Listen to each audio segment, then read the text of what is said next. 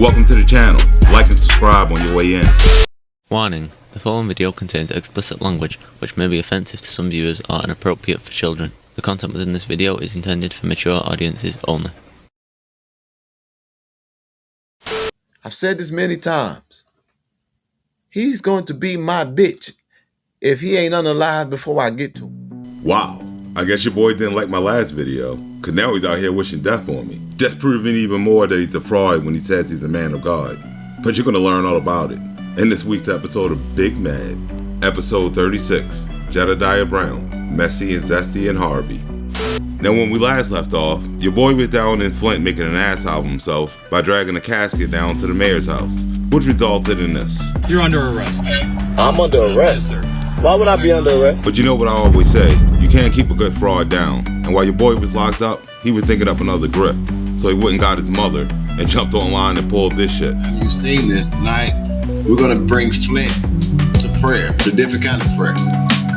Prayer with a prophet. You see, Goofy jumped online late as shit, claiming he wanted his mother to pray for his people, you know, out of the goodness of his heart. Yeah, I'm just bullshitting. You know Goofy had a hidden agenda, and he was just looking for money. Asking for you all to help me make sure that my mother and her entire team is there with us on June 1st.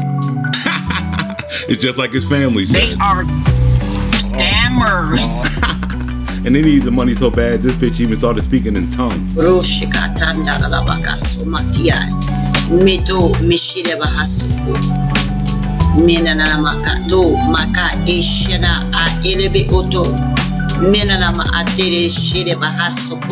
Yeah, they were rubbing it in to get this money. And at this point, those idiots over in I&A had already donated close to 15 grand to this dude. Meaning he had plenty of money to get his mother and her team wherever the fuck he wanted them to go. But why spend his money when he could keep spending theirs? And I'm sure real churchgoers want to do this to him every time they see him using God's name for money. And after watching that bullshit go down, I only had one question for I&A and the rest of the dumbasses to donate to this dude. How many times does a person gotta be seen doing weird snake ass shit before you stop making excuses for that shit? Now before we get into the full video, I gotta tell you once again that you better roll up like 10 blunts. Because since the last video, your boy got into a ton of shit. And since it's been so much, and I don't want to make this another 3-hour video, I'm only going to show the best stuff. Now since the last video where your boy's casket stunt didn't work out too well for him, he decided to try it again. And gathered up a bunch of goofies and decided to throw a rally. Let's see how that turned out. Excuse me, Mr. And look at that, a protester that came out here for a real cause. Unfortunately for him, Jag came out there for clout, not safe water. The other day, I'm heated right now, and we're exercising a real Second Amendment right today. You brought a gun to a protest. You're looking at the face of a whole goofy. I got the good old 12 gauge with the mags and the drums. I just carried the mag because the drum's so awkward and annoying. But everybody needs to exercise your Second Amendment. Quit being scared. Now, when you're protesting with Jedidiah, a chaos agent, bringing a gun to a protest is never a good idea. It's just a good way to turn a peaceful situation hostile. I don't want to hear only white people can do it. Get out of here. I've been to marches with a bunch of black folks with guns. Like, I don't know. Second Amendment ain't got no race. None. And they'll find out if they violate, because I'll help you out. We all know it. And as you can see, this will be the dumbass that gets a lot of people hurt, because he's looking for an excuse. I didn't know if I should bring the AK, the AR, the 12, you know. And I'm pretty sure if he points that gun at one of those cops, he's going to be in that casket along with Jaz's credibility.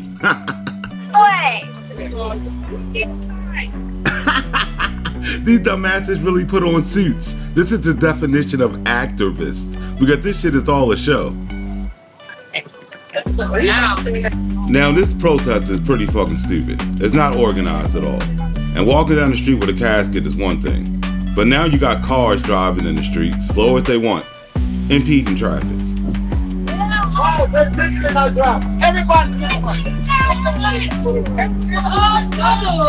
Like I said, you can't impede traffic. And now drivers are getting tickets because your boy's an idiot. If traffic is not impeded, you are free to move past. When your car is blocking the right-hand lane, people aren't free to move past. And so the Flint police are here to bully? Or are they there to enforce the law? Hey, thank you for your time. You know we have a right to free travel. Yeah, you're looking at two dumbasses right now. There's no way I'm walking around fucking with cops with this dumbass with a gun. This ain't Nazi fucking Germany! Now I'm trying to figure out who wants more attention, this dude or Jed. I can't go to the front because I gotta make sure everybody's okay. He don't want to go to the front because he don't want to take that beat down. Stop harassing citizens. Harassing citizens. Anything for American citizens. Stop harassing citizens. Says the guy that took a casket to the mayor's house. Hey, what are you doing? What are you doing? What are you doing? Stop! Stop it! Stop!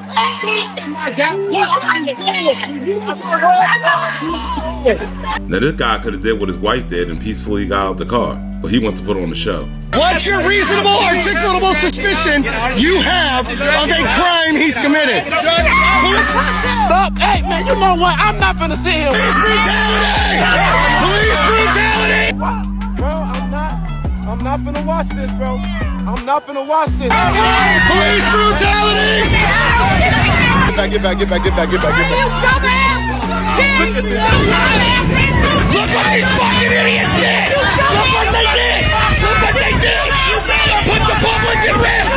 Gotta run! Look at what y'all, you know what? Really? Really, bro? Really? Really, G? I swear to God, it's over with. Call this off. Call it off. Move that casket out. It's over with. It's over with. I'm not gonna let this happen. How's he gonna stop something that already happened? No, bro.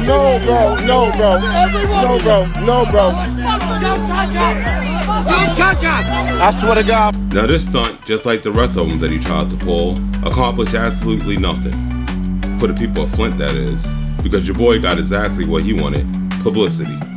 The city of Flint has seen a recent wave of protests led by Chicago activist Jedidiah Brown. So who is he? A whole fucking goofy. And what is his motivation for coming to Flint? Money and clout. My direct confrontational style of advocacy brings awareness to it, and obviously it heightens it. I recognize that, but I don't bring chaos. There your boy goes lying again. You only need a permit if you desire to block streets or utilize city services. So this goofy got all these people to come in there with a casket, and he didn't even have a permit. Were you guys kind of like impeding traffic, in your opinion? Those were mostly elderly people who couldn't walk and wanted to be a part of what was going on. So he should have planned for that in advance and had a safe way for them to participate, not having them blocking the road. But at no time was the public way or the traffic impeded, because honestly, there was none. And that dumbass laugh should let you know that it was full of shit. We reached out to the mayor's office for a comment on Wednesday. In a statement sent to ABC 12 News, city officials reaffirmed support for peaceful protests, saying in part, recent protests in Flint have included a series of highly inflammatory actions that go beyond peaceful demonstration, including threats to public officials and disorderly conduct. City officials have confirmed that several protest organizers and participants are not Flint residents, but rather known individuals who have disrupted city council meetings in other municipalities across the country. So as you see, the city of Flint saw your boy coming, and they weren't playing with your boy. And he went and filed a lawsuit and everything, and that shit got thrown out real quick. And the city of Flint upheld the restrictions on your boy, so he couldn't do shit from that point. So, you know, he jumped online and started ranting again. But this time, he was real mad, because people started waking up. Check it out. So I want to run you all through these cases, and I want to tell you all a little bit about the background warfare. Background warfare. It happens in every case he puts his hands on. You all wouldn't believe that it ain't too many people that came back and said, oh, you did well. Thank you, congratulations. What's next? And I'm not mad about it. And you already know he's lying about that shit. He'll soon see. This is what's wrong with black spaces.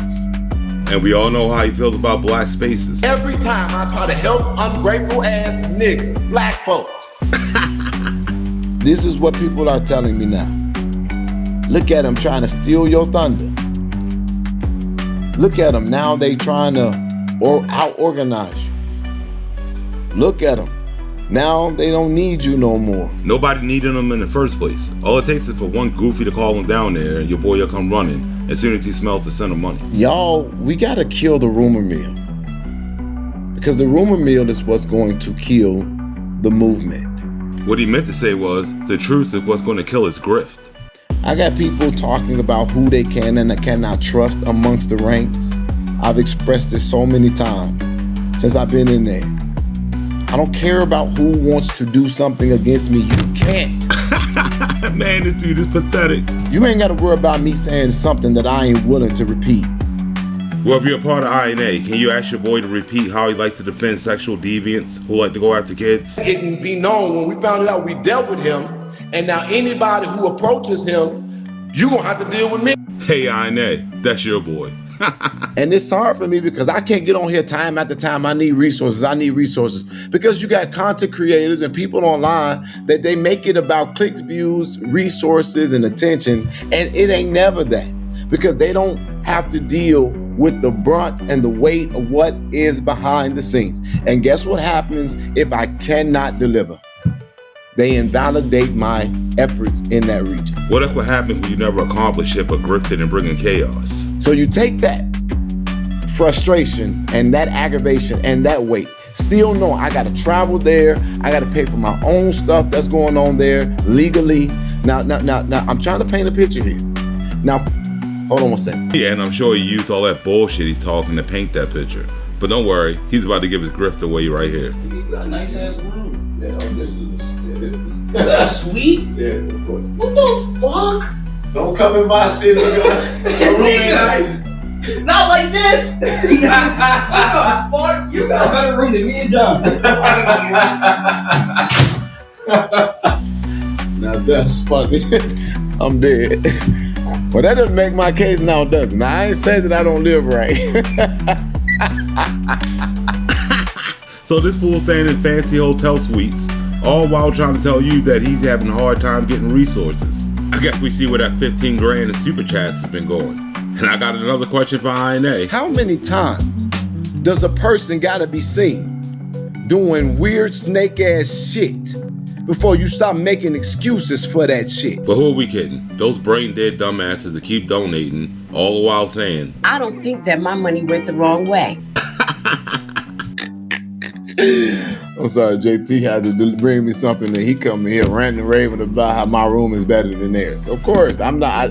Hey, it is what it is. I mean, you can't expect your boy to fight for justice out of a Motel 6. I'm gonna talk my talk. Now you couple that with what I'm trying to navigate through Flint, and you couple that with Dalton. I had to really sit down. And I had to really think it through. I counted up the cost, but Dalton cost me way more than what it was worth to me. This dude with the Dalton took a ton of donations, got a new monkey, and got no results for anything. Dalton lost. But here's the thing. Believe it or not, I'm still in debt for fighting for Dalton. Sad to dudes that are trying to hide the fact that he's staying in a fancy hotel suite with this green screen. I feel like Dalton, in a sense, did not value me as much as I valued them getting relief from their injustice. Yes, all you dumbasses in Dalton that threw money at this, just know it wasn't appreciated. People want me to feel bad about feeling like I am underappreciated and somewhat taken advantage of. I guess he knows how Kenneka's mom feels after he took advantage of her. She just wants her money. She says, since y'all told me if we stop marching, whatever money's left over, I get it. So she called him a scammer. He looked like a scam artist. Look, if you calling a woman mama that ain't your mama, you a scam artist. How you doing, Mama Mary? I am fantastic, Jediah. So, Mama Mary. You looking at the face of a whole goofy. Jed, this is what I don't understand about you. You talk about Dalton and how Teresa didn't give you an apology. But how come you never exposed how she covered up organ theft in her child? I don't know anything about that. Well, since this goofy and the freedom frauds went around claiming they had a tape of Kenneka getting her organs taken, why wouldn't he know about that? This city might be they might have tried to take that baby and cut her organs up and got caught in the midst of it. And let's not forget this grifter told this whole team he had this on videotape. Is while we were in Texas after that protest, Jedidiah sat at that kitchen table and told us he knew exactly exactly what happened to Kenneka. He watched it on the video and he told us exactly how that girl got murdered. And he knew who did it. See, your boy lies so much you just can't keep up with him. What a fucking scam artist. That's you. When I was, let me tell you something.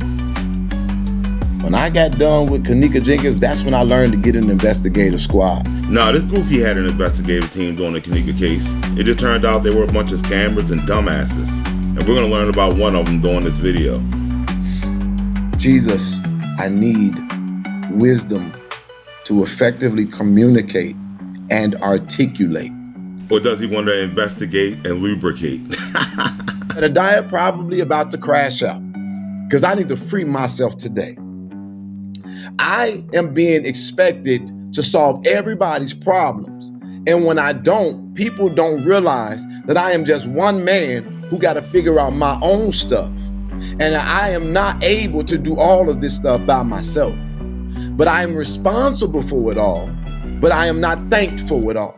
Didn't I tell you he was lying about not being thanked? What a fucking goofy. You all wouldn't believe that it ain't too many people that came back and said, oh, you did well. Thank you, congratulations. What's next? And I'm not mad about it. Nah, he big mad.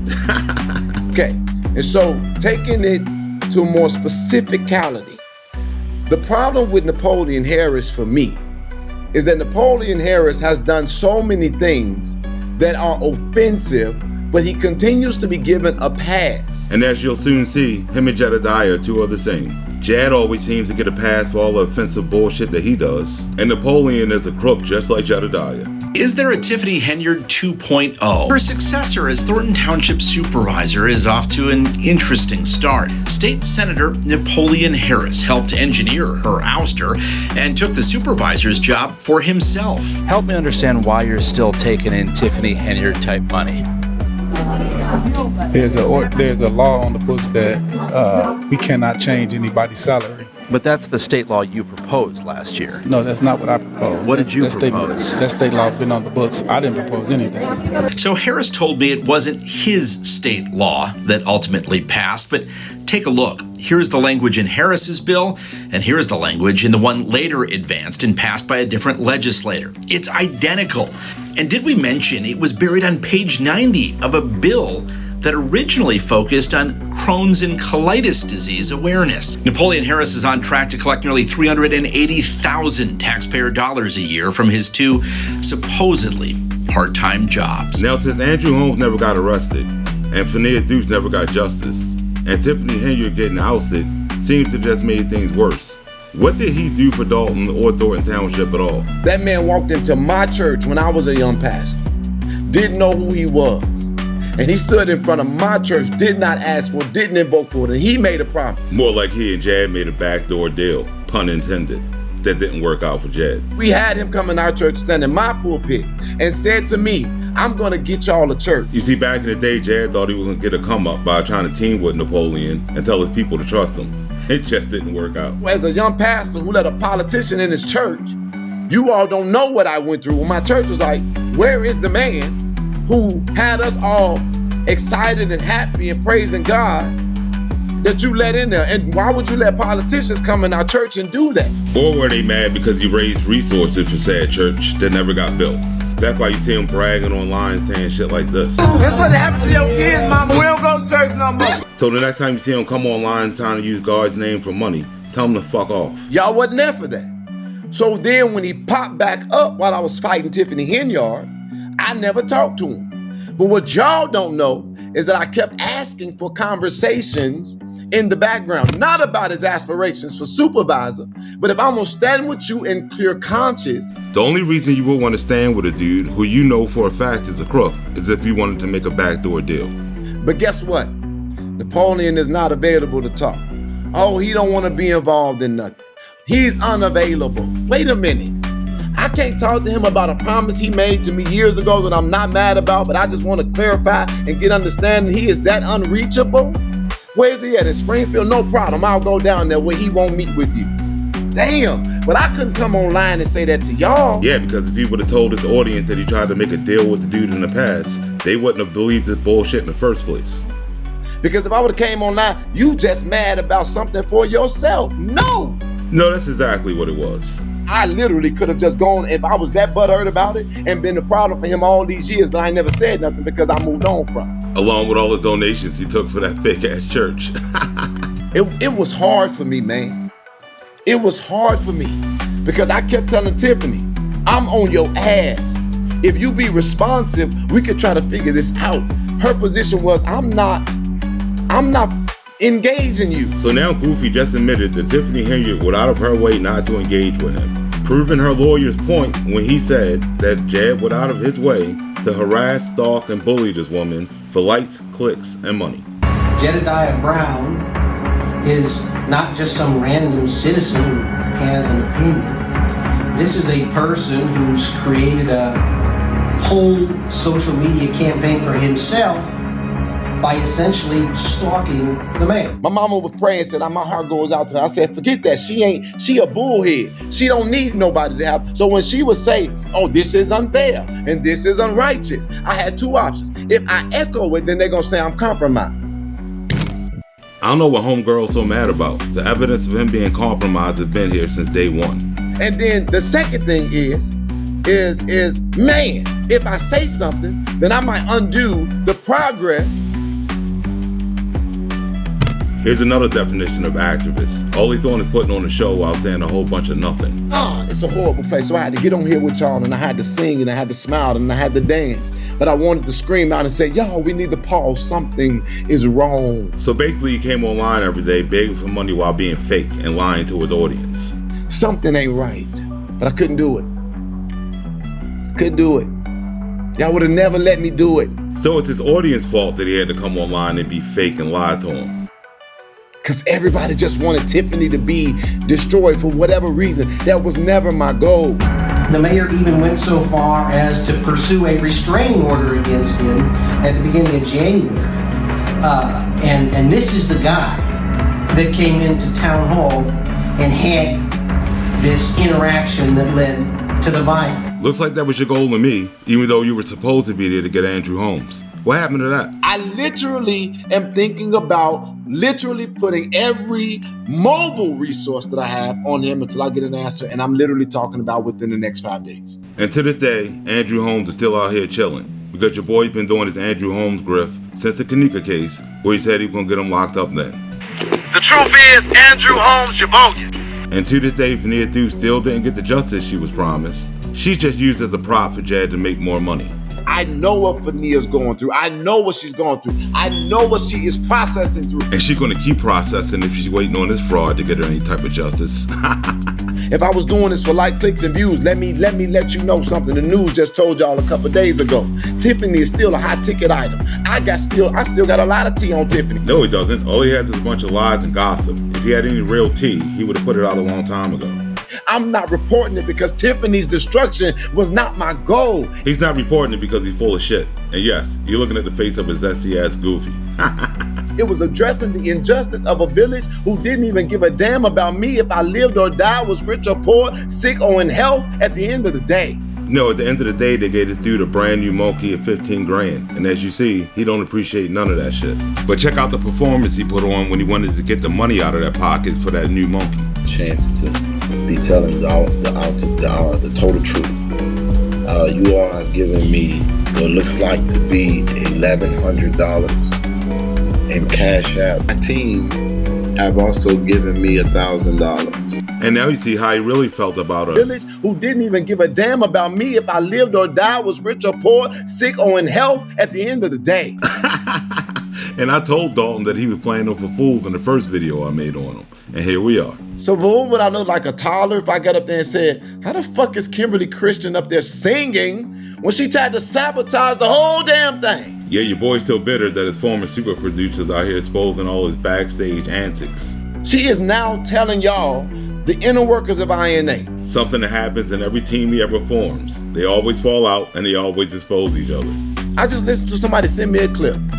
Oh, he has a whole strike team. No, he doesn't strike, because I don't. Well, since she used to help you dox and strike people, you're lying through your teeth. And the sad part, INA know you're lying, because they help you do it.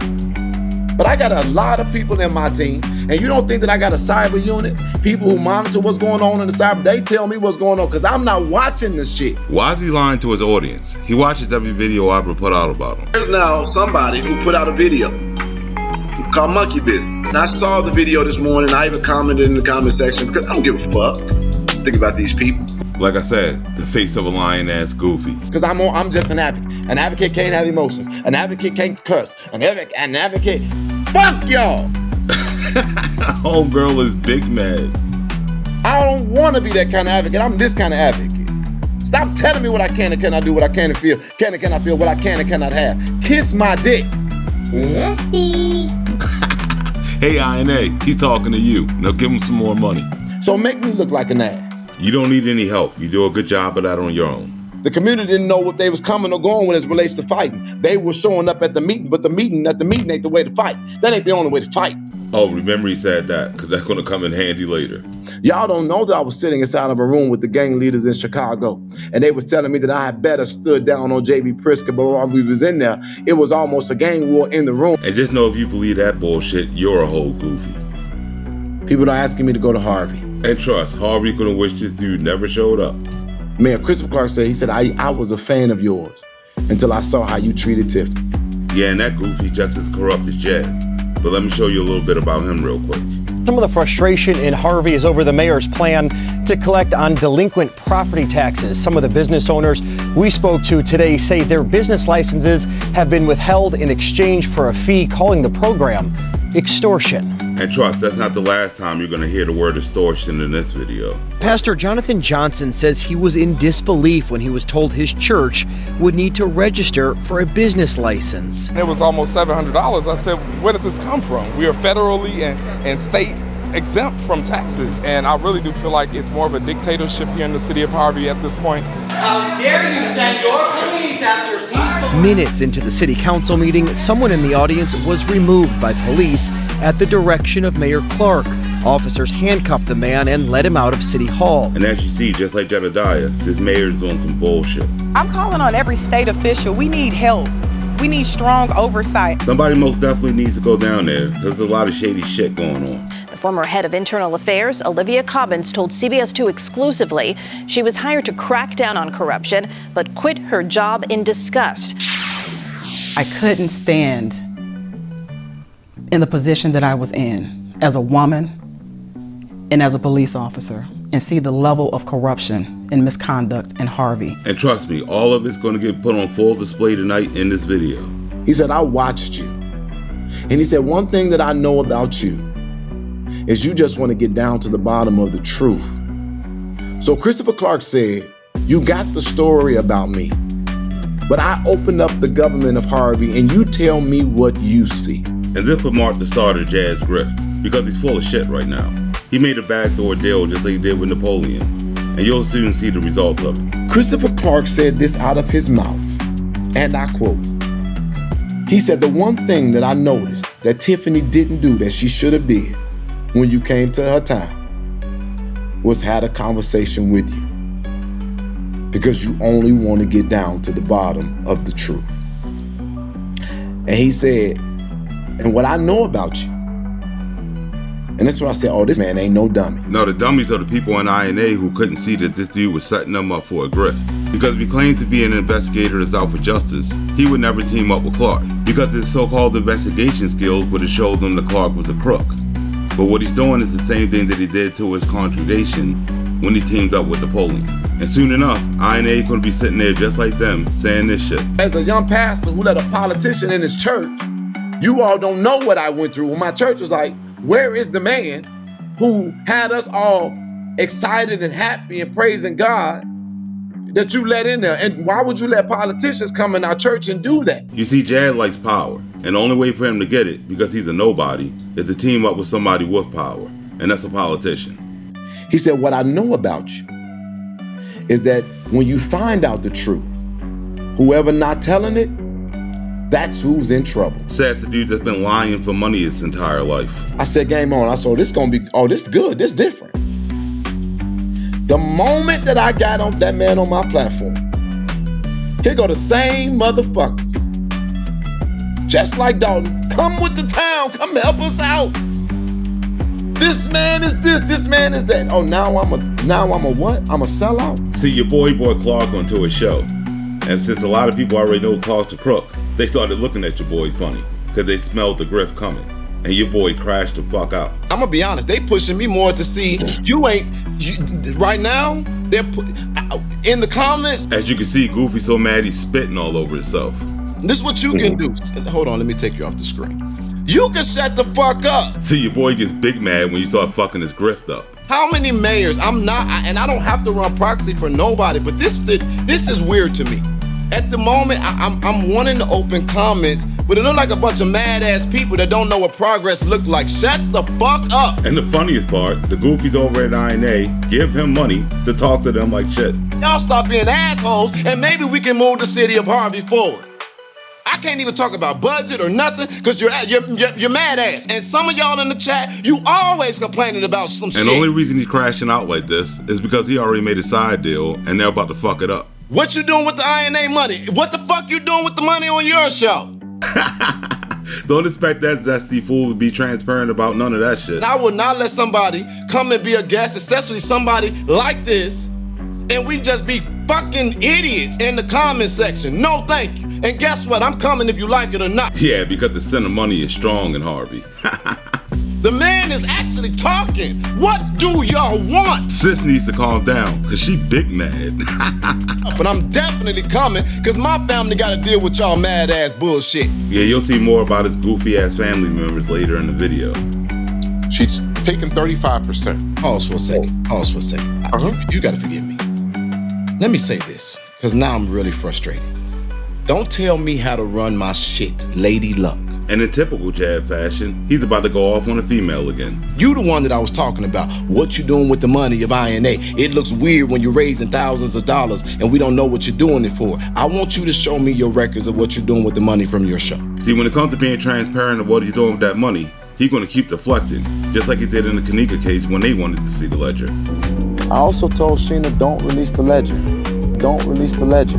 Don't release the ledger. Oh, did you now? Because I remember you backpedaling trying to tell your audience that you told her this. She can post the ledger that I don't even know. I don't know what's on the ledger. I want to open the phone lines. I want to figure out what y'all got y'all stuff suffering, and I want to figure out if we can get it done amicably. I ain't coming to go to jail in Harvey because I see something different. Oh, remember that Goofy said that. But let's get back to his crash out. Now you perceive me to be paid and compromised because he came on my show? Oh, okay. This Goofy will side with whoever has the money. He's definitely compromised. Christopher Clark comes on my page. And now I got these fools in Harvey, and it ain't a lot of them, talking about I'm compromised, like I ain't been doing what I've been doing my whole life. Which is lying, scamming, and grifting. And then they talking, and I'm watching the shit. I'm watching Ryan weird ass while I was standing outside of the thing, and he enjoying me arguing with the black people because he ain't nothing but full of mess. Yeah, your boy showed up to a protest to take the attention away. But the people of Harvey wasn't having that shit, and they saw your boy coming. I don't know you. It's all good. That was disrespectful for no reason. I don't want to know you. Well, why would you even ask if I am who I am? Did I say anything to you? No, the fuck I did. No, the fuck you did. I did not. Why can't the dude ever go anywhere without starting some shit? You made a comment to me. You're not relevant to me. Believe that. So I'm trying to. Why did you address me? Why address me? Why address me? Because I didn't ask you shit. Don't ask me. And why is it that he's always attacking senior citizens and women? You can get one. Okay? I can't. So what do you mean by that? Because you're not going to disrespect me. You're not going to disrespect me. You're not going to disrespect me. Get your hand out of my face. Okay. Don't do that. What are you doing? Don't ever in your life disrespect me. Man, your boy pulling out all the stops because he reunited with his right-hand man, Tory. And he had to go back to the Kenneka days to get her because they fell out a long time ago. But judging by this post, they reunited. And if you don't know about Tory, well, she's just as crooked as Jed. Because when money from the Kenneka case came up missing, her girlfriend exposed her for spending the money. Give me my card. I don't know which one. No, you forgot. You forgot the Trespassing. I transferred the money.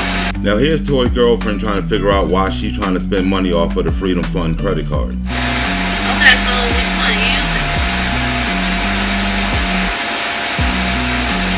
You don't even know. You sure? No, give me that one. How? I transferred money.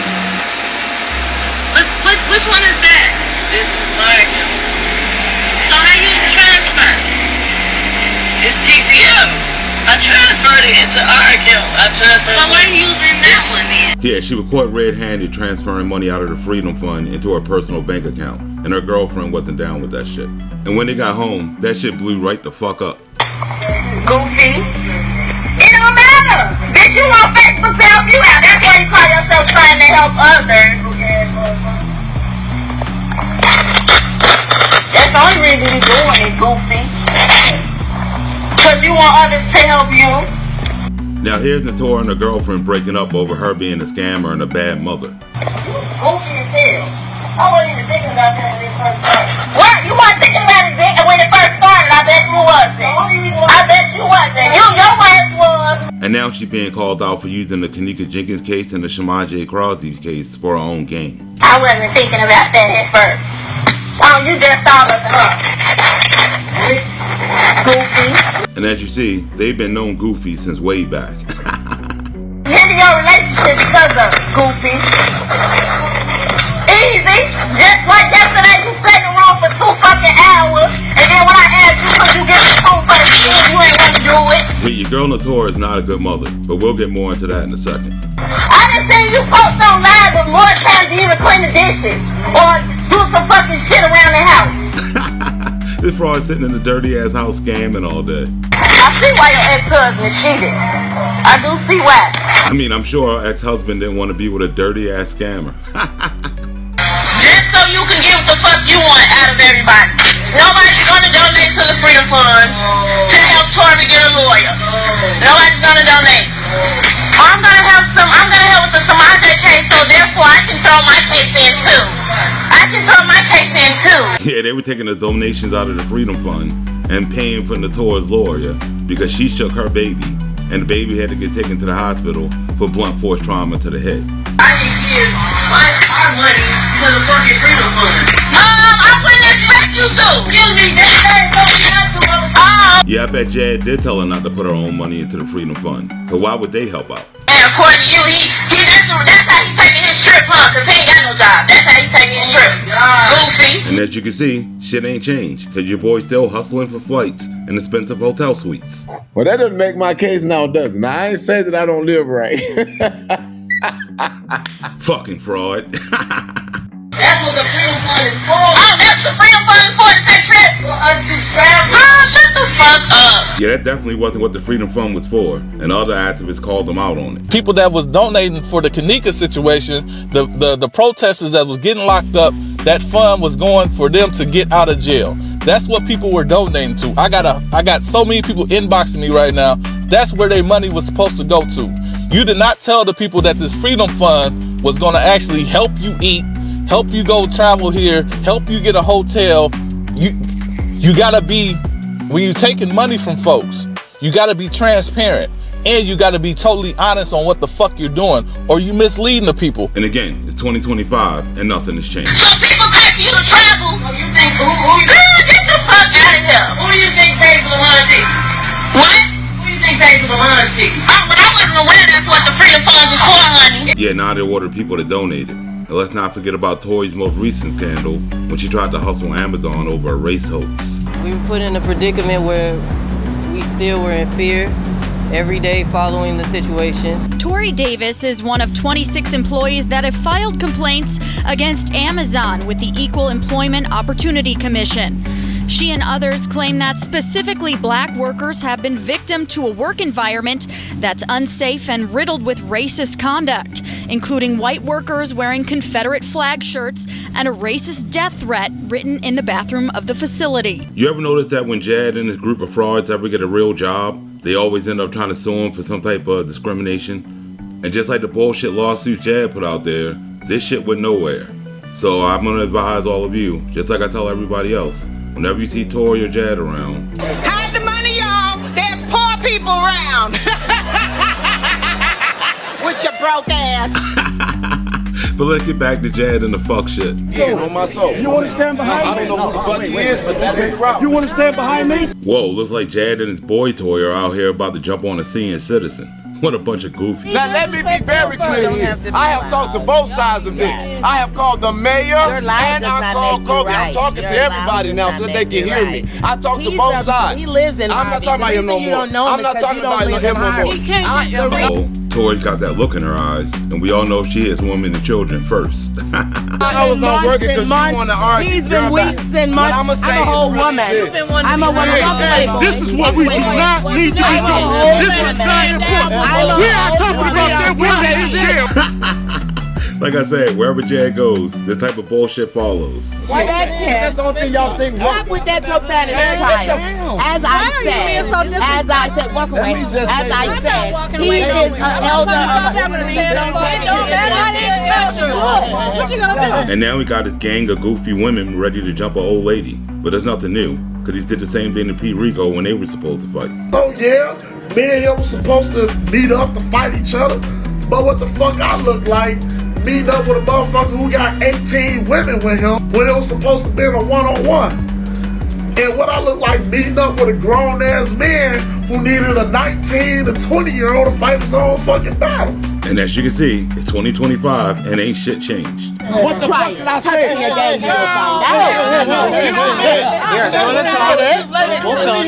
Ignore that. The bottom line is this. Jedidiah follows the bag. He has people that donate to whom whatever it is he's doing for the benefit of a bag. He does not live in Harvey. The elderly gentleman that he just hollered down lives in Harvey, has lived in Harvey for decades. This man can't even tell you what street he's on if he does not Google it. So that is that. So if you're going to be here being profane to that man that has been here for decades doing his job. I have a master's. What do you have, darling? Boy, what do you have? What do you have?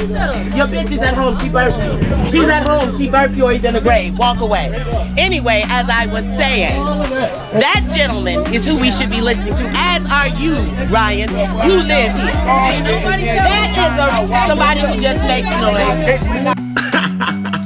She ain't lying. All he does is make a lot of noise and look goofy as fuck. It's like, it's not what you do, it's how you do things. Okay? So all we got to do is just lay low. Everything is going to be okay. Right. What you just saw was we getting disrespected by people's perceptions because I didn't come in here swinging either way. I got family members in Harvey. And I'll tell you this, they don't like me being disrespected. Remember he said that. That's going to come in handy later.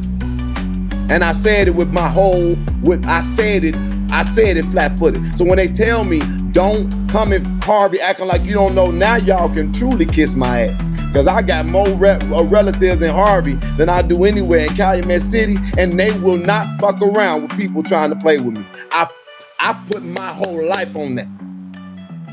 You want my family to come out? Fuck around with me in Harvey. And that's on God. And I got a feeling all these words are going to come back and haunt him one day. So then a friend of mine calls me. They called me from the state. And they said, Napoleon down here in the capital saying, you bet not bring your ass to Thornton Township with your shit. Oh, really? Napoleon still treating your boy like a whole goofy. So don't come and bring my ass to Thornton Township. You got me fucked up. Seems like he had him fucked up since he promised him that church he never got. Y'all think that I'm finna try to find all this by myself? You can suck my dick. Zesty. And he's talking to his own audience like that. And I'm gonna tell y'all, with my face flat now, I'm not afraid of shit. When I got it out of the car, Kobe Chapman's godfather disrespected me for no reason at all. That's why y'all saw me arguing with the old motherfucker outside. Motherfuckers coming in this town and don't know what the hell going on. Excuse me, sir, while you talking and directing your conversation in the wind at me, I never said I knew anything. I'm trying to figure it out. But you're not finna call me out my name or disrespect me just because you're 90 years old. And history shows when it comes to beating up the elderly, Jed is not above it. Just go ask some of the elderly preachers down in Chicago about it. I got a brother standing there. Wow. That's ridiculous. How are you gonna try to turn the security guard doing his job into a racial issue? Wow. Don't touch me. Hey, brother. You see, Jedidiah wanted to be invited to this meeting, and he wasn't, so he crashed it and started a fight. with a bunch of his friends. That's the wrong decision, Pastor. I'm gonna beat the spirit out your ass, Pastor. Did he really say I'm gonna beat the spirit out your ass? Where did they find these people? That motherfucker. Nah, I'm gonna right hook that motherfucker. Come on, Pastor. This dude's about to right hook an old man, and these are the type of people INA supports. I ain't said nothing disrespectful. I came in there. You said I'm not saying disrespectful. I ain't said nothing. Wow. Go back, yeah, get it, tell me. Wow. You out of order, nigga. Yeah, you know you gotta be real fucked up when you can get a bunch of preachers to come out of character like this. You call me. I know you call me. And this was all provoked by Jedidiah and his crew, because it was a closed-door meeting that they barged into, meaning they were trespassing. Guess what? I'm glad I didn't get no thanks, because then I look like the real motherfucker. I'd rather look like the disgruntled one, because I guess I still got a lot of fighting to do. And that statement is definitely going to come back to haunt him. So if y'all want this to move better, then I'll tell you this, Ryan, you can stop half smiling at me, because I don't play that shit. We'll learn more about Ryan later in the video, but for right now, I'm going to have to roll up a few more blunts, but it seems like this is going to be a long one. So let's take a quick break. We'll be right back after a word from our sponsor. Rated G for Goofy. Are you a fan of watching Dalton drama? Well, you're in luck, because GoofCom is about to bring the drama right to your living room with their newest game, Zesty Combat, the Jediah Brown Grifters Edition. Choose from 5 different grifters. Choose your grifter. Andrew Holmes. You made a bad choice. Tiffany Henyard. We paying the bills or we not paying the bills? Rico. Wake up. Grace Levi. My money went the wrong way. Jedi Liar. It's demon time. Then get ready to beat the resources out of your opponent. Fight. This serves as Andrew Holmes' official 48-hour notice. You committed a fraud. And so will you if you don't pick up this game. And what we about to do? I'm turning up. Enter the fight for Dalton and unleash the power of Zest. Once you put belt to ass using your special moves. I'm big mad. And you will be too if you miss your chance to pick up this title. Because in this game, you got to do much more than protect your resources. Finish him. Jedi Liar wins. Frutality. Zesty. So grab a friend, gather your resources, and get ready to grift to the death when you pick up your copy of Zesty Combat.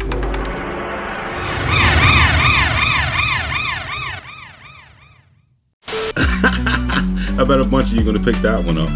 Now, since the last video, Goofy's been posting non-stop. And if I try to go through every one of these videos, we're going to be here for like 10 days. Luckily, I skimmed through all of them and found all the good stuff, so you don't have to sit through all the mess. So let's check out the first Y'all didn't know that either, did you? Due to a lot of circumstances, even my mother had to leave her home. Can you believe it? Well, if you're a part of INA, I'm sure you do. But for everybody with common sense, we know you're full of shit. But my mother we had to relocate my mother.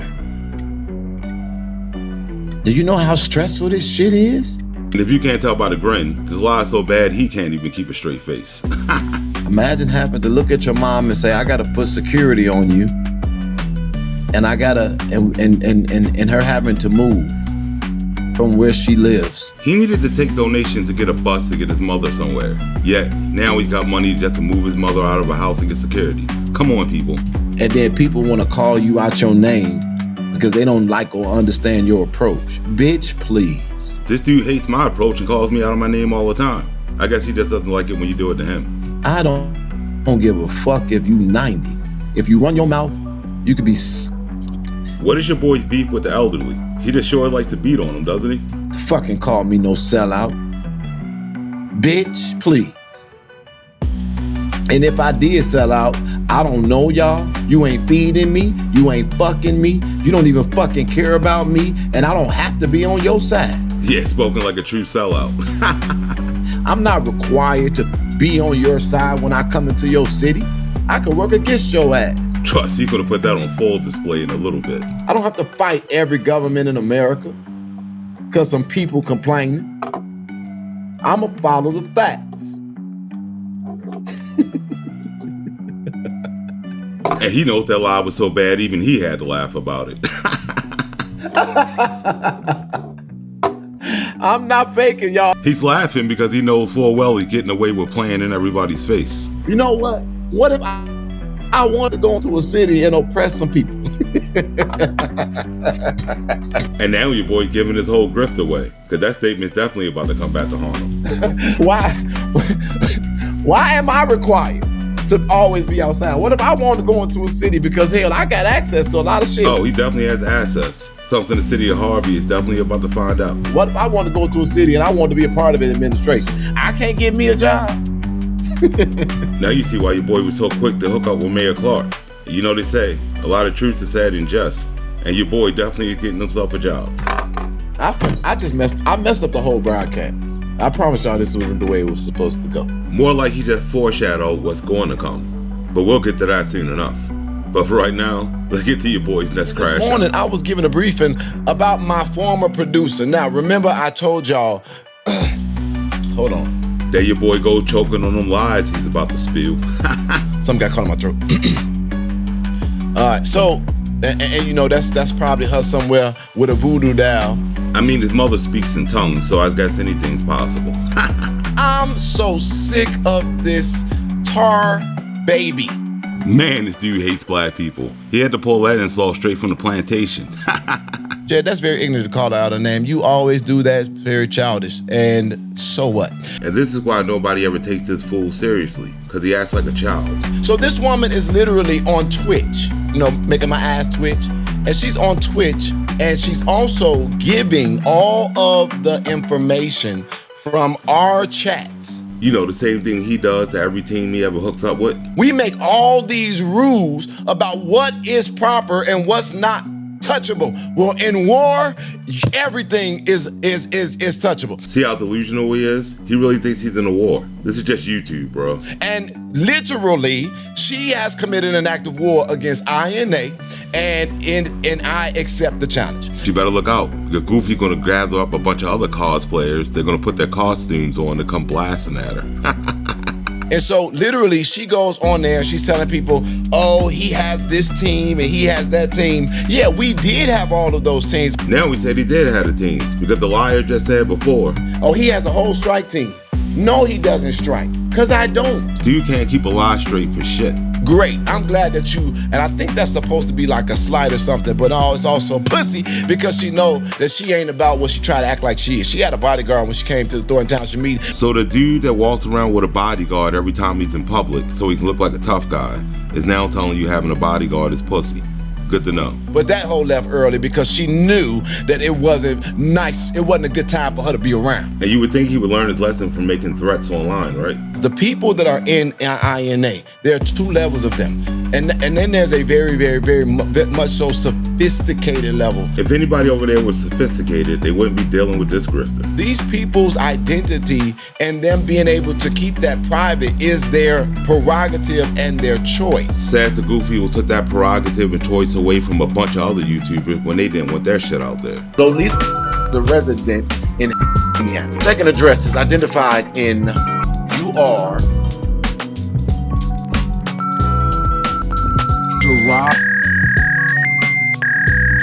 See, Jad's all good with people being doxxed, as long as he's the one doing the doxing. That's called attempting to dox. And that is a crime. They're doing it because they're professionals or they got jobs or all of these other things. And you would think knowing that, they wouldn't be out here doxing people being messy, right? And I don't care what some people do to me. I would never cross them to a point to where it literally shows that my character is capable of that. You might want to go ask his old team about that. You done ate off the fat of the lamb, but now everybody evil, nigga, after you full. Jedidiah Brown, whose intentions are false, he ambulance chases. That's unacceptable in Jed's faith. He's gonna frame you in any way he can. Yes, I could get on here and do this show without all of the extra and stick to the facts. But I don't want to do that because I want it to be forever clear that I'm with the shits. I mean, why make your organization look professional when you can just run a clown show, right? Dang, y'all didn't hear none of that? Hold on, because they calling me back. Let me let y'all hear this. This is insane. Oh, you're gonna love this phone call. Check this shit out. Don't call my phone again. If you're not gonna listen, then you don't talk to me. Are you going to listen or are you gonna excuse me? Shut your mouth calling me. If I said you gonna talk, call me, you gonna talk. I'ma talk. So I don't know who you are. You're calling me saying that you're trying to deliver to me a sealed legal document. I wonder what your boy's getting served for this time. That I didn't request, and you want to know if I'm going to be home? That don't even make sense. These are complete documents. So if you reject these legal documents, we're going to call Rosa Brown and Jeffrey Brown regarding the complaint against you, even your place of employment is Flint. Again, these are legal documents. It came from Equity Capital. We tried to deliver twice. No one's available. Liberty Capital. Looks like one of your boys' grifts is coming back to haunt him, right? I'm still in debt. Which is what those idiots in I&A are over there paying off. So this is not a request from you. These are complaints against you. So I'll give you the contact information of the sender. Do you have a pen and paper handy? No, but I do got a message. Kiss my ass. Call all those people you mentioned. Goodbye. Call me back. And that's exactly what he did to Kenneka's mom when she asked about that freedom fraud money. Wait a minute. I'm sorry. Yeah, I'm sorry. They just messed up my whole broadcast. Stop calling my phone or I'm going to get you for harassment, okay? Because now I got your number, 770-741-4006. If you call my phone again, it's going to be harassment. Do not call me back. Goodbye. And if I was that debt collector, I wouldn't hold my breath trying to get money from this fraud. This woman is literally trying to put out information about people who are serving that ain't got nothing to do with how petty I am. No, when you send these people out to strike pages, they have everything to do with how petty you are. And they can be sued right along with you. So she put on her show that this is where we are. And y'all, I had no idea until we got this, I got this briefing this morning that we were doing this good. He runs the channel and he's the one that gets the check at the end of the month, but he doesn't know how much money's in it. Just like the Freedom Fund, right? I don't know what's on the ledger. So then she's saying, hey, they're making this amount of money. And she keeps on alleging, without saying that I'm alleging, that I'm a grifter. People have been calling this dude a scammer and a grifter long before any YouTuber did it. They are scammers. Just take his family's word for it. Since we have started, this is everything we've got. Today, I open up the books in transparency. That's why I keep saying thank you for your views. This is what he's gotten off of YouTube, just on views. This doesn't count the Cash App, the Zelle, the Venmo, and everything else he gets. Not to mention the over 20 grand he got in Super Chats. But let's see how he tries to spend this. On our YouTube, makes anywhere between $2,000, $2,000, $2,500. That is our average. We had a very, very amazing month in February, and we were given a check for $6,000. And knowing he's made that much money, couldn't he have just bought a lawyer for Fania Dukes? And that way she could have got justice? No, instead he'd rather come on here and brag about how much money he grifted off of those fools and just play in her face.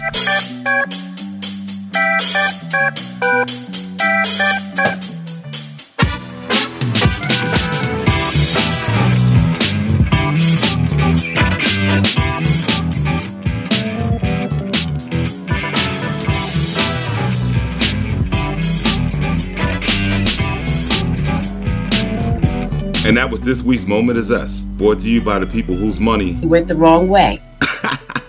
Do you all really think that I'm gonna crash out for 25? I watched this dude crash out on Burgundy Blue over 20 bucks. Do y'all really think that $2,500 is taking care of me? I mean, it's not like he pays for anything. He got people out here paying for his eye surgeries, getting his teeth fixed, buying them monkeys. Come on, people. So they on there. They're exposing me as a grifter. I can make that money on OnlyFans with one scene. How do I know? Zesty. So the man that comes on here preaching with his mama is now telling you he's on OnlyFans. You can't make this shit up. But I got a mask and it only show your eyes. That's my plan B. You looking at the face of a whole goofy. But if all this stuff fails and I just get sick of all y'all. You know, like the rest of the grifts he's done tried to pull off throughout the years? I got a mask, and the only thing you can see is my eyes. So I'm just gonna have to put it just like this and go for broke.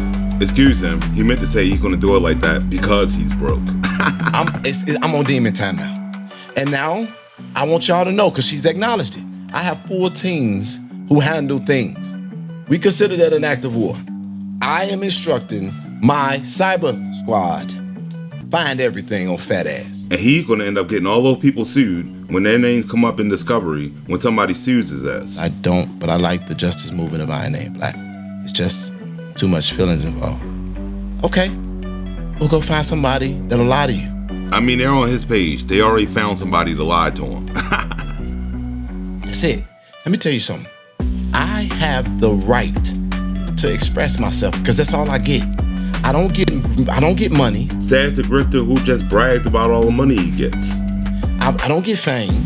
I don't even get a break. If you don't like the emotionalism, then understand this. That's what makes me different. Looks like your boy had a fraudulent slip and told you why he really does it. That's what makes money. That's what makes money. That's what makes money. If you like the movement, then guess what? I don't like you thinking that I gotta qualify to be who I authentically am, so this ain't the movement for you. Because over at INA, they're just about being messy, not getting results. Just asking the deuce. Beth, me and you finna have our first public disagreement. Because you can't tell me where I need to be at. Just like I can't tell you where you need to be at. Oh, remember he said that, because that's gonna come in handy later. You have stood with me and been supportive, but I'm a human being and I don't have a cape. I am not Superman, and again, I'm not obligated because unfortunately, I don't even get a paycheck for this stuff. And you definitely can believe that Jed makes no money off of this whatsoever. There are lines that we just shouldn't cross, because guess what? If that's the case, then you should contribute more. You should have then you should contribute. You should buy my plane ticket because I got to get back there. If that's how we want to do this. Go buy my plane ticket because I need to get back there. I got more stuff to do in Harvey. And then you said make it right. Okay. Looks like somebody else finally saw the light, and Jed ain't happy about that at all. Right now, right in real time, I am removing you from INA. Boom, boom. I swear this dude's got the thinnest skin on the planet. And let me tell you something else. There's one business owner inside of Harvey, because while people telling me where I should be, we've been working with this situation because we found out that he was basically renting a space in Harvey but not paying taxes, and they were stealing the cars of the residents of Harvey. And this would be the start of a long story that's going to be the basis of this whole episode. That man told me what was being done to him. His words to me was, I gave Clark a donation for $2,000. Clark won the election, said we good, and then once he won the election, he didn't even want to talk to me no more. Kinda like what happened to Jed when Napoleon told him to fuck off. This man said to me, and out of his mouth, he said, I want to pay my taxes, but Kellogg took my property and gave it to somebody else and they damaged it. And if you haven't figured it out, Harvey's just a corrupt place all the way around. I said, well, why do you think Clark is acting like that to you? He's no good, he's corrupt. Wow, what did he do? He said, he's just mad because I didn't give him $20,000. And take note of that because it's going to be important later in the story. I said, we need to meet with the mayor. And I need you to say that in his face. I called Clark and that man said, Clark said, I'm very busy. That man is not gonna do nothing, and he is not a good corporate citizen, and he is not gonna tell the truth. But so that you will see, he says, I will have the meeting. Do you all know that they went in that meeting and I watched Clark kick that man's ass from one room to the next? And if that was true, you know Jad would have filmed it just for the content. He talked about not one, not two, not three, but 4 properties that he ain't paid no taxes on. And as soon as Jad heard about those buildings, all he smelled was money from that point on. Man, you said that he was mad because of the $20,000. Why did you say that? He said that because I can't think of nothing else he would be mad at me for. What? So wait a minute, you just told me that this man was mad at you because you didn't give, did he ask you for $20,000? Clark, I never asked you for no money. I never did anything. I don't trust you. I'm not gonna do no fraud. I'm sitting there watching it in real time. So according to Jed, this man accused the mayor of extorting him right to his face. And all it took for the mayor to do was say, no, I didn't. And Jed was like, okay. I told that man that he got to get off that property. And he got to get off that property. No ifs, ands, or buts about it. Wouldn't it be the mayor's job to kick him off the property? Who the fuck is Jed to tell anybody what they can and can't do in a city that he don't live in? But trust, we'll get to that in a second. But let's get to his next crash out. What I had to do, it was so hard. Don't mind him, he was just at the Jeffrey pub last night. Because what I had to do was I had to bring Kyra to Florida. I wonder what your boy's up to this time. I had to bring her to Florida to a sanctuary that is going to do a sort of a certain level of training for her, give her the proper nutrition as well as take care of her. And it is going to be at a fraction of what it costs. I think we might have another Cairo situation going on, but I'll hold judgment for now. And then when they started to pull off, this is my baby, wishing that she can get out of that car. And let's just hope I don't have to make another monkey business episode. But watch what he's about to say out of his mouth next. I got a call from a personal friend of mine, Samuel L. Jackson, who is an actor. He's my favorite actor. Your boy lies for no reason. And you know if that would have happened, he would have played it live. Just like when he said Snoop Dogg called him. When I had that day when I had that gun in my head, Snoop Dogg called and said, "How is Jedidiah? Is he okay?" Now clip that video and send it to Snoop Dogg and ask him to respond to that. You look at the face of a whole goofy, and that's yet another phone call he has no proof of. He called me back after 2 months, and I said, "Man, you know, I called you 2 months ago." He says, "Well, I was not very happy with how you were addressing that mayor." Yeah, and if you believe that, you also believe Samuel Jackson bought a copy of Zesty Combat. In the background, I've been fighting for Fania to get a job. He went from fighting for justice to fighting for a job. In the public, people say, and I've said it too because I've been mad, shit looks this way and shit looks that way, and then Fania says something, and I'm saying, Fania, but calm down and give me a second, and it's just all over the place. And then Fania says something, and then people start attacking Fania, and it's just all over the place. Dick Grifter raised a bunch of money, flew to Vegas, claiming he was getting justice for Fania. So why don't you ask her what happened to that $3,500 he spent on receipts, right? And do you all know that the receipts that I'm trying to get for this situation is costing us $3,500? Yeah, go run tell that. And since nothing's been done to help Fania, I guess that Money went the wrong way. Fania still ain't got a job. Fania still haven't gotten her lawsuit resolved. Fania still is suffering. Well, Jad has the power to end her suffering right now, because he can use these resources to get her a lawyer. And then she can get justice and get Andrew Holmes arrested. But he won't. And but now I gotta figure out how to navigate all of this effectively. But let's be clear here. I get no paycheck for this. Jesus help me articulate. More like Jesus needs to tell him to stop lying, because he's looking like a whole fucking clown right now. And then somebody says to me in the meeting, they says, "Well, Jedidiah, we're trying to find the proper place, but because we need you to understand this." And I said, "Okay, give me the understanding, because I'm upset. She needs a job. She's going through. This woman, this is why blah, blah, blah, blah." And then the person says to me, they say, see, this is another thing Jed likes to do. The reason why he's saying the person is because he's lying through his teeth. And if he tells you a name, then he has to back it up with proof. They say, Jedidiah. You see, and I'm not pausing the screen. Your boy just hasn't thought up the rest of the lie yet. Andrew Holmes wasn't charged. You know, since Jed went around telling everybody that Andrew Holmes was arrested when he wasn't. That he has inside scoop, that he knows himself that Andrew Holmes may be arrested and possibly the mayor this week. And as you can see, you're looking at the face of a whole fucking liar. I said, okay. I said, Jedidiah, Andrew Holmes is an elected representative of this community. No matter how we feel about it, like it or not, it's not too much we can do about it, okay? Now watch how he tries to save face for not doing what he said he was going to do to Andrew and for not getting Fania justice. Because this is going to be Jad's excuse of why he's not going to do anything for Fania. Okay, so why aren't you standing up? But because they're an elected representative, imagine this. Imagine Fania sitting inside of the office and the trustee coming in the building, and they demand answers, or they want documents, or they want to know something or see something, and she's sitting right there. Wait a minute. I never thought about it from that perspective. And I hope you got the fall off of that word salad he just fed you, because that's one of the dumbest excuses I ever heard. I asked the residents of Dalton to not abandon that fight. But I had to remember, Dalton wasn't really fighting for itself. No, Dalton was too busy wasting their resources on a weirdo with a monkey fetish when they could have used that money to help Fania dupes themselves. Wait, how do I go about this? What do I do? How do I approach this? This is hard. See what I mean? This fraud ain't gonna do shit. Hey, Vanilla, if you really want this dude to get you justice, just tell him you watched my video and you think he's a fraud. He'll spend every dime he's got just to save face. That is a weight. And in this case, Jazz looking at Vanilla as dead weight, because he's done with that shit. So I'm saying, okay, I gotta navigate this. Now watch how he navigates his way off the subject.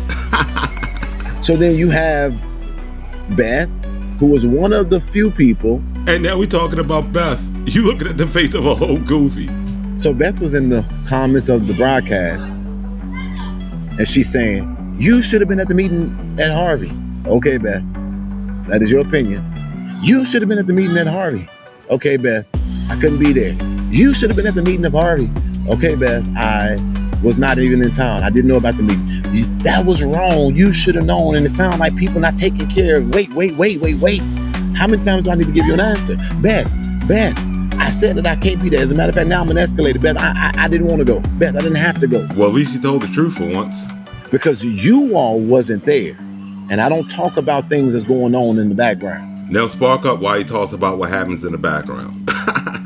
But you all wasn't there when Beth was inside of the Flint chat, offending the people of Flint, telling them about how they needed to do better and standing up for themselves, because what she has done as an advocate is this, that, and the third. And now Beth is coming in, and I got to sit from the seat of the role of the person that's blamed for everything. And I got to try to mitigate this to tell them, y'all, please don't be offended. And then think to myself, but what is Beth talking about? Because Dalton wasn't fighting like that. Dalton could have did a lot of shit if he didn't have him worrying about bullshit. Now somebody in INA tell me if I'm lying or not. Good thing he asked INA, because if he asked anybody else, they call him a liar right to his face. And then every time you turn around, I'm getting a phone call where Beth called and said, oh, I just gave them this money and I just gave them that money. I could show y'all the full amount of money that Beth is giving us. Yeah, and if you believe that, then you also believe this game is real. And in that case, Cash App your boy. Okay, why are we announcing everywhere that you contribute something? It gives the perception of, oh, he getting all this money.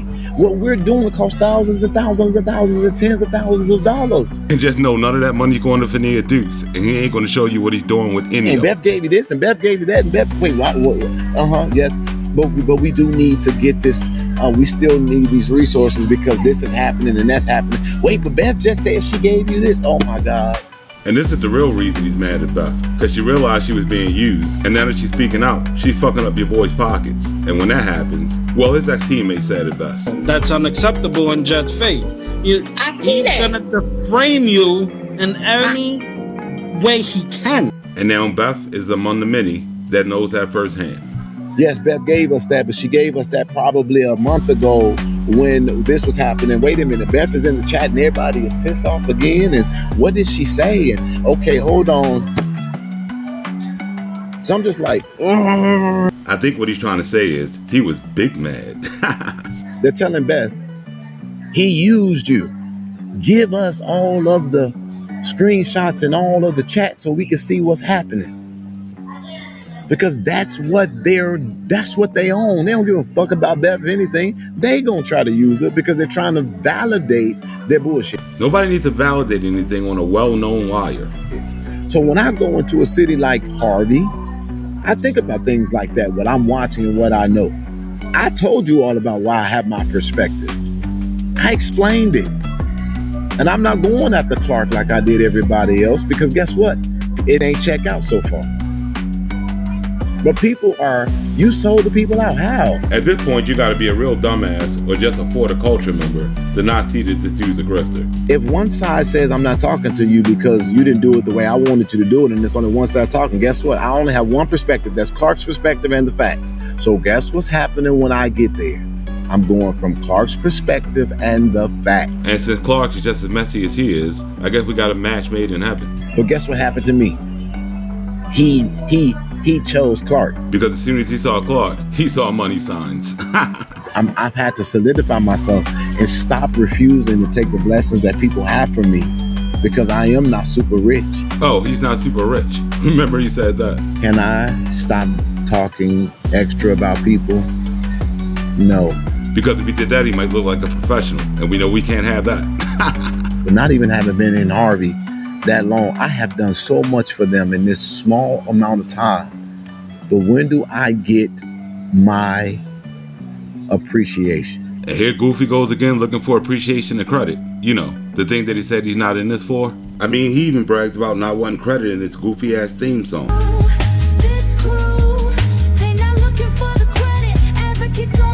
You might want to have your team change those lyrics around for you, buddy. Somebody said, if I was you, I'd get my monkey and live my life. Alicia Russell, I want that so bad. But since your boy doesn't have any real life skills, he got a grift for the rest of his life. I was doing that for 3 years. And my mama came to me and said that the Lord basically said, oh man, he's talking about one of his mother's hallucinations again. And you're going to love this story. I'll never forget my mama looking me in my face and saying to me, she said, I got to put the fact that I'm your mama to the side because God told me to tell you these words. If you don't get back to your purpose, he's going to take you up out of here.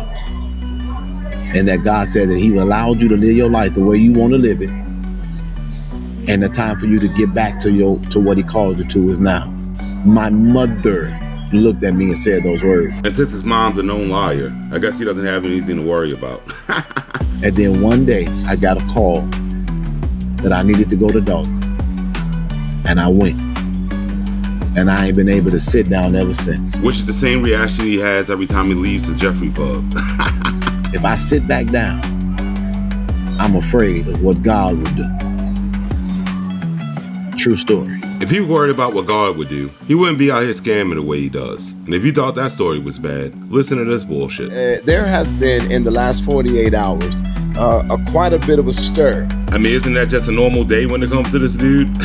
The fallout that is going on is that the announcement or the public announcement that I have appointed Keith Price to be the CEO of INA. Keith might want to go talk to Sheena James, because I give it 3 months before this shit blows up. Before I made this announcement, I had a total of 15,179 people who subscribe to our broadcast. Just proving there's a ton of naive ass people out here. Now that I made the announcement, we are at 15,148 people who are subscribed to our broadcast.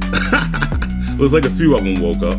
I want to remind you all, when I was fighting the Kenneka Jenkins case, if you go look at my Facebook page, I had 110,000 people who followed me on Facebook. And then when we had the fallout with the situation in the Kenneka Jenkins case. That situation being Jed stealing money. When you go higher, you got to drop off every weight. And guess what? I'm looking at the numbers and I see myself saying, thank you, Jesus. Thank you, Jesus. I'd rather have 15 people than to have 15 people that's really with me than to have 15,000 people who are only with me as long as I'm doing what they want me to do and they don't care nothing about me. Because when it comes to INA and all of his fake activism, it's all about him, never about justice. All these people that were smiling in my face, oh, I'm your friend. All these people were saying, I got your back. All these people who were saying, I'm with you to the end. All these people that were saying, I can't wait till you get to the next one. I want you to hear me. As God gets ready to put hundreds of thousands of dollars in my hand. All those dumbasses over in INA must have got extra jobs and took some more shifts. When I said that Samuel L. Jackson called me back 2 months later, then I called him for a reason. Thank you, Jesus. And now Samuel L. gonna give him hundreds of thousands of dollars. What a goofy. Because people always want to point out your flaw, but I ain't never ever said that you could push me. I said you could pray for me, but don't push me. Now listen close to what he's about to say. I've never ever expressed that I won't stand up against a senior or a female or a child. So this activist is not above beating up the elderly, women, or children. Got it. I've learned this. Most people just don't have critical thinking skills. Most people go along with the crowd. Those people got a name. They're called INA. I said, I'm not looking for destruction of Tiffany Henyard. They said, well, you the one that started it. But when did I do that? Again, since Tiffany straight up told this fool. Her position was, I'm not engaging you. And then this fool goes on to stalk and harass her. That shows that he started it. You can't hurt me. me with leaving because I didn't see people leave in droves. We should tell everybody in INA that the dude's history proves that he is a fraud and shouldn't be trusted. Well, how do you feel that people are leaving? I feel like what happened with Justice Family. I feel like what happened with Young Leaders Alliance. I feel like what happened with Kenneka Jenkins case. I feel like what happened with the Donald Trump situation. I feel like what happened with the Laquan McDonald happened. And in every one of those situations, he showed up, grifted for money, fucked the money up, and got proven to be a fraud. And whenever he gets exposed, he'll just disappear for a few months, go to a different city, and recycle the same grift. My assignment is not destruction. My assignment is to make things right. Yeah, we ain't even halfway through the video yet, buddy. And guess what? Now that I know we're not the same, again, thank you, because I don't have to share what's coming into my hands and into my life with you. Like he was gonna do any of that shit anyway. It don't bother me when Judas trades on me. It bothers me when the people who was closest to me, now that it looked like there's a little friction, they start showing you how they stand and where they are in the first place. I'm not worried about the people in Dalton politics talking about me. I'm worried about the people in INA, the ones that's been in the room when we get the briefing, and the ones that was in the moment when we were strategizing, and the ones that was, I'm worried about the Kimberleys. The only reason he's worried about her is because she has all the receipts on his ass. I'm worried about people like that. I'm worried about a Lady Luck Club who was supposedly on my side, but now you doing lives and you ain't never made a phone call, and these are the people that I would have made a mistake like I did already. He would have made a mistake like he did already. Your boy sounds like an idiot. Worried about people who, when they are your producer, they're plotting on other people and giving you ideas on how to destroy people's channels and how to take them down. And so when I look at it, I say, I'm not shocked because I saw your pedigree when you was right there with me. And if you're out here striking channels because you can't stand the truth, just know you're a fucking loser. And I gave Trina Downs the opportunity to show me who she was in her character. Now go do the research. Without a cause, she literally couldn't sustain working together to build, because that's not who she is at the core. Why would anybody want to build anything with a messy ass goofy that brings chaos? Which now, Trina Downs couldn't call me to help her pay for a water bill. But what y'all don't know is that Trina Downs was sitting there in the face of a man that's about to become a millionaire. And I don't gotta prove that to y'all. He's not gonna prove it to you because he can't. And why is the dude that claims he's about to be a millionaire always on here begging for fucking money? And if you're wondering, no, I didn't pause the camera. Your boy's just sitting here realizing he just said something stupid that he's gonna have to back up in the future, and he knows he can't. And if you're part of INA, just know if this idiot does get $1 million, it's coming out of your pockets. So I said, God, take my house, take my reputation, take the crowd, take every bit of comfort from me. Because every time you put me in an uncomfortable position, you brought me to the next level greater than the one I was in before. More like he just finds people dumber than the last group that he ripped off previously. Why are these philanthropists? Jesus! I'm so sorry, y'all. Why are these philanthropists? Why are these businesses? Why are these politicians calling me, trying to work with INA and trying to sew into what we're doing? Why are these celebrities responding?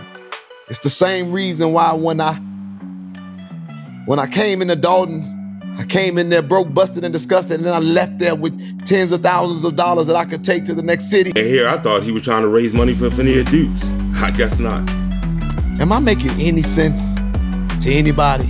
To the dumbasses that collectively have one brain cell over in INA, you're making perfect sense. So let's go beyond that. I just told y'all not too long ago, somebody sold into INA, and then they called in and said it was fraud. He meant to say they called in and said he was a fraud.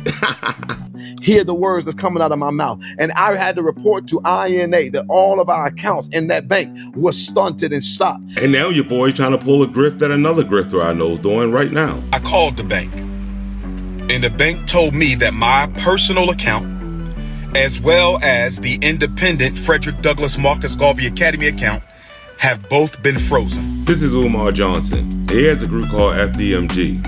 And just like Jedidiah has INA, he's been grifting them for money for years. And then he never does anything. And he comes back online with a dumbass excuse. Jed does everything he does. Somebody made or tried to sabotage me. And I heard somebody else say he was a victim of sabotage when this happened to him. I was told that someone has been trying to gain access to my personal account in an FDMG account. Starting to see the grifts yet? If not, let's keep going. And so the bank said, Mr. Brown, we are ending our relationship with you. So then I called the bank to find out what was going on. And the bank told me to enter my 16-digit card number. I did that. They told me they had no record of my account. See what I mean? You gotta be a real dumbass if you're gonna be taken by a bunch of grifters. Because this is a high risk. And I said, oh, no, you not. Ain't not one of our things bounce. Oh, no, you not. You ain't never seen a pattern of fraud. Oh, no, you not. Ain't not one of our things come back as fraudulent, as scamming. They said, well, wait a minute, but you seem to be traveling all over the country.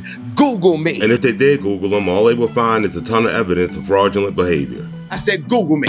I said, as a matter of fact, you don't know me, but Siri does. And I said, what you will see is you'll see a news report over here and a news report over there. So what you see, that's a fraud. I was told that it was due to suspicion of fraudulent activity. And this isn't the first time Umar or Jedidiah has pulled this scam. I called my good friend John, and he said, tell the bank they got permission to talk to me. I said, okay.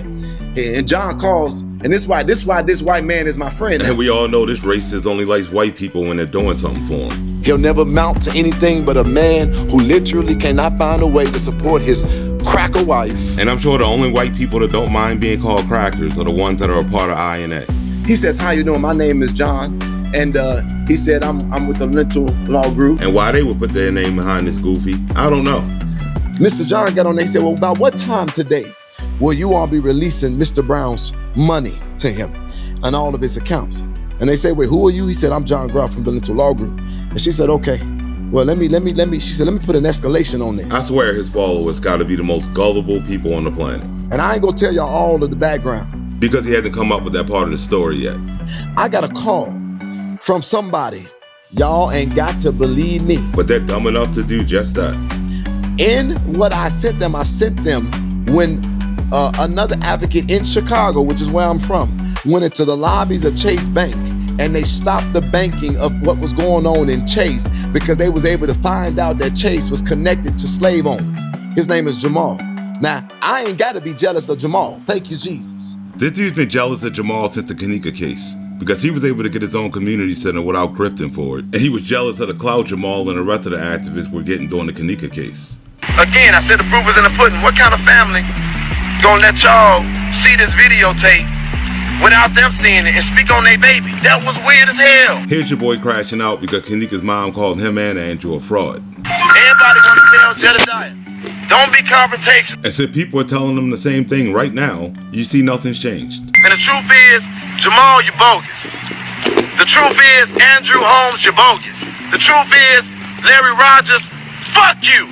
The truth is, Sam Adams Jr., fuck you too.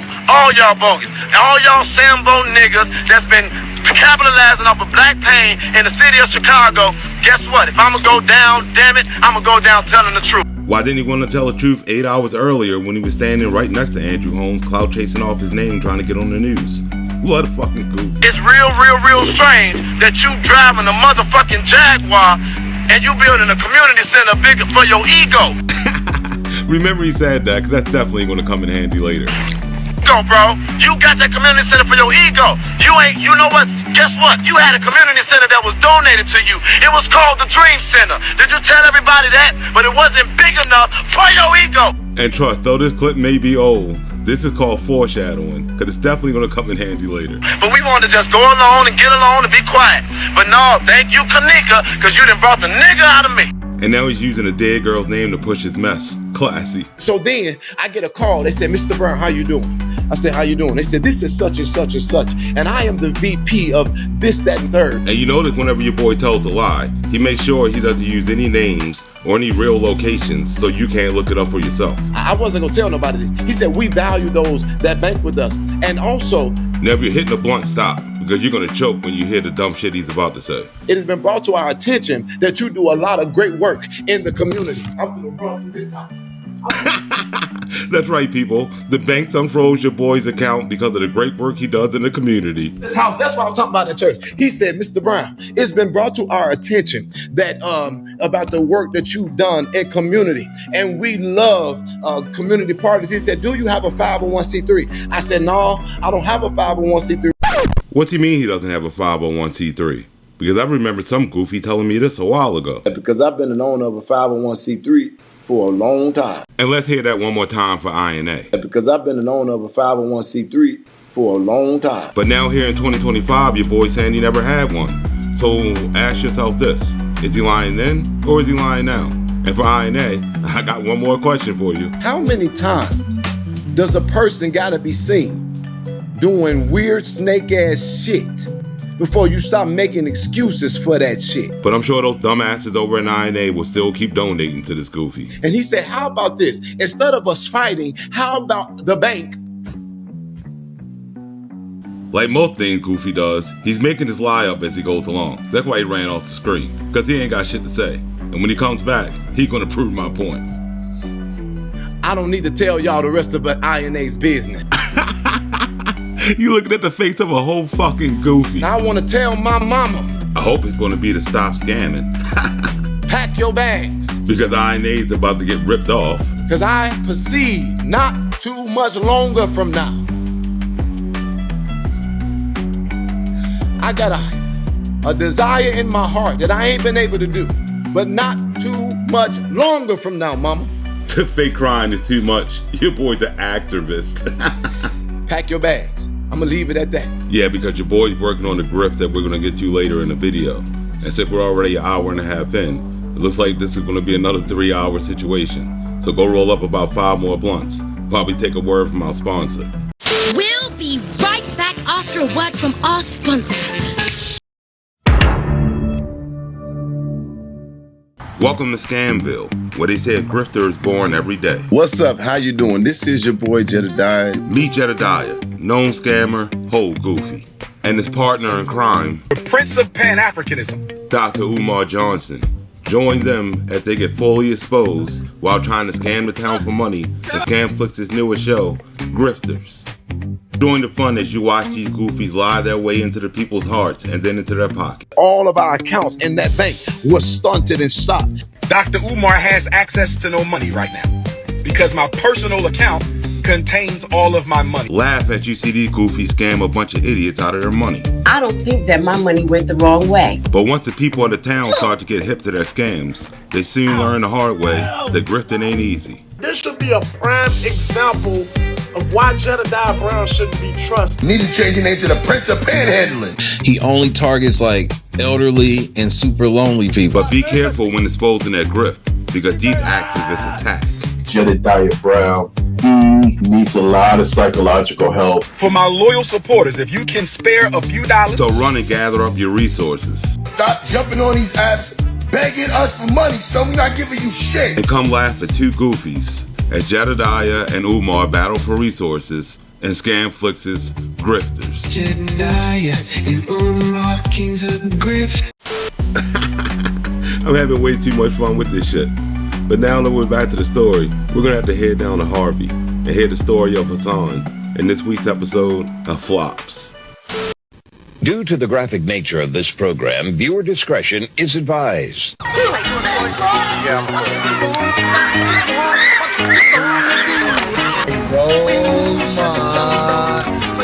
just stole my car! You fucking clown! He just pulled a gun on me! Somebody pulled a gun out on Lamar, and they took these women cars. I'm about ready to whoop your ass too. Flops, filmed on location with a group of whole goofies. All activists are to be considered morons. Good afternoon. And so I'm basically here in Harvey. Now, before Goofy starts to make a fool out of himself, let me give you some context. He's currently trespassing on this man's property. This is Hassan, and Jad's about to make his life a living hell. So y'all, this man met me in Flint, and he fucked up his life because now John is with us, and he on the case. Now, Jed made a video before this one that he immediately took down of him ransacking one of Hassan's other properties. This gate is closed, so I can't get into it just yet. But let me see something real quick. Now, if there was something going on here, Goofy could have took his actual evidence to the cops, got them to come down here and handle it. Now, this is what I didn't plan for, because now I got to tell him to come in the gate. Hold on. So now, this guy's trying to stop me. Well, since you're illegally trespassing on a property and they have no idea who you are, I think they would try to stop you. So basically, you want to help me differentiate which cars was legally towed and which ones were stolen? What type of question is that? If he's accusing them of having stolen cars, shouldn't he already have evidence of it? Who are you? Do you want to help me? Identify yourself. I'm security here for Hassan. You Hassan security? Yeah. Okay. Well, I'm an advocate for the citizens of the city of Harvey. And right then and there, dude should have just laughed in his fucking face. So, do you want to help me differentiate the ones that are stolen versus the ones that's legally towed? First of all, you supposed to let me know who you was. I just did. You came in the yard. I wasn't supposed to do nothing. Because clearly the rules don't apply to activists. Now, what's going on with you? Come on. Who is that? Come on. And the fact that he would film himself doing this illegal shit is crazy. Huh? What's your name? He knows who I am. I'm asking you. I don't got to call the police on you. Do you have a badge? I don't know who you are just approaching me. He doesn't have a badge. At least that dude has a reason to be there. Jad has no reason to be here whatsoever. I work for Hassan. I'm his security, man. How long? I take everybody who come in here and who leave out. So you said you know about every car that come in here?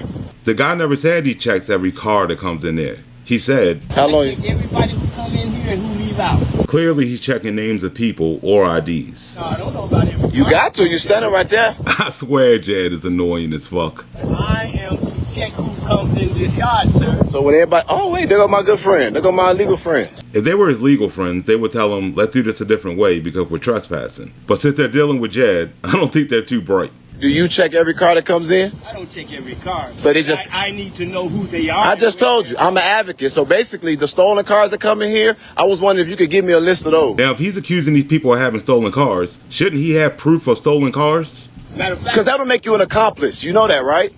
So when you see stolen cars come in here, what do you do? Well, since the guy said he never saw any stolen cars, why is he asking them that question? If you are a resident, y'all might as well come on and pop up here and tell me if one of these cars in here belongs to you. Because we finna help you out get to the bottom of this today. More like he's just there for views and attention. He ain't gonna help anybody out. So it's really, really cool because when criminals call the police, it's kind of funny. The fact that they called the police to show you that there was nothing criminal going on. How you doing, officer?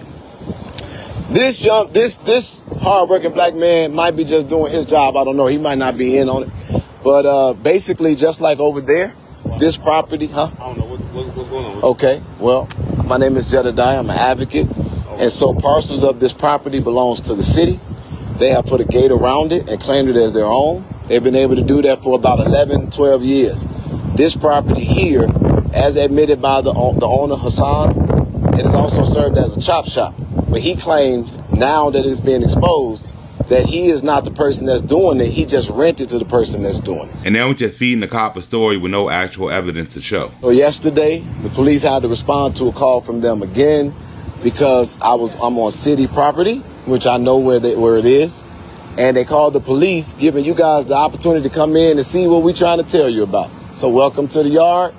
Maybe we can help some people who got their shit stolen and recovered and continue to expose Hassan for the piece of shit he is. If Hassan was so bad, how come nobody tried to expose him before? Oh, and then all those illegal immigrants over there? Did he go and check all these people immigration status? Over where? You do security, you know. I don't know. All those people that's over there with all of those lines from the sewage, all that electricity y'all stealing and grifting, and all those people paying y'all rent and y'all don't pay taxes. Actually, the person who owns this property, which is not y'all, he owes $2 million to the city of Harvey. If that was the case, shouldn't all the elected officials be handling this situation? He's talking about this ain't even Hassan's lot. Yeah, So, yeah, we got something stolen yesterday. Hold on. Yeah. Now y'all got something stolen. Why you ain't tell them yesterday? I'm pretty sure the dude was talking to the cops and not Jed. Oh, what you steal? What they steal? I mean, the world want to know too. What got stolen from y'all? Y'all got a lot of bad karma happen all of a sudden. That seems to happen to people whenever Jed shows up to town. He's not a renter. He's not coming to see any of the renters. Hassan wants him off of his lot. I'm security for Hassan. He needs to go. I didn't get in. I couldn't get in. He ran right past me. And that right there should have got him arrested for trespassing. But Jed seems to have a weird relationship in Harvey. They stole this land. And he's an accomplice, because that means you're going to find some stolen cars. And Hassan has already admitted that there were stolen cars here. And it's funny Jed doesn't have the evidence of Hassan saying that, so he can show it to the cops, right? And so this guy who checks all the cars that come in, you check my car? And there Jed goes lying. Jed flew right past the dude. He never checked his car at all. Because I don't know you. You have no business. Okay, so... Right, but they check the cars when they come in. He knows all the cars that come in. And there he goes lying again, since the guy already said he doesn't check all the cars that comes in. He checks the people. How long? Everybody who come in here and who leave out. I don't know about everybody. You got to. But here's Jed putting words in the dude's mouth just to try to build a narrative. So that means that he knows that when the cars are coming, they're sometimes stolen. Because Hassan knows, so I know you know. And he's never met this guy a day in his life. Yet he knows everything about him all of a sudden. Oh yeah. You're a magician, huh? No. Yeah, you talk like... I'm an activist. I just know what's going on. More like he's a dumbass with way too much time on his hands. You need to get out of here. Off the line. Anyway. Sorry. Now, why you guys not doing nothing? Because they got to verify. They can't just go by what you say, genius. That's the dude who hasn't verified anything when it comes to stolen cars and anything else he's claiming to be happening here.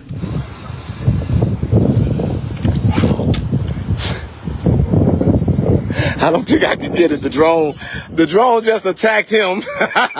Like they weren't already incriminating themselves filming it with the phone. These goofies had to get drone footage. Just get that footage if y'all can before we leave. Okay. I can come back tonight. All right. Just drive past them, because guess what? If they don't talk to you, you can't be trespassed because they don't know who you are. So just leave. And that statement alone tells you that they know they're breaking the law and they just don't care. So ladies and gentlemen, what I hope to obtain today is exactly what I have. And that's the proof that this is going on. He didn't prove anything. He didn't show you one stolen car or nothing illegal going on. And what's going to happen now is we're going to now run all of these VIN numbers and find the stolen cars. But because they know I'm on their ass now, they're trying to adjust everything, move stuff out. They moving cars out of here crazy.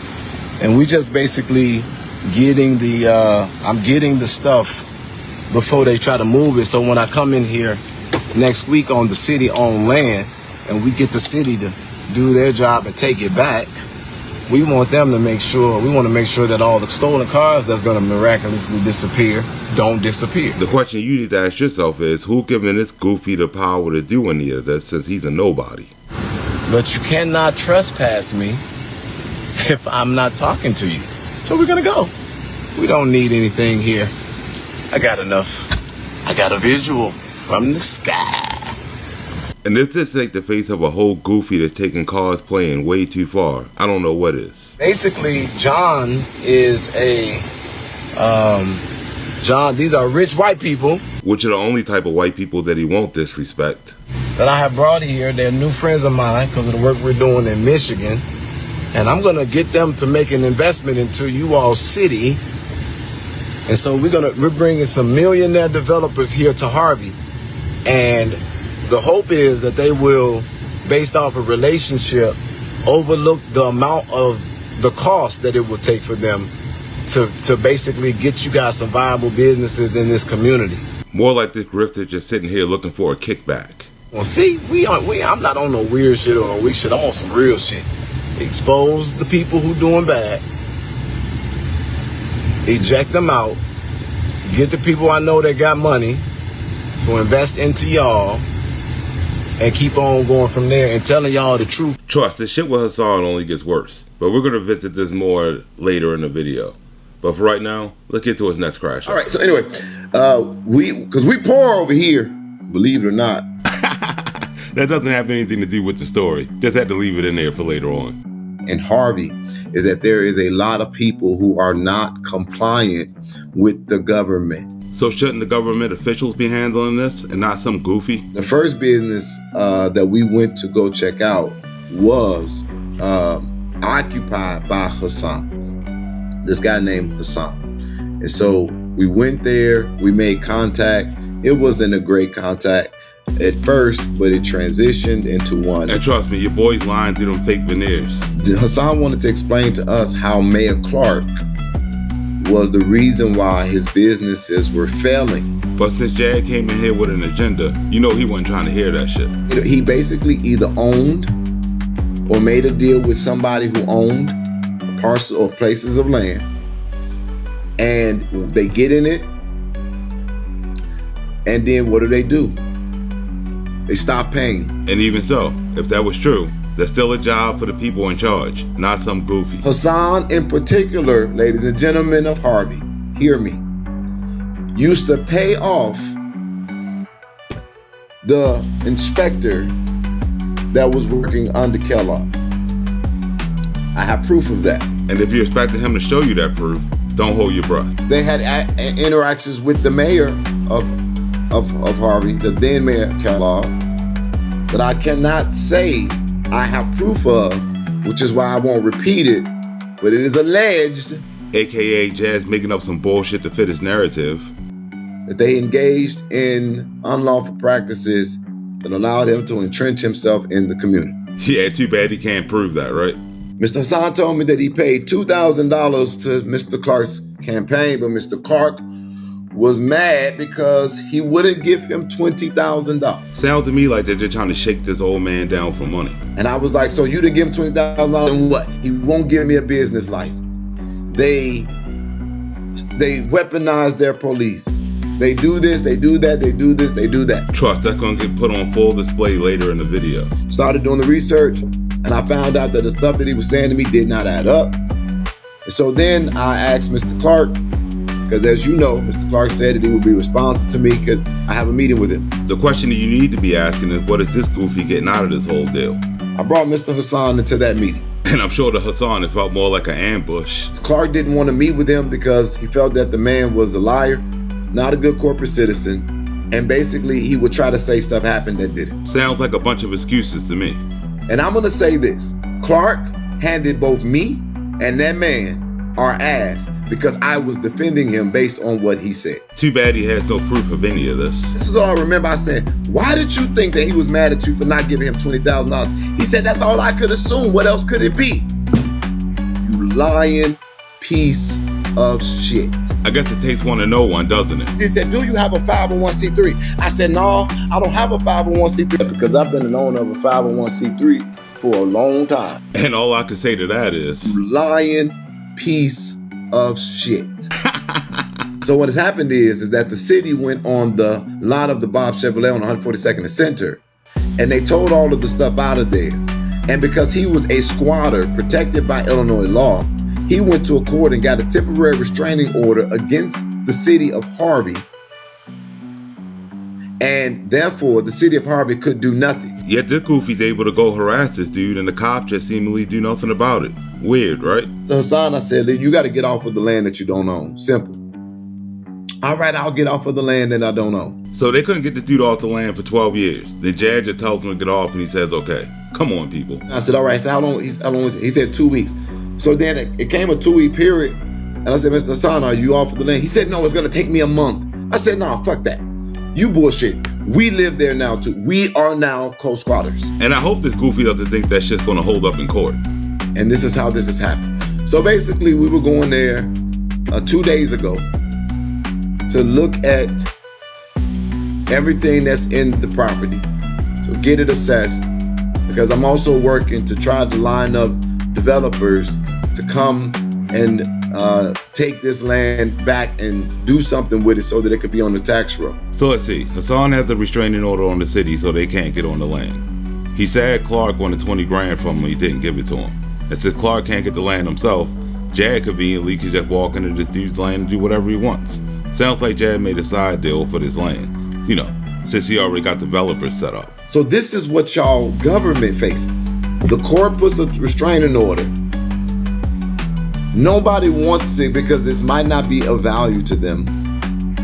And they can't stop the man from operating unlawfully without if they don't give him a building permit and things of that nature. And since Clark's running the show, he can just sit down with the man and work the shit out legally, instead of trying to strong arm the man with Jed. And I allege that Mr. Hassan poured oil inside of the drain system. And if he has no proof to back it up, then why is he saying it? And I am telling you all today, because don't nobody want to give me my flowers, so I'm going to give them to myself. Guess what? I'm glad I didn't get no thanks, because then I look like the real motherfucker. And now this weird motherfucker's thanking himself. We found a dead dog, discarded in the sewage. And you know, if he really found that, he would have showed it. When we were doing the survey, Hassan showed up. He called the police. The police had no legal authority in anything because no crime was committed. Well, the first crime he committed was called trespassing, but there were others. You'll learn about them soon enough. When the police left, Hassan tried to, with a sharp object, flatten our tires. When he was trying to flatten the tires of our vehicle, then one of the gentlemen that was with me ran up to him saying, "Hey man, what are you doing?" Hassan tried to stab the person that was on my team. So Jad wants you to believe that he and his whole crew were being held up by this old man. Come on, people. When he tried to stab him, what you think gonna happen? You brought a knife to a verbal fight? What? He defended himself. So as usual, Jad and his crew show up and beat up another elderly person, just like they did to the old pastors in Chicago. I'm gonna beat the spirit at your ass, pastor. That motherfucker. I'm gonna right hook that motherfucker. Come on, guys. So who do you think started the confrontation? Hassan or the goofy known for doing just that? I don't give a fuck if you 90. If you run your mouth, you could be... And that statement alone should show you that this goofy's nothing more than a piece of shit. Couldn't have said it better myself. I was at the entrance, so I was not close enough to this part. Yeah, your boy taking himself far away from that, because when it comes out in the court, he gonna throw his boys under the bus. And when that happened, because Hassan had other individuals with him, there was a melee, there was a fight. Funny how this type of shit right here is the stuff he never gets on tape, right? Because he knows he's guilty. Then Mr. Hassan cocked a gun. Another person that was with me said, "You bet not, you bet not." We didn't have a gun. Sounds to me like this goofy and this bullshit is going to end up getting people hurt. So I jumped into my vehicle because I was at the end to get down there. And Hassan then jumped in the car and they sped off. When they sped off, I got on the phone calling the police, trying to get the police to come to deal with this. So then Hassan would then try to drive me off of the road. Now you want you to believe this old man is a one-man army. What a goofy. Right there on 147. This was so bad, and I have had my truck hit 3 times. I didn't want my truck to be hit any further. And you know, if that shit would have really happened, he would have filmed it, like his fake car chase in Dalton. Dalton Police Chief Lacey is outside of his jurisdiction in a fucking blacked out police car, and they are pursuing me. There is no legitimate reason to stop me. It's on and fucking popping, bro. Don't worry, Goofy was fine. It was just another example of him being an activist. It's war, bruh. I'm not stopping for this shit. They got their license sirens and they are pursuing me. I just ordered an order of protection against Chief Lacey, and this is the fucking reason why. Again, you gotta be a complete idiot or a paid member of For the Culture to believe any of this shit. We literally had a road rage incident that started in Harvey and landed in 3 different municipalities. Sounds like your boy was just playing a good game of Grand Theft Auto Zesty Edition. Found out he was also on the phone with the dispatch. He went into the police department. Of course, the young black man was told to separate myself.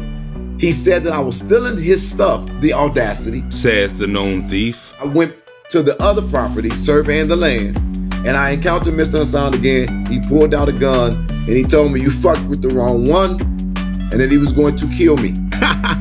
Now I want you to believe that the old man who speaks broken English walked up on him like a straight gangster and was all like, you fucked with the wrong one. You looking at the face of a whole goofy. I got a restraining order. Like a straight bitch. And it was only for show. So watch what he did with it. So now let's talk about it all over again. What did your accusations about me were? What was your accusation? So he said he needed a restraining order because Hassan was about to go GTA on him. Now he's down here harassing him. You tried to run me off the road. You tried to fight my team. You pulled a gun on me twice. No, y'all came over here. I can talk how I want to talk. Now who in their right mind would go harass a dude who just tried to kill him, right? Don't approach me. Don't approach me. I feel threatened. You better get the fuck back. I feel threatened. I have a restraining order. And if you really felt threatened by the dude, you would be a real dumbass to go show up to his property, right? I did call ICE, so if your ass is not supposed to be here, you better go.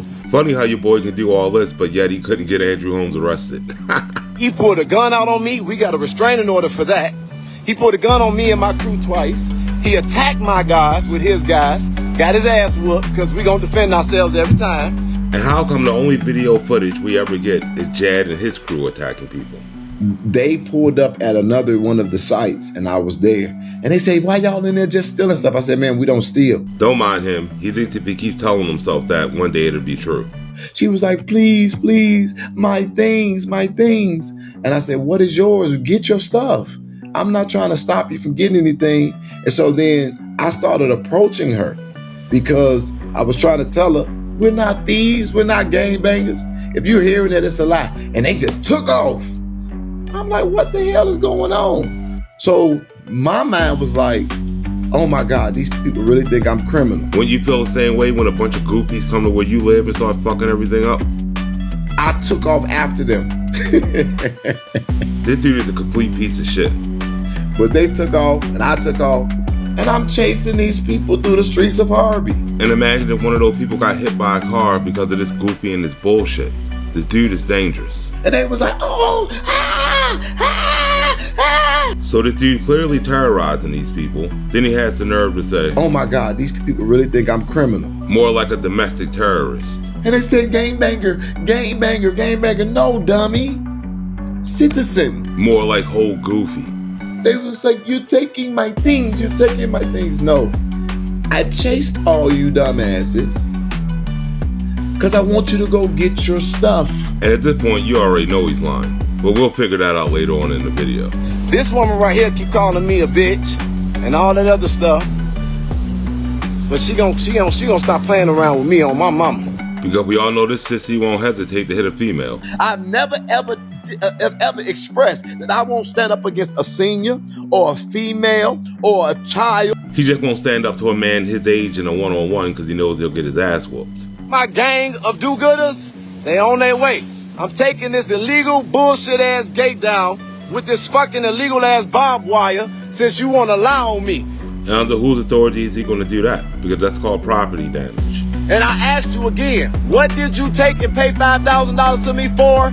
Tell everybody. Sir, since you told the police you paid me $5,000, then how you gonna say I work for the mayor? Make it make sense, you fucking liar. Now, the only known liar in this video is Jed. We haven't heard Hassan's side yet.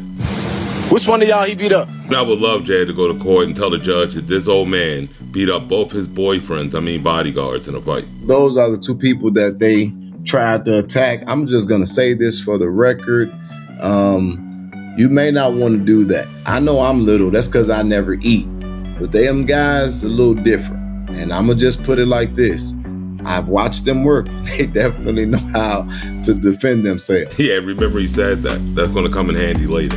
I usually don't walk around with an army or with people or bodyguards. Why does this goofy have to lie all the time? He wouldn't go to any of these city pulling the crap he does without somebody to fight his battle for him. I know what they're capable of, and I'll just tell you, if you see me coming and you want to get a little physical, I just don't recommend it. Yeah, because you're definitely not going to get a one-on-one when it comes to this pussy. Gladys James Watson. says, despite this incident, Clark is not a good mayor. And I'm going to ask you, because everybody keeps saying this, nobody's giving me anything factual. There's plenty of evidence all over the internet, but Jed and his team of crack investigators can't use Google. Everything that I've seen so far, I gotta fight y'all back. He's fighting them back because he ain't trying to get his grift fucked up. If you're gonna say that the man that is at the helm of your government, which you guys have voted in now twice, is wrong, it gotta be better than hearsay. And you gotta remember who you're talking to. I have an investigative team that definitely is second to none in the civilian sense. What he meant to say was he got a bunch of losers sitting up till about 4 in the morning cosplaying as investigators, and they're doing it for free. So I'm gonna wait for you to give me something.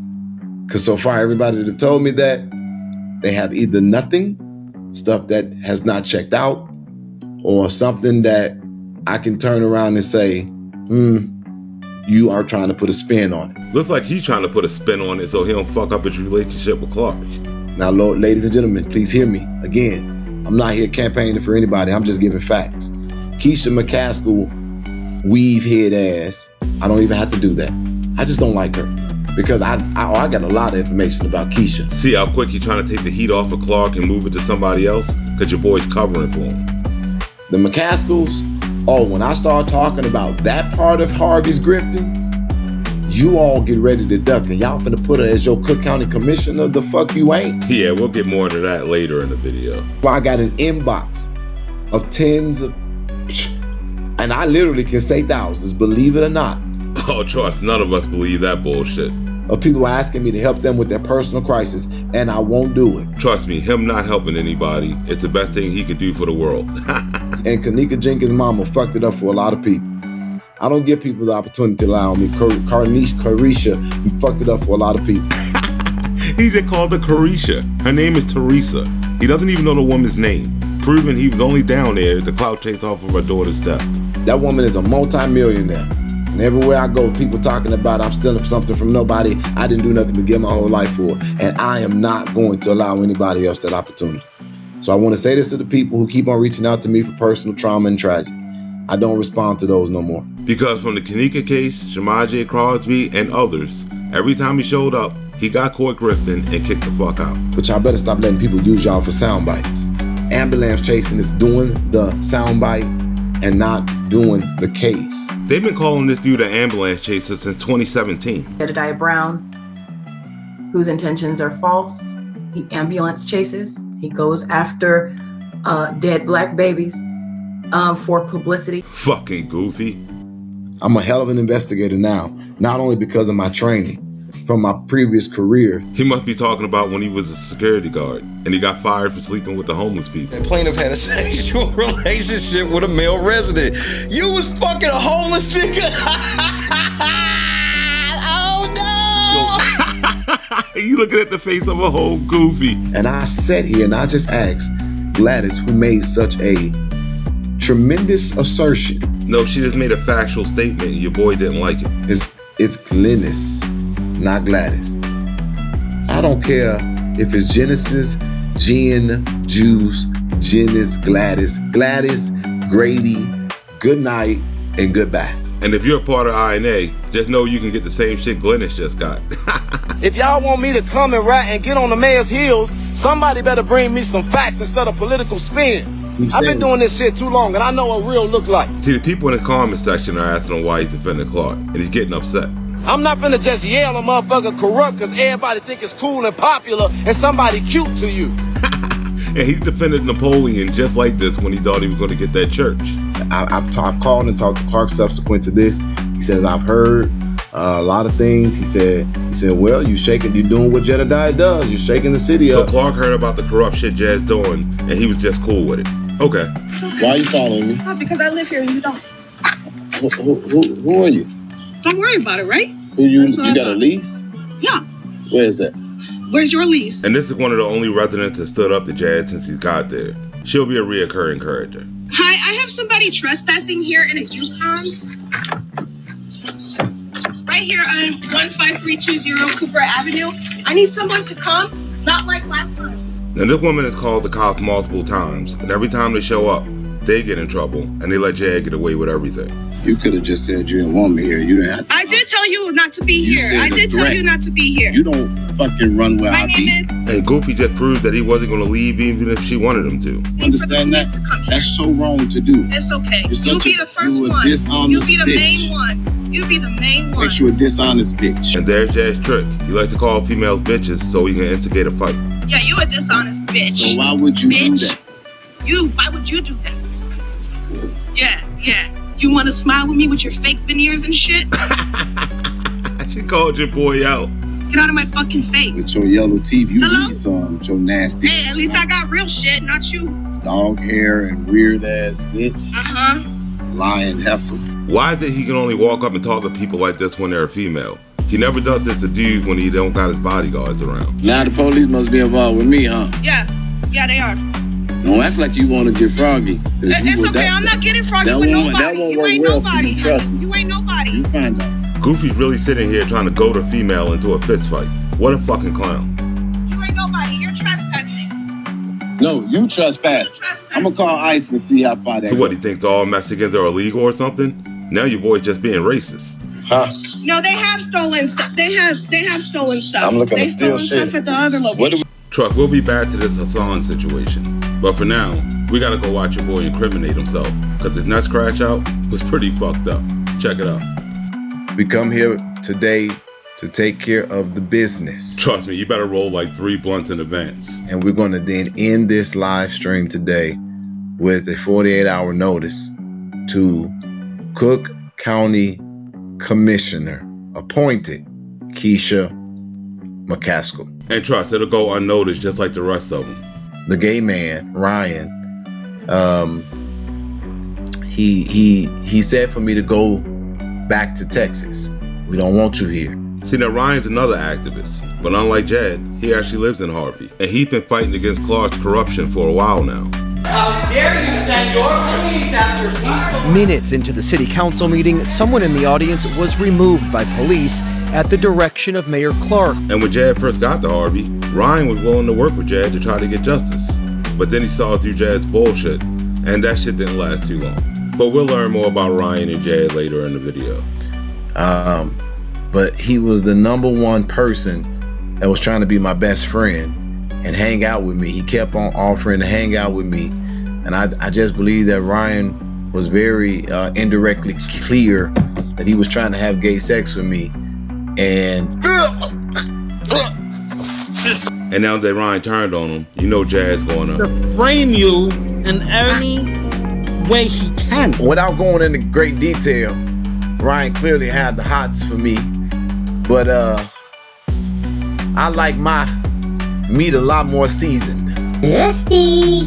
Why did the Goofy think any of us want to hear about his preference? The moment that I didn't go right to Harvey, because I didn't feel led to go there, I went to Flint. And the very next move that he made was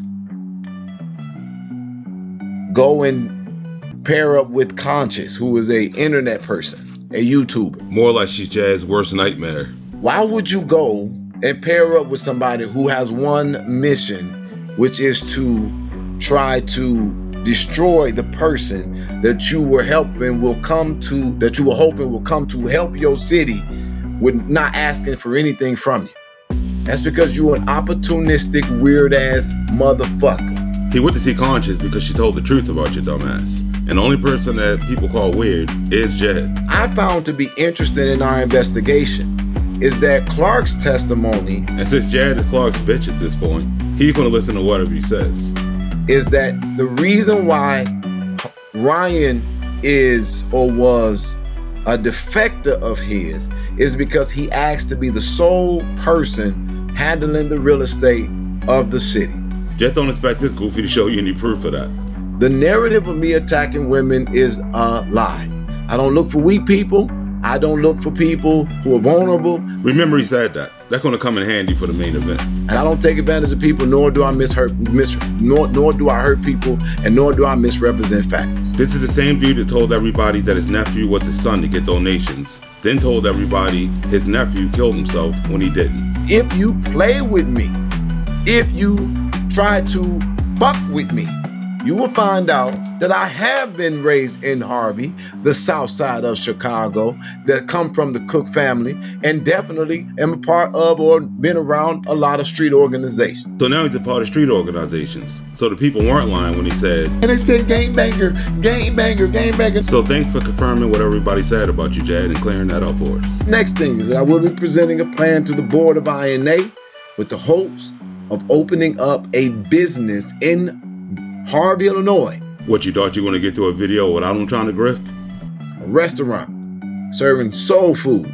This dude hates black people, so why would he be selling soul food?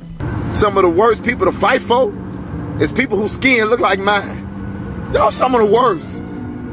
Y'all been some of the worst. Every time I try to help ungrateful ass niggas, black folks, I'm so sick of this tar baby. And trust, when the supporters don't donate, your boy gonna be all like, this is what's wrong with black spaces. But you know INA keep drinking the Kool-Aid like the cult that they are. And I'm trying to figure out how we're gonna do it. We want all of the resources to go towards the staff, which will be local, and towards helping rebuild the city that I terrorized as a child. More like the city that he's currently terrorizing right now. How you doing, Miss Keisha McCaskill? My name is Jedidiah Brown. I am the commanding officer of INA. A rank that he gave himself to prove that he's the leader of a bunch of dumbasses. I have a simple request for you. More like your boy's about to attempt a shakedown. This is not an attempt of extortion. This is not us trying to blackmail. And when you gotta start the shit off like that, then you probably shouldn't say what you're about to say. So with that being said, Miss Keisha McCaskill, I'm giving you a 48-hour notice in our culture, meaning that you can comply with our request and demand. And if you don't, I'm gonna tell you exactly what's gonna happen. Now this is what you call a threat. Keisha McCaskill, our team have found some things that are very troubling and concerning as it relates to your governance and your business acumen and your personal decisions as a person. And we believe that you are not good for government, not at this time in any shape, form, or fashion. You are attempting to run for the seat to which you have been appointed to. And I want you to know that we will utilize every single resource at our disposal to make sure that it does not happen and that it is not successful. I swear this has to be the most goofiest motherfucker on the planet. Notwithstanding, we do understand and know about your husband's connection to the street world. We do take that into account. And I want you to know that just like I felt when I saw you yesterday in that restaurant, how unmoved you was, I ain't moved either. Looks like your boy stalking people again. And why would she need to be moved in the first place? And so today I'm issuing you a 48-hour notice, and this is our simple request. We would like for you to come on INA and discuss some of this information that we have discovered in our investigation. And then we would like for you to resign as the Cook County Commissioner in Cook County within 48 hours. And I bet she's laughing as hard as I am when she saw this shit. If you do not resign within 48 hours, I would like to remind you of what happened to a young lady inside of a seat who held herself as the most powerful woman in the Southland. We are going to daily and meticulously release these findings that we have found that are both unethical, unlawful, and official and non-official capacity. So unless she comes on the show, he's going to release a bunch of stuff on her. That's the definition of to blackmail.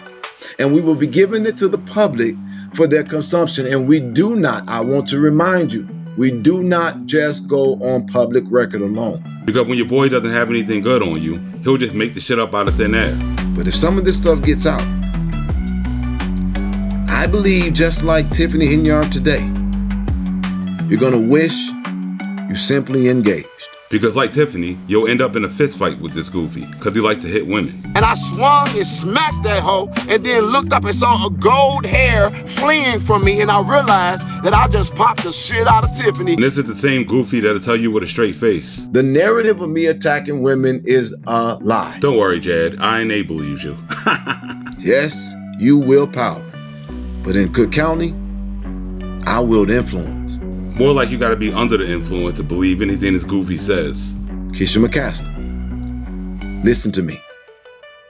Resign. Respond.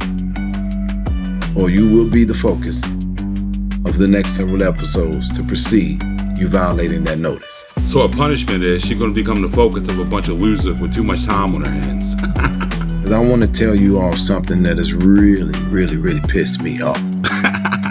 I wonder what that could be. There is this guy who has been doing videos on me for a very long time. I wonder who he could be talking about. And I'm okay with the videos. They really have no real effect to me. And now I have written and verbal permission that it's okay for me to make these videos about Jed. So make sure you show that to YouTube when you decide to try to strike my video. His viewing audience is in my chat right now, probably watching me. I get it, because y'all think it's entertaining and funny. I'm a public figure, so I understand that this is going to happen. And make sure you tell your lawyers and YouTube that the next time you threaten to sue me. This right here says, if you want to donate, Cash App, Random News. Jedidiah is back and he's crashing out hard. If you want to donate, support this channel with this Cash App. And if you're currently watching and you're enjoying the episode, go ahead and hit the Cash App for your boy. Because trust me, we do need it over here. How the hell can anybody tell y'all I'm a grifter and I just need money?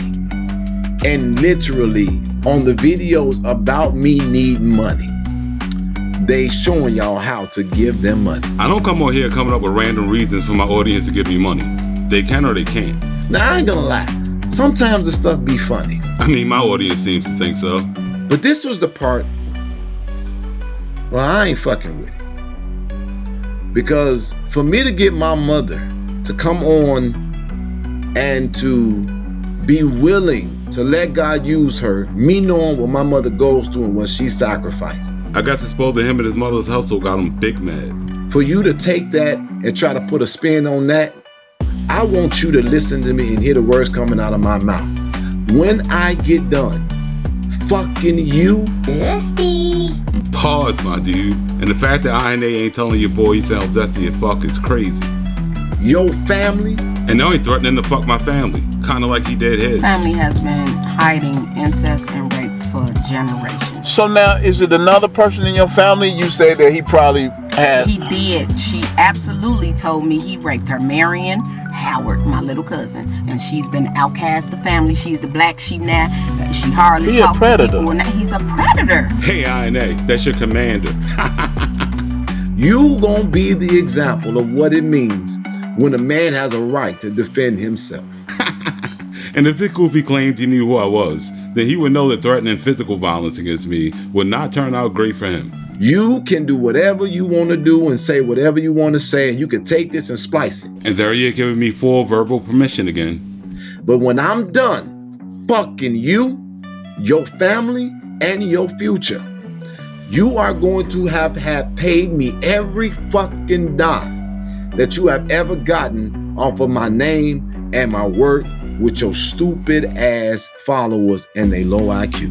See, Jed, unlike you, I don't have an ego. And I could be completely honest with my audience. I never made it a secret that my channel's small, and it really doesn't make any money whatsoever. And when it comes to making videos on you, let me do something you would never do and just open the books and show you. That way you can see all the riches you're gonna get when you try to take me to the smallest claim court you could possibly find, since I've barely made about $300 off of you. So you threatening to sue me or take my channel down scares me as much as your 48-hour notices. And you don't gotta wait for 48 hours because I'm working on it right now. And I've said this stuff so many times. And somehow, every time you do, I seem to laugh harder. I didn't have a YouTube channel, so I couldn't control any narrative. And some investigators INA are, because he's lying right to their face, and they couldn't have just typed his name into YouTube to see that he was full of shit. This is how this piece of shit operates. And now he's about to watch another one of my videos. You know, the thing he claims he never does. 105, 115. And I'm not doing this for no money. I don't do that. Mama, you don't have to even say that. It's very real. As a matter of fact, thank you. I love Jesus. Thank you. Let me hold this for a second. Thank you. Uh-oh, Mama's going off script. He had to get rid of her ass real quick. I'm not afraid. I'm not. And so I wanted that to be played. I did not watch this entire video. You looking at the face of a lion-ass Goofy. My mother got out of her bed to do that. And I don't think that people understand this. I ain't afraid of shit. But there is a limit. And that crossed the line. If me pointing out two grifters pulling off an obvious scam is crossing the line, then okay. So everything you hear or about to hear, I'm telling you up front, it's true. Yeah, true like this shit. Because he said, do you have a 501c3? I said, no, I don't have a 501c3 because I've been an owner of a 501c3 for a long time. We have been knowing who this is for quite some time. I don't really care. But you put my mama on the screen? I didn't put your mother on the screen. You did. I just commentated over it. Now you tried to make her out to be something that she ain't never been? I didn't do that. Your family did. I just commentated over it. He's a plain liar, period. Right. And he'll use any stunt, anybody's tragedy to try to gain from him, but he's a product of his mother because his mother is renowned for doing the same thing. Instead of trying to putting up a call to his victims, she should have put a call up to his mama victims. This been going on forever. A woman was standing in her job about to blow her head off because she stole her husband's insurance money. They are scammers. See, according to your cousin, you and your scamming ass mother have been scamming people for a while now. But because I pointed it out, now you want to sue me? Yet you never sued your cousin for saying it, right? Fuck off. When I get done fucking you, your family, and your future. And in his mind, he really thinks he's intimidating somebody. And I do think that self-defense and a man's responsibility to protect his own is a God-sanctioned activity. And if he really believed the bullshit that he preaches, he would know God's had turned the other cheek. But you know, he only uses God for money. I'm not worried about a motherfucking thing or a motherfucking person. The system will say you can't whoop your kids. Don't whoop them and see what happens. You're a perfect example of what happens when you don't beat your kid. They turn out to be zesty and thin-skinned. All I want y'all to know is remember I put the video today in her 48-hour notice because he is now being put on notice. Now I'm coming. And I ain't coming to play. Yeah, and when she approach me, I'm just gonna call you a whole Goofy to your face and watch you do what you're doing right now. Nothing. I'm blessed. My bills are paid every month. I don't miss my bills. Too bad you gotta come online and make a fool out of yourself to do it. It's for the people who may be looking and wondering, well, how you got these millionaire celebrity friends and these sponsors? I gotta call them every time. So what? So why can't he just call them and get the money that he needs? And you think I'm gonna say, hey, can you give me $5,000 for this city? And hey, can you give me $5,000 for that city? It don't work like that. It seems to work like that for INA, since he takes their money every day. And I'm sure they don't have money like his so-called celebrity friends, right? And this cause and that cause, it don't work like that. You still gotta fundraise, and the amount of resources that it takes to do basic shit is literally insurmountable. Well, since Goofy says he talks to Snoop Dogg and Samuel L. Jackson all the time, and combine their incomes, they're worth well over $400 million. And you're telling me he can't ask them for any money? Come on, people. It just be blowing my mind. It blows my mind because y'all, or not y'all, but people will celebrate this shit.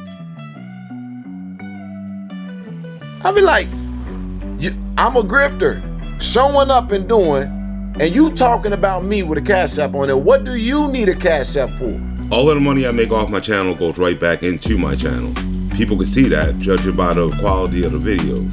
But if you watch my oldest to now, they're a lot better. What do you need a Cash App for? What do you need it for? And now he's making fun of my voice. Look, bro, if you're gonna roast me, you're gonna have to come better than that. And they over, and then I read the comment section when it was small and it's gotten bigger now.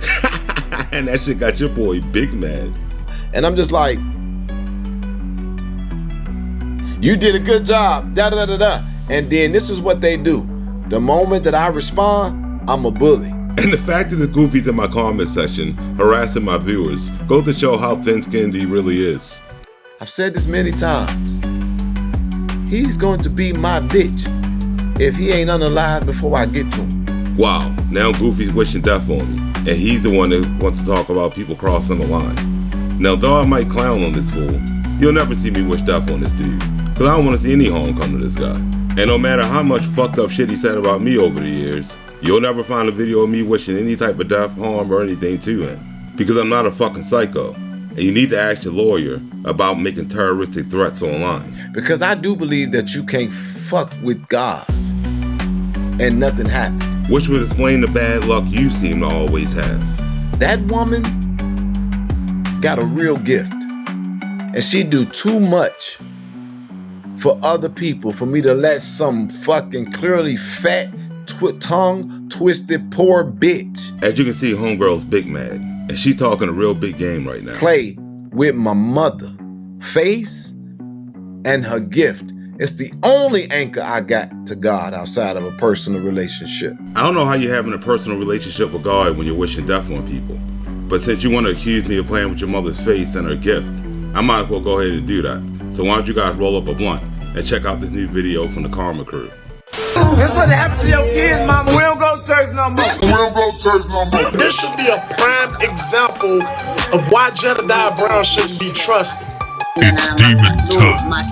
The greatest trick the devil ever did was to make us believe he doesn't exist. Jedidiah, fake messiah, got the city in a chokehold. Preaching with your mom, scamming Harvey, that's a cold roll. 100 racks gone, yeah, where the fun's at? You and God ain't tight, just a money format. Bible in your hand, but your heart full of greed.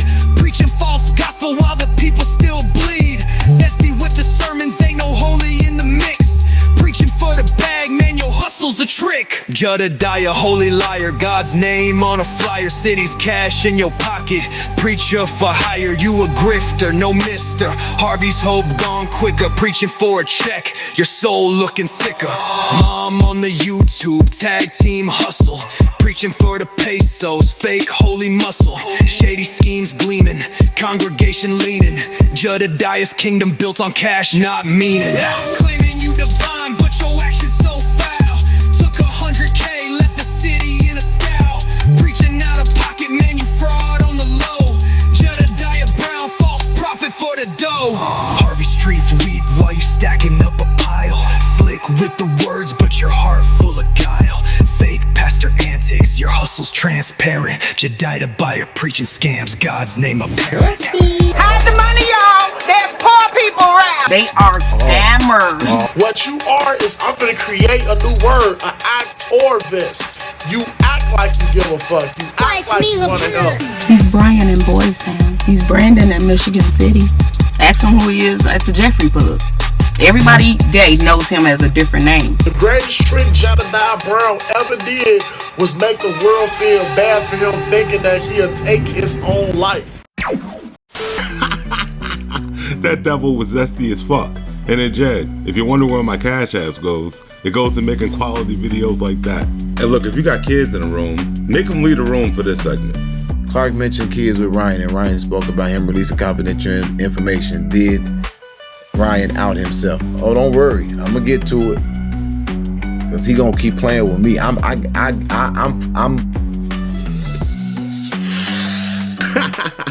Ryan got homegirl more than big mad. She big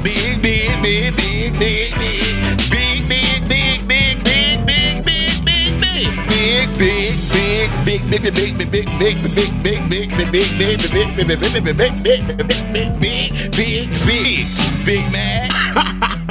You looking at the face of a whole goofy. Someone let me know what you said with Ryan. I've had my own experience and willing to speak on it. Wait a minute. Uh-oh, looks like somebody wants to help Jazz slander people.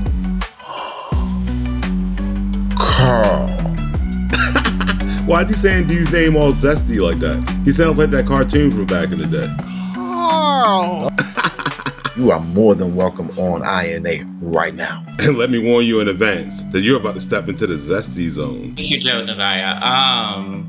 Yeah, I'm just an activist and organizer. I came to help out when I saw what you were doing with Tiffany and others. Looks like we got a fan on our hands. And you can already tell by the look on his face that this shit's gonna get weird. And I stayed at Ryan's for some time, and I would just say, like, at points it was a very uncomfortable experience for me. I don't want to go into too much because I don't want any frivolous lawsuits to happen or anything. If he claims what he's about to say is the truth, then there should be no need for a lawsuit, right?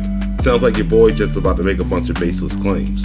So I thought of Ryan as this great guy that was just trying to make a difference. And my personal experience was, I felt like he was really trying to have a lot of personal hanging out time with me, which I never did, never wanted to do.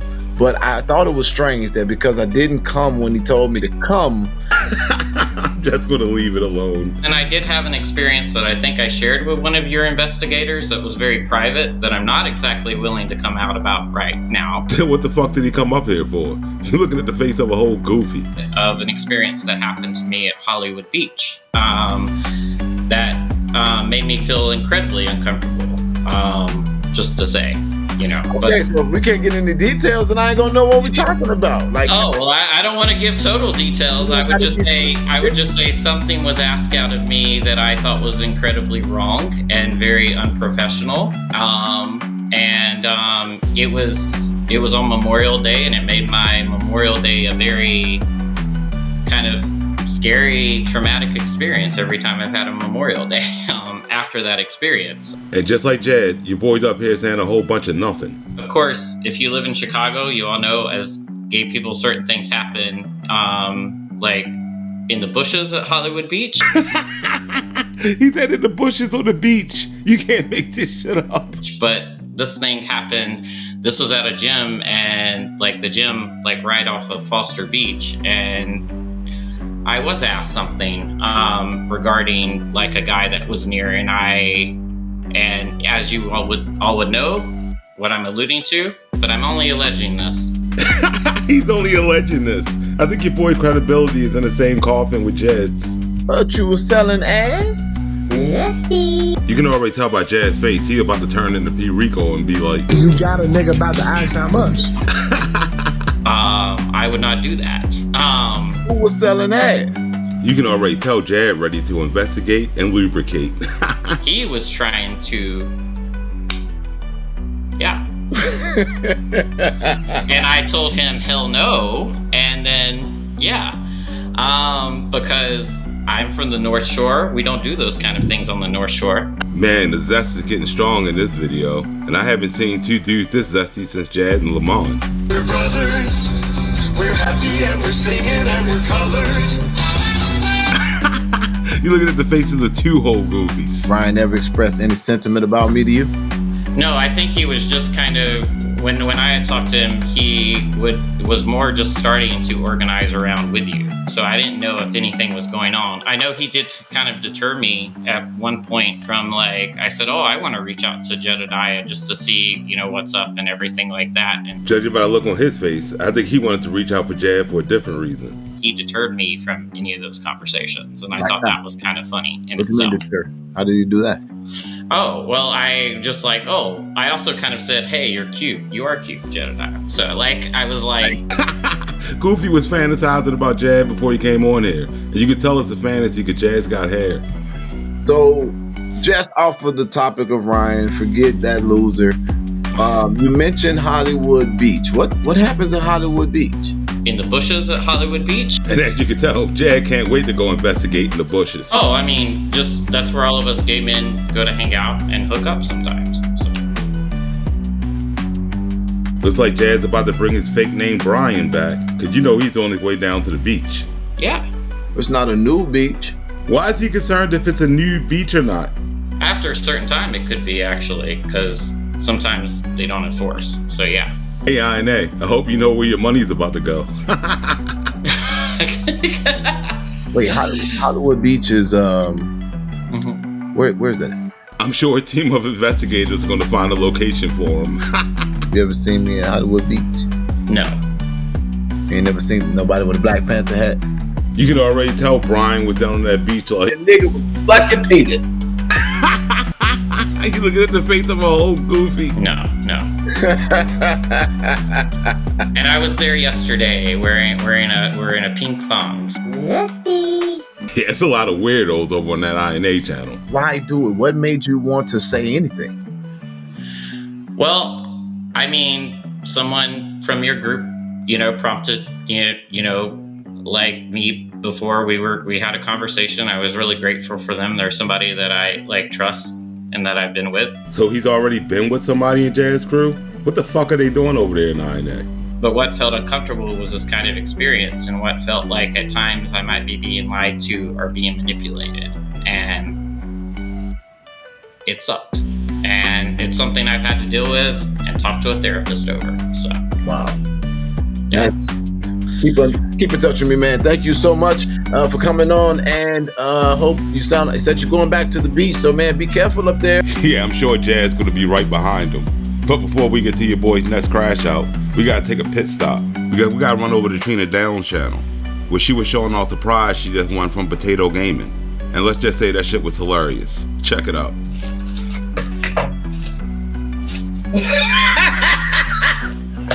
And if you're smoking a blunt right now, please stop, because I don't want you to choke.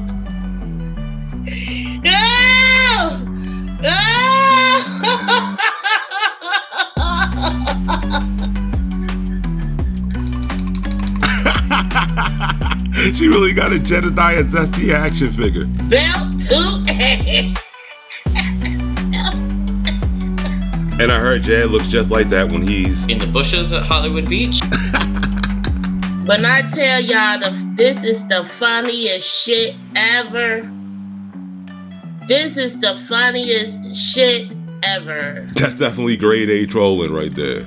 But let's run over and see what happened with Jazz 48-hour notice. It is 9:40 Central Standard Time, and Keisha McCaskill, Cook County Commissioner, has not responded to the 48-hour notice of INA. Because you're a fucking joke. I assume that she is going to violate this 48-hour notice, and that means that these people still ain't learned yet. No, he doesn't realize that he's a whole goofy that nobody takes seriously. And if you want to see a real good grift, check out what he tried to pull right here. But I do want to make a formal announcement. I've had the opportunity of getting a word back from the board of INA, because there is a board. Man, these goofies are taking cosplay to a whole new level, aren't they? We have determined that our headquarters will in fact be in Illinois, in the county of Cook. Their headquarters. It's too much. That gives me the opportunity and the choice as the commander of INA to do all things not prohibited by the bylaws. By the bylaws. That INA's home, national home, will be in Harvey, Illinois. And as soon as he said it was going to be in Harvey, his audience should have saw the grift coming. I'm not worried about comments like that. Keep on watching. Yeah, watch as he drains his audience's pockets. This will be a national headquarters for INA as we're moving things forward, as well as we will be looking to open a restaurant, a comfort food restaurant. Oh, so now it's comfort food. Because earlier he said a restaurant serving soul food. I guess he decided he didn't want to feed people whose skin look like mine. With that being said, if you're somebody who believes in the efforts of INA, I want you all to definitely make sure that you all are contributing to our cause. Or he could just call his celebrity friends to give him the money and stop draining the pockets of his audience. Talked to my mother, and I've asked her if she will help us with some of the recipes. As you all know, she is a restaurateur, and she's definitely been somebody that people say cooks well. I'm sure he'll be taking donations for that as well. With that being said, we're going to be looking to raise $100,000 through multiple efforts. Those fools over in INA better tell this goofy to go hit his boys up. It's going to be a multi-purpose facility that is also going to, like I said, have a restaurant that'll be more beneficial to those who are members of INA than the public. And now Goofy's running the Dr. Umar scam. And if you give him $100,000, you're going to look just as stupid as the people that donated for that school. It's just, you know that after that live and me reading what your team in chat was saying, that there's most likely not any chance that you and I could ever work together. Uh-oh, looks like Jad got a defector on his hands. I really got too much going on to be worried about that kind of stuff. Here lately, a lot of people started to catch on to your boy's grift, and his house of cards is starting to fall down. It's always a complaint. It's always a criticism. It's always a rumor. And if this happens everywhere he goes, then the problem is him. I conclude the live. Is there any other question? You can already tell by the look on his face he didn't like that sound.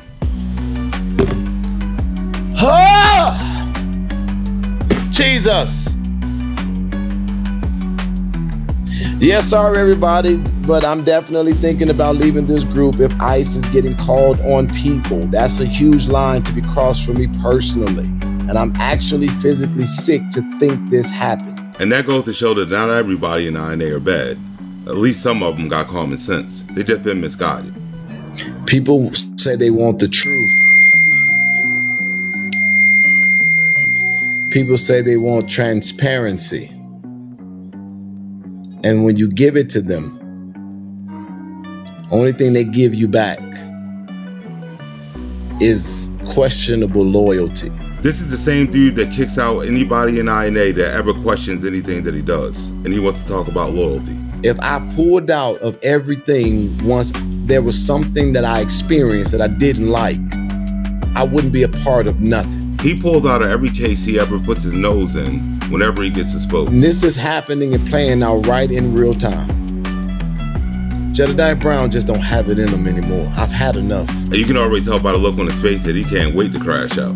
I'm done.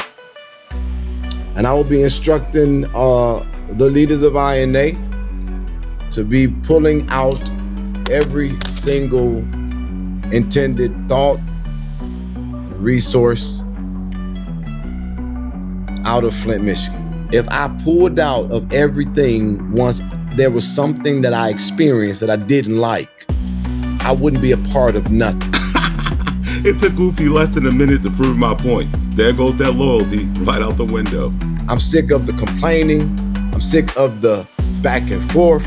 I'm sick of it all. And I'm literally moving in another direction. Like I said, it's nothing new. He did the same thing during the Kenneka case. I'm saddened in this moment, not because I'm a quitter. This fraud has quit every case he's ever touched.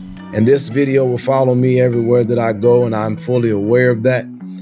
People will make their rumors out of it. I'm aware of that, but I am okay with that. Until he watches this video and tries to get INA to strike my channel and makes a liar out of them. Somebody's now saying, well, I'm confused. You said that Flint was more appreciative. And I believe that it has been. Flint has been extremely appreciative, way more so than Dalton. And they've been way more active. Yeah, because all Dalton got was scammed for a monkey, and then this dude tried to sell him fake butt pills. To the people of Flint, I want to tell you my whole heart, y'all fight each other too much.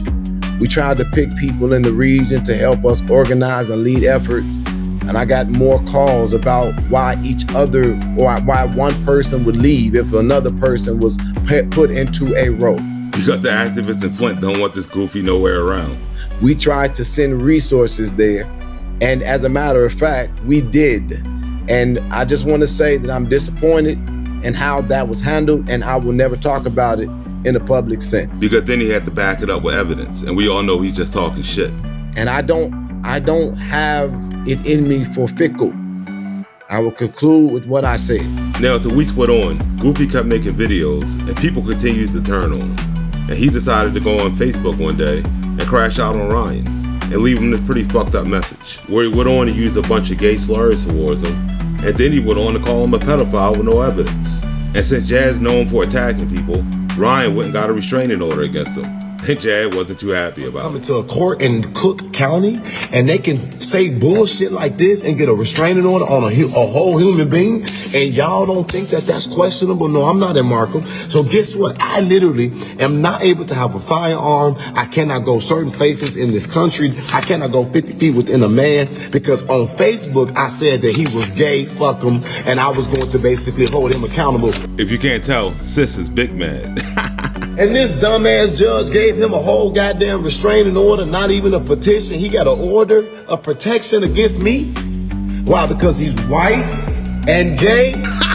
You looking at the face of a whole Goofy. And most people to just leave up out of here with your head down and your tail tucked, and y'all to just take the shit. I know what I'm fighting. They trying to stop. Homegirl is pissed, and shit kept getting worse because the other residents didn't like how he was talking to Ryan. And they all spoke out against your boy. There's one thing about me. You make an enemy out of me, you got a dedicated one, I promise you. Now, when Jad first came down here, this woman offered to help him out and introduce him to people. And somehow, he took that as a threat. And even though the woman told him that she was only extending an olive branch, that didn't stop Jed from throwing threats at her. And then he did the most and showed up to her house, which caused her to go protest in front of Mayor Clark's house, asking the mayor why Jedidiah was talking to one of his associates online, and then harassing her. And Clark didn't like getting questioned on his relationship with Jed, so she got arrested. I wanted to ask what happened. Why did they arrest you? Ryan. I said, and I got into it with Jedidiah about you. I've been covering this dude for about a good 6 years, and the fact that I still get new content on this dude is crazy. That's really what kicked all this off, me getting into it with Jedidiah. And I've done extensive research on the scam artist, because that is just what he's turning out to be. Nah, he's been that way for a long time. And I say that because I believe that he really started out with the right things to do in mind. However, I believe he's got a taste of the dollar and the benefits of what comes along with being a freedom fighter. And he's become addicted to that and has become less and less sounding like the voice of the people that he's supposed to represent. Trust, she'll be back later on in the story. But right now, she's the least of Jad's problems. Because your boy made a promise to somebody and didn't keep it. And their family members weren't too happy about it. Check it out. All of the things that I have seen and heard, it has put me into a place where I've just made it clear to everybody, and I'll be speaking to all of the leaders tomorrow. No one can get close to me. And we're not helping anybody with a damn thing. He acts like him not helping people with something new. Your boy Rico put it best when he said this shit about you. You just take. What you do to give people back, you give them with their money. What you get them, water to protest, food to protest, nigga, it's they fucking money. So you can't say I've given. That's not giving. Anything that you gave a person from off others' money, 9 times out of 10, it was their money that you giving them back. What, with material shit?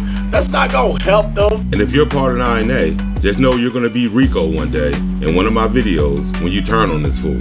Outside of what we set out to do as a project, this gentleman with this camera. Here's a quick rundown of the backstory. When Jad lost his super producer, he was looking for a new one, and a young film student said that he would help out and he would do the job. Jad promised him the job, and the dude flew all the way to Dalton, excited to meet Jad and to film the Shift event. But you know what they say, never meet your heroes. We didn't need them. We had our own stuff, and we allowed this young man to come into the space so that he can get credit for his school. And this is Jad trying to jump out ahead and stuff and put a spin on shit. I didn't really, and for them to turn it around and act like we sold tickets because he was autistic, hell, I didn't even remember that fact. The kid was autistic, something nobody should have known about. But you'll see more about that in a second. Oh, you sold tickets. You took advantage of the autistic because there was an autistic person in the room. Huh? I swear the dude is a fucking clown. Princess Zelda Phantom, you don't want to keep talking about my son in this chat because I will start the party. Who is your son? This dumbass is currently talking about her son, and he's gonna ask her a stupid ass question like that. Now I'm gonna invite you on. You better choose your words carefully. No, you better watch who the fuck you talking to. It's funny how the only time you can talk to a man like that is when he got a bodyguard around. But you better chill the fuck out because if I'm talking about your son, then your son said something about me. And we all know Jad's not above fighting children. I've never ever expressed that I won't stand up against a senior or a female or a child. Who are you? And this is Lizzie, the sister of the autistic boy you're talking about. My mom is in the chat. And you better spark up because this shit's about to get wild. You're the one with the young man that came to Shift, right? Yes. Okay. I know you don't remember because, you're too busy and you're too much of an advocate to have, emotions and feelings for what other people go through.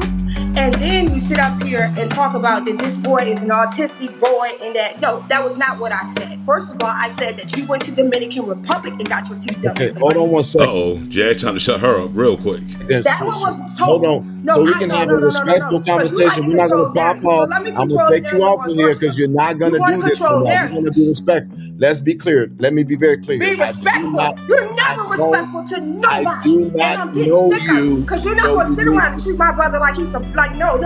We're not going to. So I'll bring her back on when she understands that I run this. I doesn't want to do it, then we don't have the conversation. And this is why I never go on live streams with people like this, because they talk a big game, and as soon as you start telling them about themselves, they'll just cut you off. So this is a woman who contacted INA.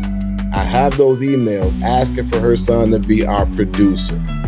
At that particular point, we were not feeling totally comfortable with moving with a producer because of what we just went through.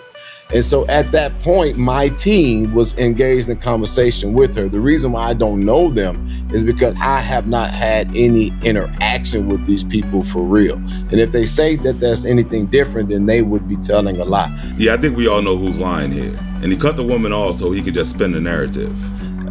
What I do remember is that at this particular event, I greeted these individuals at the door. I have not had any interaction with these people for real. And if they say that there's anything different, then they would be telling a lie. You should just know if this dude's talking, you know he's lying. Spoke to them and I told them, hello, thank you for coming. I was happy that they were there. And then I said, thank you for doing this or coming. But if I didn't, that's because I was too busy trying to take care of everything else. Yeah, that's always an excuse, isn't it? This dude's a goofy. He was promised, because you know that he had wanted to be on your show because he needed that credit for school. He was never able to be on your show and actually help you be the student producer behind the scenes because you were always busy with the fact of you had a lot going on with the whole Tiffany Henyard situation. We understood that. So we said, okay, can he come down there and at least film the shift event? You said, yes, that actually would work because we were in contact with another person behind the scenes that we didn't want. I'm not going to say the name because I don't know if they're public, but she said that would be okay as well. We come down there and you announced while we were on the plane. Mind you, it took us a lot to get there. You announced while we were on that plane that we were going to be coming down there and that we were on the way. Looks like Jazz starting to get caught in his lies again. When we get there, who are you? Oh, it's me and such from Florida. You act like you didn't even know we were supposed to come. Oh, okay. He had those people fly all the way down there knowing full well he wasn't going to do shit for him. Tour asked you where you want him to set up at. You said, oh, wherever you feel like it's best for you. You said, oh, you want help with the mics? Then, you know what? Then they went on to something different. It wasn't help with the mics or anything like that. So out of everybody in this so-called organization, none of those goofy could have helped these people? I never told you. My mother never told you. No one's ever told you nor your team my brother was autistic. Guess you vetted and found that out. So you telling me his team of goofy-ass investigators doxed an autistic kid and then put his shit out there? Wow. He's upset because he feel like, well, he just announced to everybody I'm autistic. And mind you, he wants to feel like he's regular as well. He doesn't like that. You did announce that. And I have proof and evidence I can send to you right now because I recorded all of it because I was excited when you announced him on being your student producer. And the fact that Jad and his group of goofy people go out of their way to out the autistic kid is pretty sick. I went from being one of your biggest fans to honestly hating you after I met you because you treated us so bad. Treating people bad is one of the only things this dude is good at. Honestly, I wish we never would have went. So I maybe could have had that same image of you. Because I don't like you. And trust me, if you're a part of INA, just know you're going to be saying the same thing about him once he screws you over. And I see what other people say about you because you treated us and then you asked me at the end of the event, where was I mad or was we mad at you? Why would you be asking that if you didn't treat us a certain type of way, Jedidiah? Looks like your boy was lying when he said, I have not had any interaction with these people for real. And if they say that there's anything different, then they would be telling a lie. You looking at the face of a lying-ass goofy. Come on, Jedidiah. If we didn't feel some type of way, only person I can say in your whole staff was nice was the lady that took us home, made sure that we were okay. She's the only one I can say I felt was genuine. But you're trash. You're absolutely trash. You treat people like shit. And it's not, and then you sit around and try to change the narrative and call somebody fat. Yeah, that sounds about Jed. Only thing he wanted from you was a thank you. My mom said, you, Miss, the other lady that was nice to us, a message said, well, can Jedidiah at least say thank you to my son for coming? And I'll just send him the footage and the photos. You never acknowledged us. How do you expect for me to not feel some type of way when my brother only wanted you just to acknowledge me? Because when it comes to INA, Jad's the only person allowed to get acknowledgement. I'm one man, and you have no idea how much pressure I had on me in that event. Do you remember seeing me running around trying to get everybody water? Is that my problem? The fact that that was the best excuse he can come up with goes to show how much of a clown he is. He only wanted you to acknowledge him because he was upset that you sensationalized him being autistic, and then he never actually got to cope because he doesn't like to be called autistic. And you gotta be a real loser when you're sitting around at 4 in the morning looking up the information of an autistic kid. You brought that out on your show, and you brought it out several times. We never said nothing to you. So therefore, that was never your place. That was never your place. That was never your place. You can try to cover it up, Jedidiah. Only thing is a song. But if we're gonna be like this, then we're not gonna talk. So when I got my briefing from my team, they told me that. I didn't know that. And now we just threw his team under the bus. And if you guys are watching, just know you're a bunch of lowlives for doing that shit. So I only expressed it because I thought of it as something even more significant. Yeah, more significant to him. Because he just tried to make himself look good, like he was trying to help out an autistic kid. It was never to take advantage of it because we didn't do that. That's exactly what he did. Nobody ever asked him to come out and tell everybody the kid was autistic. But what I want you to hear me say to you is, Lizzie, when you guys walked in, I specifically walked up to you and said, who are you? When you told me, I said, oh, you can go anywhere, set up anywhere you want. And I also let you know that there was going to be another camera in there giving a live stream. No, you didn't. How's he really going to try to gaslight this woman into going along with his lie? I said to you, this is what I said to you guys. Now, I want you to tell me if I'm lying. She just did. What is this goofy talking about? I said, when you guys are done, we'll try to see if we can sell it to get some income for it for you guys and everybody. When you said that, oh my God, I live in another world. Oh my God, Lord Jesus, pray to me and tell me now, did this man say this to me? This dude is pathetic. I literally said, y'all can go wherever you want and do whatever you want. And I told everybody else they had rules and parameters. That's his lie, and he's sticking to it. Absolutely. Tori said that didn't happen. What a goofy. But we did get the document signed. I thought that that's what you all wanted. And document being signed be what he wanted. He wanted to help you and actually do what the document was supposed to be, which was to be the student producer on your show. Are we missing this message, Jedidiah? And he wouldn't be in this mess if he didn't want to be a clout chaser to kind of claim he had an autistic super producer. But he was promised something he never got, which was the experience to help you. Listen, you're saying that I'm a horrible person. I think you said my mom's a horrible person. Okay, that's a lie. I said your mom is a good person. She read me, and she said my mom was a prayer warrior. Please do never lie on me like that. That was a lie you just told on me. This dude just likes to lie on people, doesn't he? Why is he trying to change the subject? I literally said I didn't watch. I don't know. I get briefed. I get told what's going on because I don't pay attention to it. And now he's blaming INA for his lie. This dude is a clown. What I'm trying to tell you is, I would like to let your people know, don't let them brush you like that, because your mama, I like her more than I like you. I'm just letting you know, your mama a good person. You iffy. Hey Jed, didn't somebody from your last crew call you iffy? Jedidiah, fraud, fucking anybody else who associate themselves with Jedidiah, they iffy. They not to be fucking trusted. They all are Judases. Hey INA, he's talking about you. So if anybody I got a problem with, it's you. It ain't her. You a horrible person. That's what I said. And I don't take it back. You're still a horrible person. You can dress it up all you like, but you're a horrible person. Oh, trust me, you're going to put that on full display soon enough. And so if that makes me a horrible person, then that's the only person I can be. Yeah. But Lizzie, I could have just said no to everything. So to see you on the internet talking about me in the way you are is bothering me because I try to be a good person. Honestly, you should have just said no. Saying no would have been better because then I would have kept my opinion of you like I did.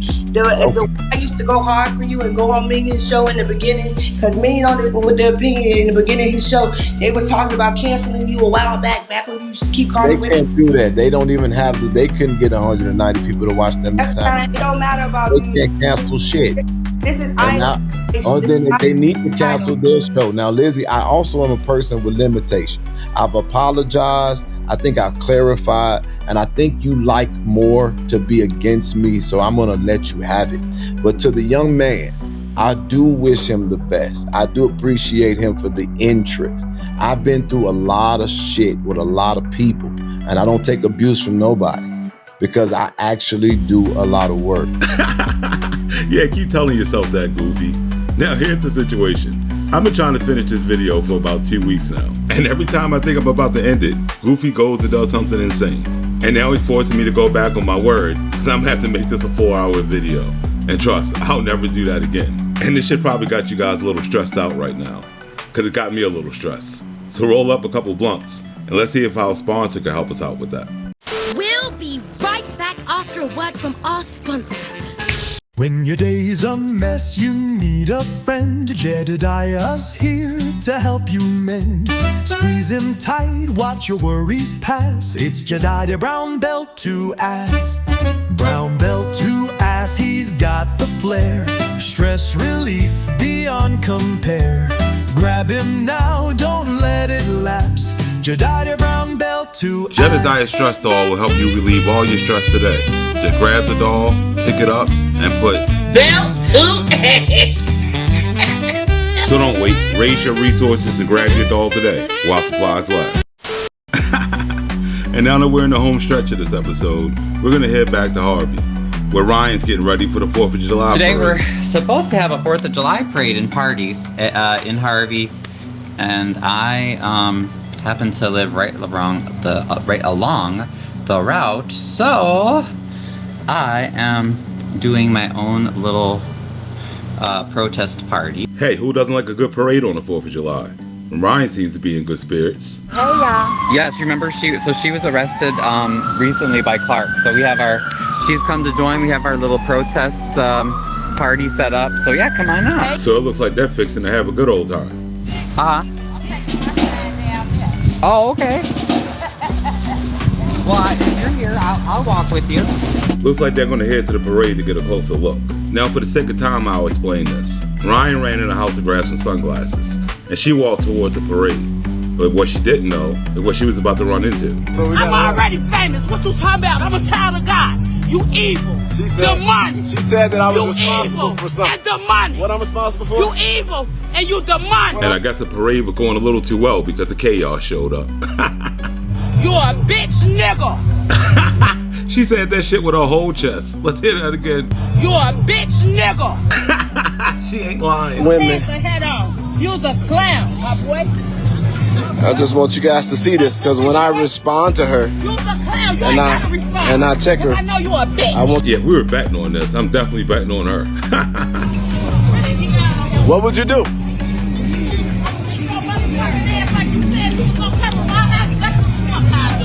Okay, and do what? What you talking about? You was gonna do what? The same shit you said you was gonna come to my house and do. Yeah, I bet Jad wishes he wasn't sending all those threats over Facebook now. Look at your mouth. Your mouth is disgusting. What about my mouth? That could be fixed. Yeah. What about your spirit, bitch? I just don't want what you to spit in my spirit, face. Bitch, Don't nigga? you spit in my face, because I will have to knock you the fuck out, alright? And at this point, Ryan just made his way back up the street. And he has no idea what he's in for. Sorry guys, you can't hear. So that's Melissa and Jedidiah Brown, who has been threatening her. And since Jed just spotted Ryan, he's about to get the same treatment. I'm asking you. Get down here. I'm asking you. Now. So you tell me what you think of it. What you think of it, bitch? Don't encourage me. What you think of it? He didn't encourage shit. Now Ryan didn't say one word to Jed. And Jed's approaching him all threatening, knowing full well. And he got an order of protection against me? Meaning Goofy is knowingly breaking the law. What you think of? Fuck you talking about? I've been here like I told you. Don't come near me. You a man, so I'm talking to a man. You okay with this kind of shit?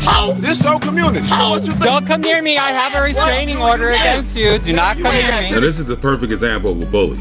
Jed knows Ryan doesn't want any trouble, so that's why he's going after him. Against me. Do not come near me. Do not come near me. What you think about this? Do not In order to get a restraining order, you gotta file a police report, which means you'll be lying.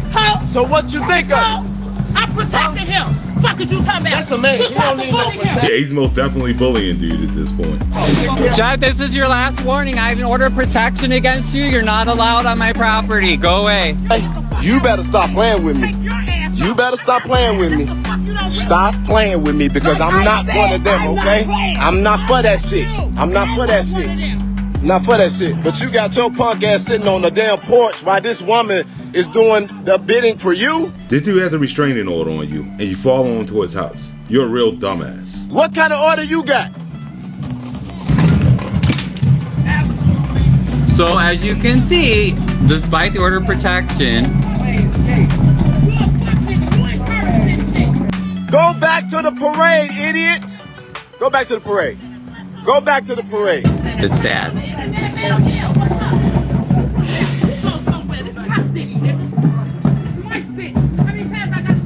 Be good, okay? Because now my team is not going to be good with me being disrespected. I'm going to say you probably should cut that out. And by team, he means fellow offenders. Because they're definitely going to be breaking the law in this video. I have to try to call, to stop and call 911. And like always, Jed brings the cops on with his bullshit. All right. But y'all can bully him, but you can't bully me. Trust me.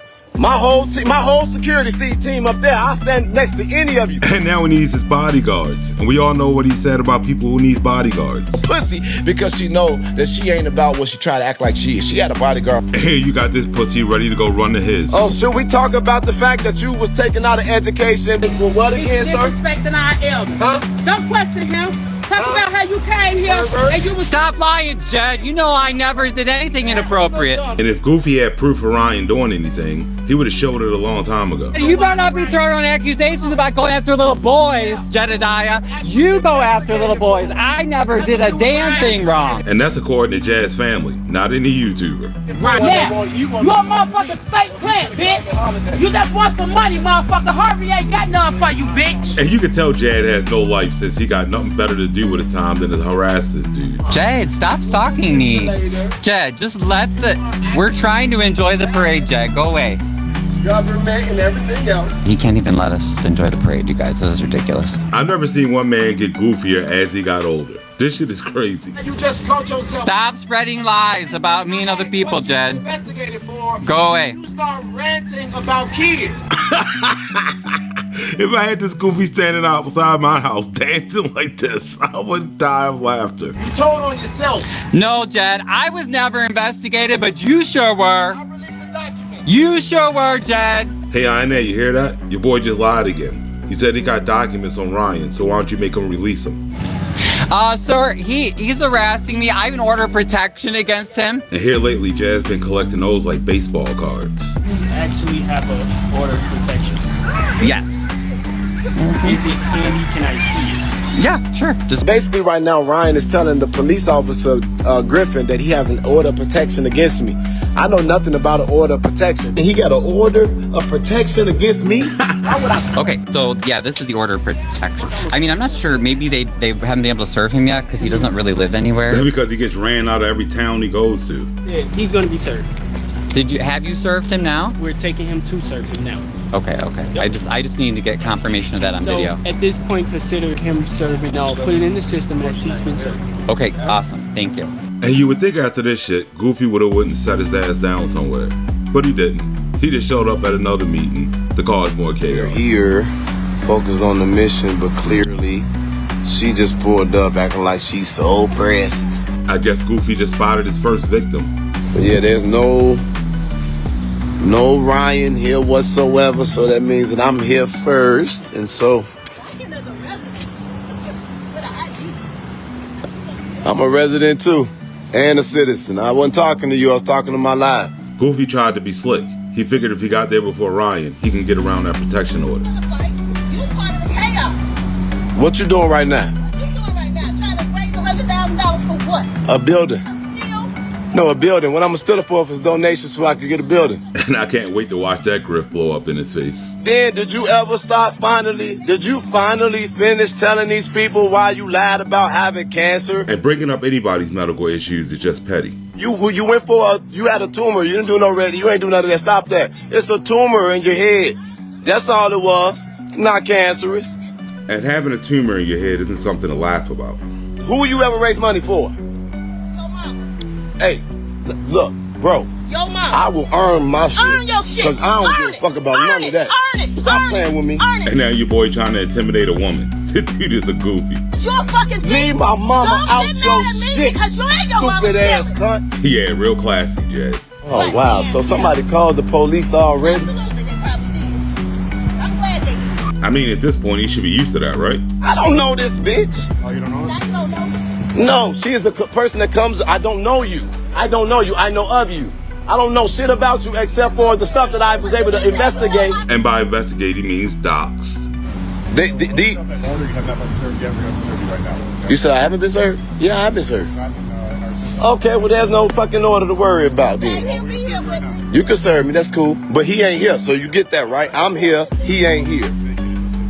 You said if he show up, I got to vacate. Yeah, he can't just show up when I'm at it. You make me leave. How's he going to try to tell the cops what the law is?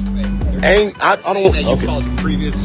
No, I cause truth to come out, and they don't want that now because they like the person that's doing the corruption. Sad to dude that's defending Mayor Clark. You cannot. You know what? And I'm gonna tell y'all again. Carl Wilson, I said that I was going to help this woman, and I ain't had shit to do with that case. As a matter of fact, when you look at the case, you can't decide if it's justified or not. I simply told the lady, I'm a helper. I said, I will raise $1,000. Hell, we did it for everybody else. So then when we was trying to do it, y'all didn't want to give shit. And just like the Kenneka Jenkins case, he raised money off of another mother's tragedy and then didn't give her the money. We got about $200. I told the lady that.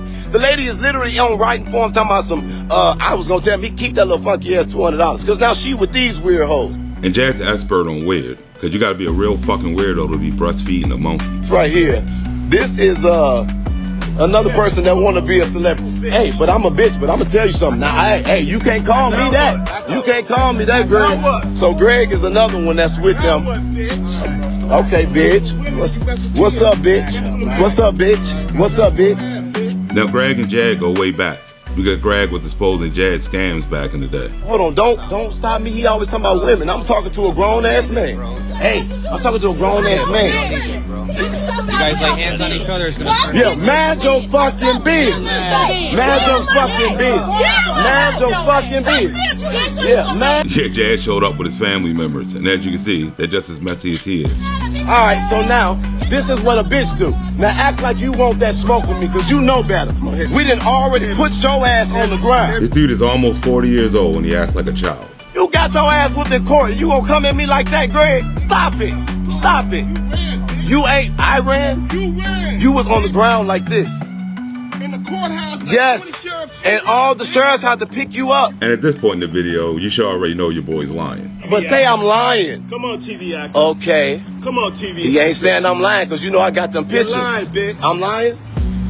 You're lying, bitch. Okay. Get it on your thing. We'll put it out. He's definitely lying. Because Greg didn't get laid out, and Jad wasn't even involved in the fight.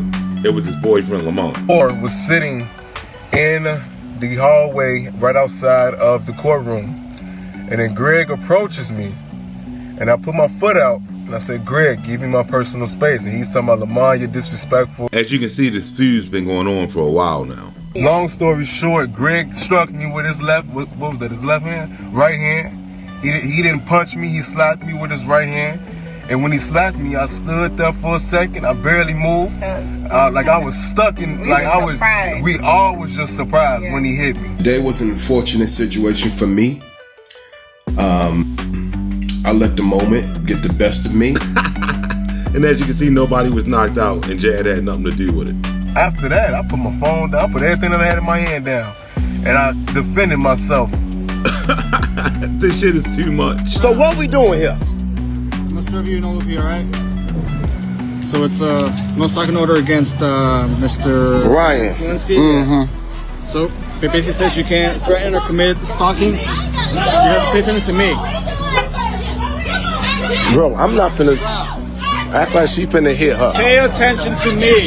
The cop's trying to serve his goofy, and he's trying to get into a cat fight. Don't talk to me like that. Well, I'm gonna talk to you when you pay attention to me. You should be paying attention to a person When I that got a have cane any in their contact hand. with a petitioner protected person, you cannot come within 50 feet of the petitioner, 50 feet of his residence, or his school, and work. I got it. Alright? Got it.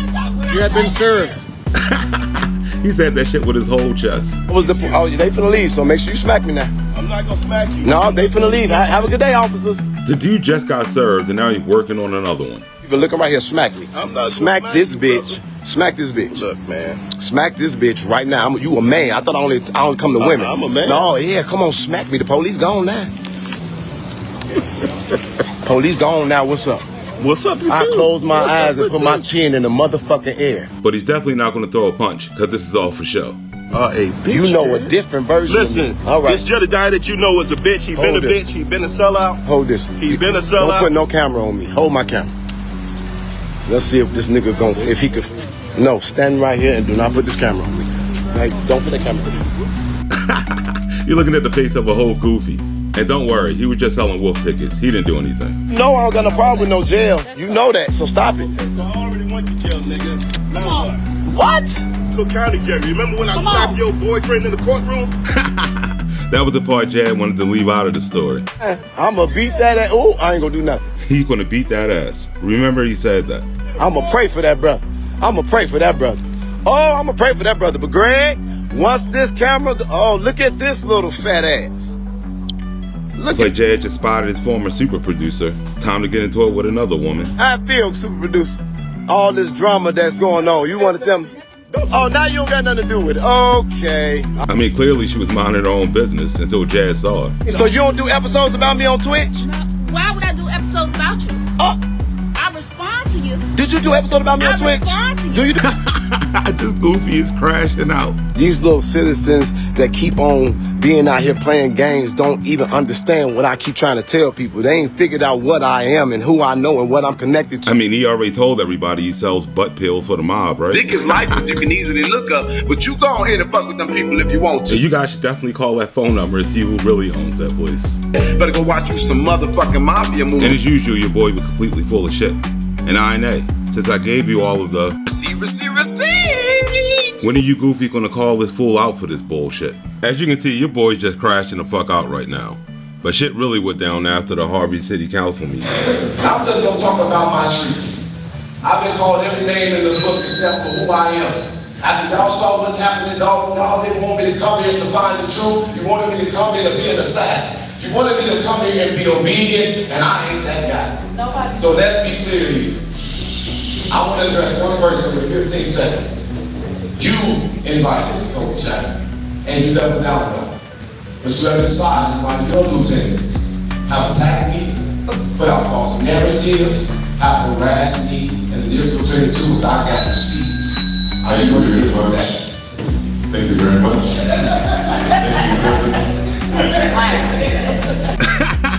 They laughed that goofy out of the room. But after the meeting, Ryan was on his way home and just happened to stumble upon something. This is where you see where the light is on. That's where I interviewed Miss Dorothy, and where they said that there are some squatters right now. Sorry, let me put my window down so you don't see the glare. So again, I don't know what the heck's going on in there. I don't know who's in there. But that was her house, and they basically took her house from her, which is horrible. But that's what happened. That's just what happened, and I don't know who all these people are. And what Ryan doesn't know is that he's in the wrong place at the wrong time. I'll see what's going on. I'll ask who these people are so we can figure that out. Trust, he's in for a big surprise. That's where the squatters, but they were kicked out. Some of them, the buildings have squatters. They were kicked out for the mayor's park that we never asked for, never wanted. So, hey, do you guys know who they are? Yeah, it's Jedidiah. So the squatters in there. Oh, okay. Oh, good thing I didn't stop. Oh, okay. Looks like somebody gave Jad the authority to go breaking into houses and kick out squatters. Okay. Yeah, because if it's Jed, I don't want to approach if it's Jed there. Yeah, it is. So I'll just keep my distance. But I am curious to see what's going on. Which is a good place to watch. And I'm glad Ryan was there to get this shit on camera, because this crash out is going to be epic. I'm not getting too close, but I do want to know what's going on because Again, oh, we got Harvey cop car. So again, this is what I was talking about during the meeting, during my public comment. If you listen, I said that the mayor is using our police, our tax money with the police to protect Jed and his team. It sure seems that way to me. Amir's here as well. Okay, so that's Jedidiah, that's Chappelle. This is Amir, is in the glasses. And this is the chief. Hello, how are you? All right, how are you? You know, if Jed and his crew's there, the chaos isn't too far behind. Well, thank you for speaking up for that. Hopefully that made a difference. Oh, is Jed down there? Oh, okay. I thought it was just Amir.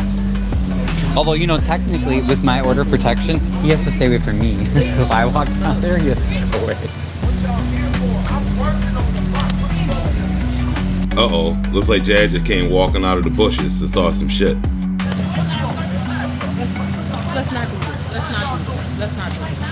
Let's not do this. And why is Jed sending this person up here to try to block Ryan's camera?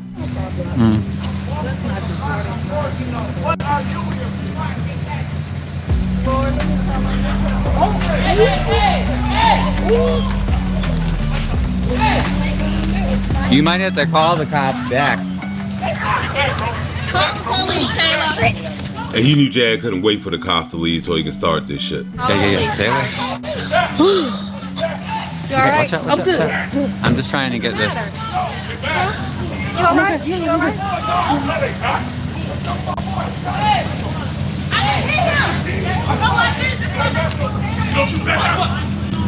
Hey, can somebody call 911? Tell them to come to 15300 block of Myrtle.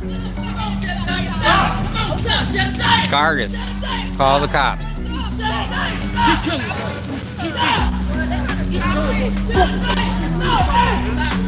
See, this is the kind of shit that happens when Jed comes to town. Since Ryan's camera was a little shaky, let's rewind for a second and see it from a couple different angles. Then come back.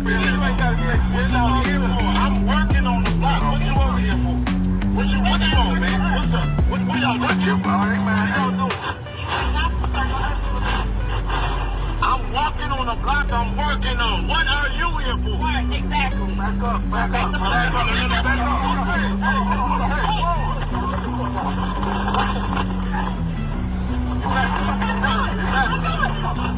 Get back, bro. Get back, bro. Get back. Get back.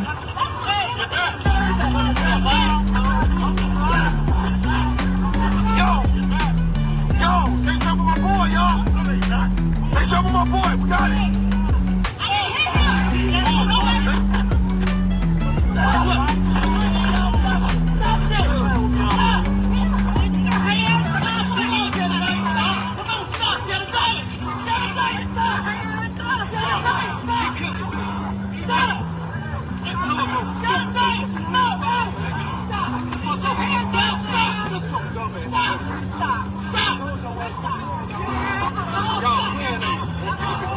You see why we have the orders? And there you have it, a total shit show. And Jed couldn't wait to go down there and beat up Amir and his daughter, because he already promised to do that at the last meeting. I'ma beat that at, oh, I ain't gonna do nothing. As you can see, the shit was premeditated.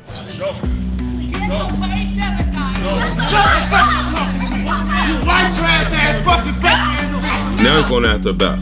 And when you're going to go and hit a senior citizen, you're a piece of shit.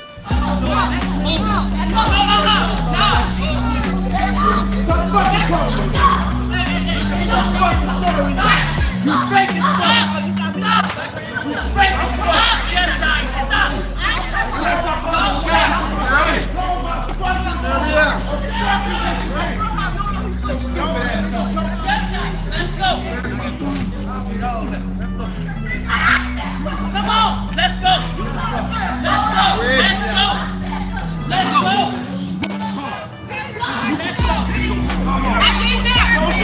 Did you call the cops? Now watch Jed as that pussy winds up and hits a female in the face twice.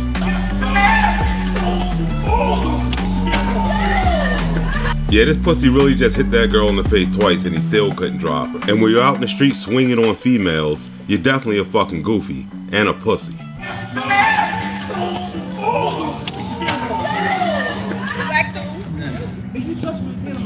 Did you guys call? You call? Yeah? Okay, good.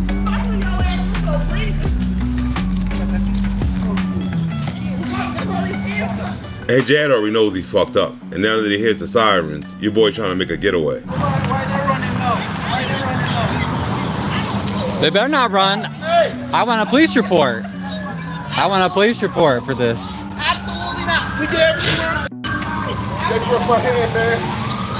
Right, he can't just run away. That's not what happened. Wow. And as you can see, Jad and his crew dipped. You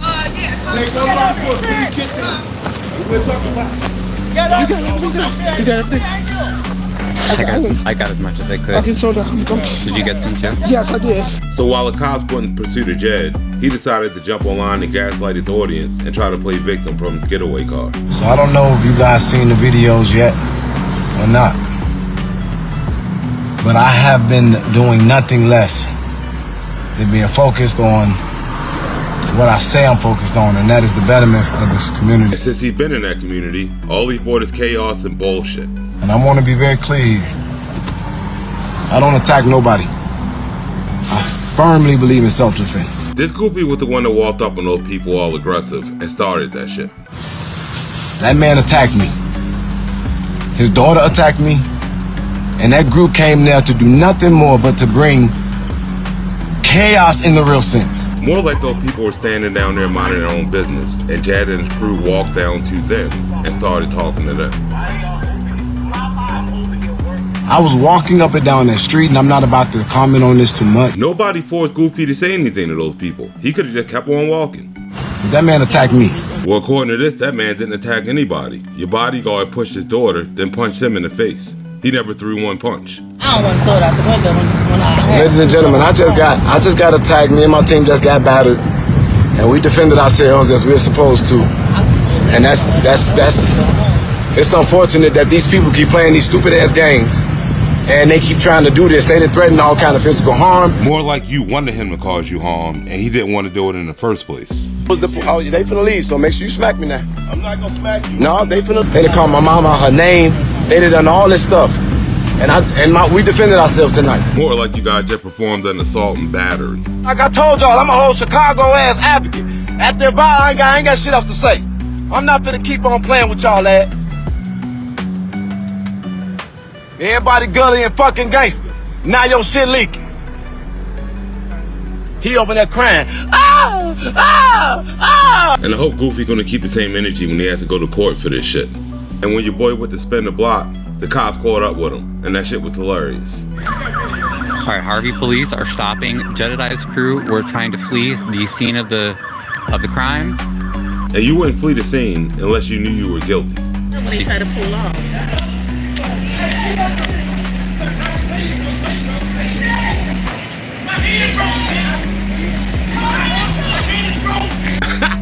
This fool really just said his hands broke. Stop! Don't fight it!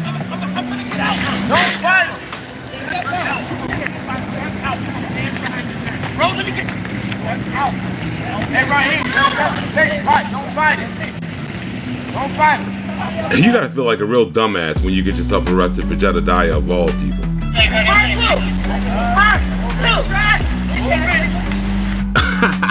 You looking at the face of a whole Goofy. I'm fighting them. Y'all fucking, you gonna bend my shit back. And you know the cop was like, get your zesty ass in the car. Permission to report me on my personal property. Any footage that you have of me on there? Who are you? Uh-oh, looks like somebody's rolling up on Ryan. I'm a private citizen. You do not have permission. You're in public actually, so I'm a yes. Hey, she beat me up! You bitch! Hit me up! She hit me! Comes the rest time!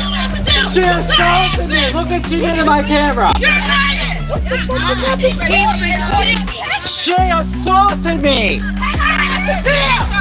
Arrest her! Yeah, at this point, this shit's getting way out of hand. And thankfully, Ryan was okay. Can't say that much for his camera though. And as far as Jed, once he got out of jail, he went on an epic rant against the YouTubers. Just need to get this out. Not one person. Not one. You know what? Let's go with the whole theory of me being a scammer and a fraud. Yeah, let's talk about that. Because he and the crew were bragging about scamming somebody out of $1,000. Listen to this shit. Lord bless you, brother. Thank you, sir. It's a pleasure. What's your name? My name Robert. Robert? I hope to see you again. I hope so too. Now, Robert seemed like a nice man that meant well that gave Jazz some money. But listen to what his crew said, since they don't know Jazz live right now, about Robert. What y'all was in here macking? Shit, we backed him out $1,000. Oh my God, don't say that. Yeah, what a bunch of fucking grifters. And Jazz about to mac INA out of $100,000 more. Hold on, y'all. I'm definitely on live. Oh, we sorry. Y'all, out of this. See what those frauds really think about you when they don't think they're being filmed? But hey, keep on giving them your money. Are y'all not really realizing and seeing that the only reason why these people are attacking me is because I won't go and attack Christopher Clark? He's been a known fraud since the Kenneka case. This ain't got shit to do with Clark. But I want to be clear here. Now they didn't piss me off, so they can look forward to it being made totally true that I'm here for Clark now. He's saying that like nobody figured that out a long time ago. These people are literally trying to create this whole narrative about how I'm a scammer and a fraud simply because I won't come in. Clark is bad, Clark is this. No, they call you a scammer and a fraud because you're a scammer and a fraud. And I can give you an example of that right now. See, you said this recently. He told me she was gonna drop out with me. Her ass stayed in school. I just saw her when I went to Harvey. She got 40 fucking kids and don't look rich. I'm rich. She don't look rich. So the dude that comes online every day begging, claiming to never lie to his audience, is now telling you, I'm rich. So if he's rich, why does he say this shit when he tries to get you to donate to him? Because we poor over here, believe it or not. Well, your audience shouldn't believe it, especially since you said, everybody pocket watching, but I came in this motherfucker with shit. I'm trying to figure out. Yet Richie Rich is over here trying to grift you fools out of $100,000 to get a building. And now that INA knows that your boy is rich, then why'd he come on here with his scamming ass mother grifting you guys out of your hard-earned money to get busted for her and her team when his rich ass could have paid for it himself? So INA, I ask you the question again. How many times does a person gotta be seen doing weird snake ass shit before you stop making excuses for that shit? And I know a bunch of you over in INA are watching this video getting mad at me right now. But just know, I'm only trying to help you and in your pockets. And I'm gonna say this because people really just think I be talking. I am not the most intimidating, but Grace Levi, you better take your tails from the crib looking ass and lay back in your fucking coffin. Don't play with my mama. And when Jad got that zesty look in his eyes, you know he can't wait to hit a woman. But now people wanna keep on with this weak, bullshit, baseless, provenless, tired ass narrative that we are out for money. Shit, we backed him out $1,000. Oh my God, don't say that. We ain't coming after these YouTubers. We not thinking about them. Yeah, remember he said that. Now I'm gonna tell you something. We out there doing stuff and somebody just... And I'm like, wait a minute now. Your Holy Ghost is way different from my Holy Ghost. Yeah, because that Holy Ghost was zesty as fuck. Where is the fraud at? And then people want to see, where are your books and your 501c3? Bitch, you will never see none of my shit. It's going to be hard for Goofy to show us something that doesn't exist, right? He said, do you have a 501c3? I said, no, I don't have a 501c3 because I've been an owner of a 501c3 for a long time. More like your boy's a lying-ass fraud. I want you to know, Ryan, I'm not a liar. Not by any stretch of the imagination. I'm going to release everything. Again, if Goofy had something, he would already released it. I look like a lesbian in their 50s. He really does. I am not finna be the one to play with. I will pray for you after I punch you in your shit. So I guess he was lying when he said, just because somebody says something that you don't like does not mean that we as a people should be okay with them experiencing a level of physical force. You know, unless they tell you, I look like a lesbian in their 50s. Beth, go ahead and shake your ass in a corner and get to your Holy Ghost. And I'm sure he scared the Holy Ghost out of Beth when he started lunging at her. These few misfit ass motherfuckers conscious. Random news. You didn't do your in-depth research like Random News did. You saw Random News videos when you was trying to jock me, buddy. You saw Random News videos when you was at my motherfucking shift events talking well to me. You saw Random News bullshit, broke up clips when you was begging and hoping and wishing that I was coming to Harvey. Stop it. Damn, I can only imagine what he says about me behind the scenes. What is my thoughts on Random News? I'll check that out as a super producer. I'm sure she knows what you said behind the scees. He makes the activator stroke out, and that cracks me up so bad. Damn, bro, you're about to stroke out? That's definitely worth it being big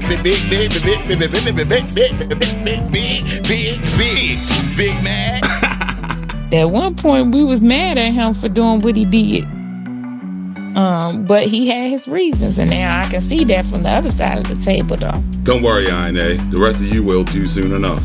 But for right now, we're going to head back to Hassan's property, where we'll find Jed and his crew terrorizing the people that actually live there. Famous again. Gotta ask me, don't tell me. All right, I'll leave it there because you're not my friend. The gate ain't supposed to be there. Stop. All right, leave that there. Now, this woman's sister's trying to leave the property, and Jed and his crew have got the gate blocked. What's up? So she the bottom bitch. She basically keep all the immigrants in check. Now, no matter what Jed has going on with Hassan, he's down here terrorizing people who actually live at this place. Was we about to take this fucking gate down?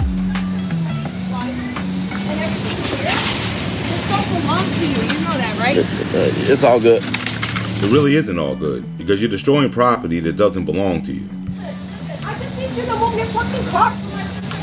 We just need you to be respectful and stop being disrespectful. We ain't doing shit. You know what? If you have to hit their car, go ahead. Move it out of the way. Hit it if you want to. Yeah, hit it if you want to. Hit my shit. Hit it. Give me a reason to kick some ass. So instead of them just moving their cars and letting these females leave, they're threatening to hit the females if they hit their car, that they won't move. But tell me this. Okay. What you gonna do with this? What I'm gonna do with this? Yeah, what you gonna do? This should pay taxes to the city. Oh, you mean like that other building that they put all this fucking money on and nobody did anything to it? Which one? The motherfucking shack down the street? Which one? What's the address? Over there, it's literally down the street. I don't know. What you talking about? But you know what? You're doing a lot of. I'm asking you. Jed can't do any type of research when it comes to Clark and being corrupt. It's a community building that Clark want to put his motherfucking stamp on and spend all this money in, and it's not even in use. Don't even have room for more than 2 cars. Okay. That's what he does with the fucking money. Now, Jed's been asking for proof of Clark's corruption, but once he gets it, he doesn't care. The way you handled yourself, you just all fucked up. Is that right? And let me tell you something. I hope you do the same thing with this. Just like this entire place is full of abandoned fucking buildings. So just let You got nothing. You got. So just let people take it. Hey, that's what you're doing right now, But when Jed does it, it's okay.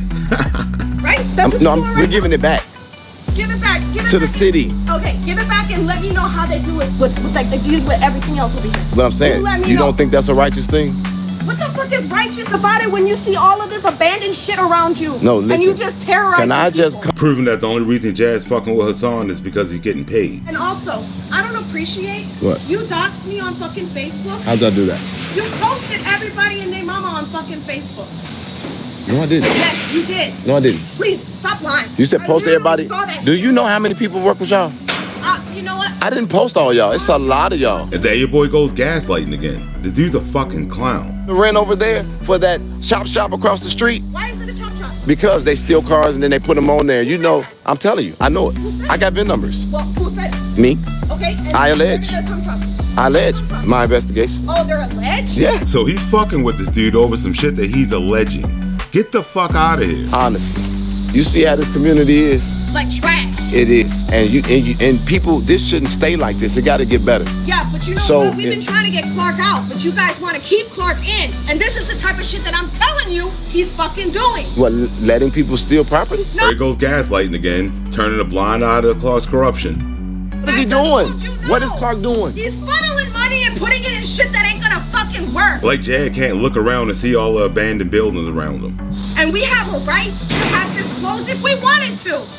People are just trying to live their lives. You over here want to put everybody on blast like they did something. I mean, he's been doing that from day one. That's the only way he can get paid. So there should be no rules. Hey, no, there are rules. Just like the ones you see right here on the signs. But you guys don't follow it.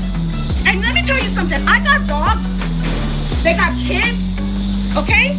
You guys are cutting wire and leaving everything on the floor for everybody to get hurt and shit. Why do we gotta clean up after your mess? You over here trying to do a good deed. What is your problem? And if any kid or dog run through that barbed wire and get hurt, they're definitely going to sue this idiot. If you guys give the city back all of their land, listen to me. There's more though. Listen, if y'all give the city back all their land, this is over. We don't have to beef anymore. And that statement just proves this is a shakedown. Clark can't get Hassan out of there legally, so he's using Jed. I'm gonna come and help you in 1 This second. shit dangerous, okay? It's not dangerous. I don't like that. And you know what? You already posted me on Facebook.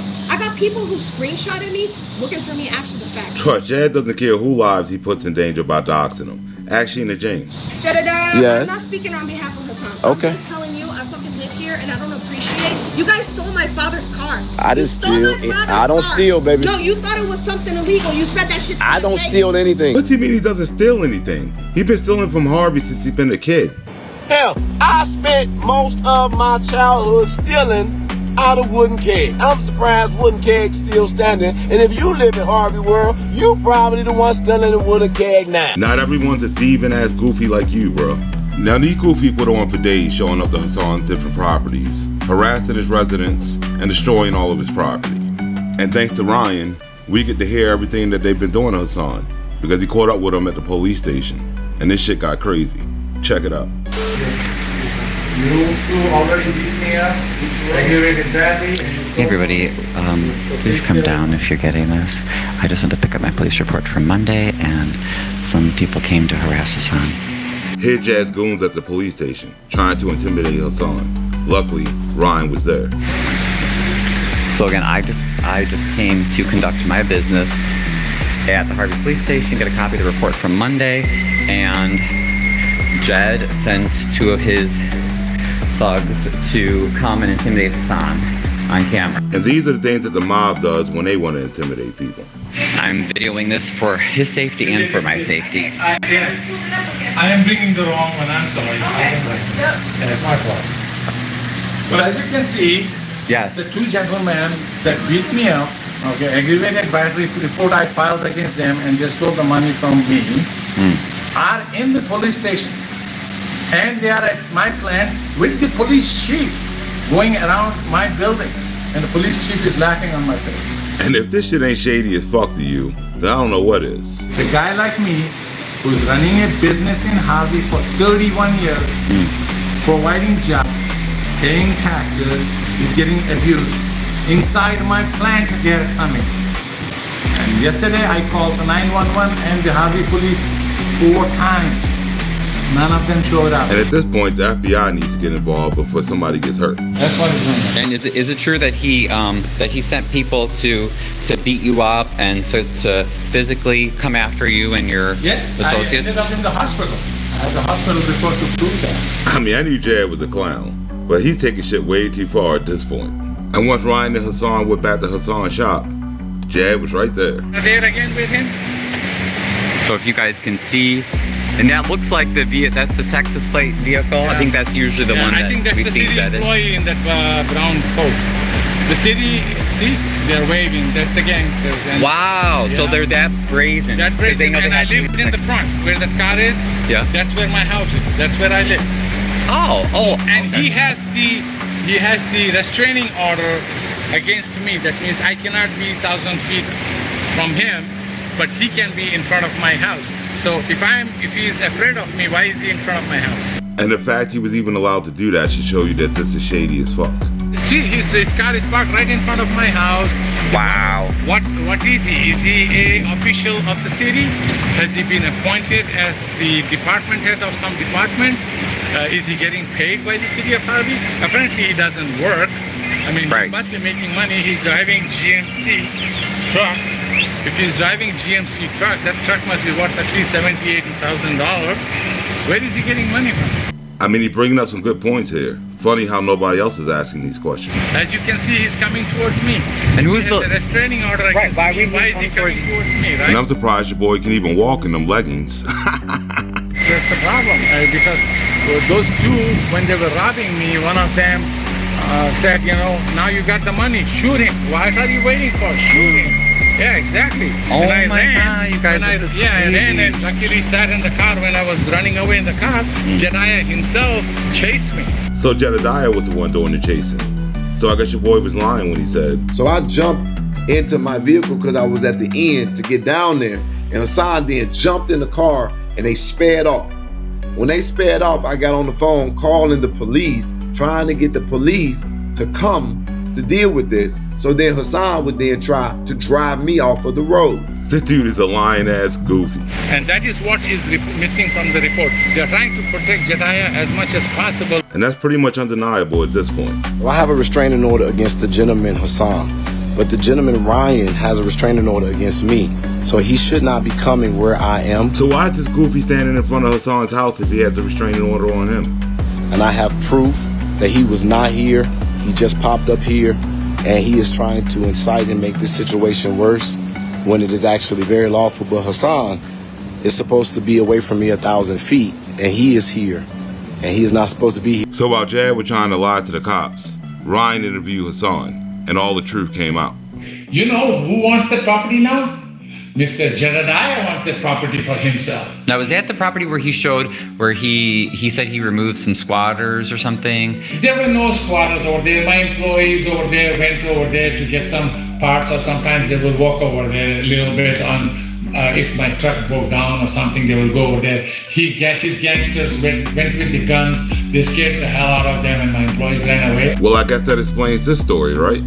But they took off and I took off.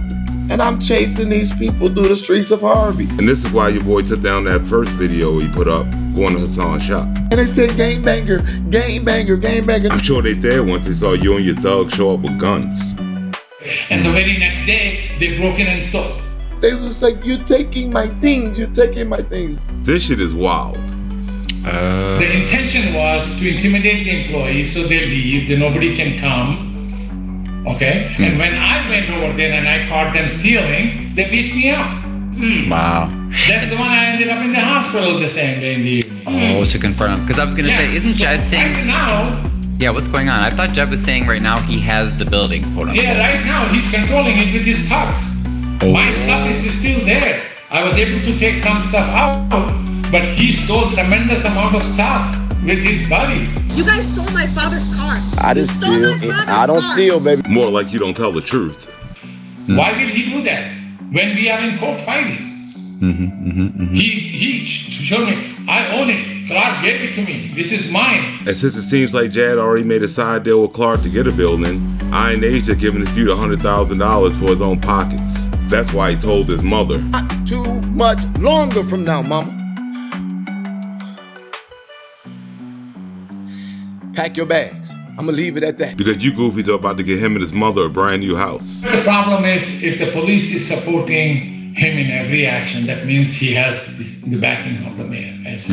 So that's why we're seeing Jed occupying it. Yeah, so Jed is occupying my property. He is trespassing so on actually, my property. And now you see why Goofy won't go against Clark for any reason.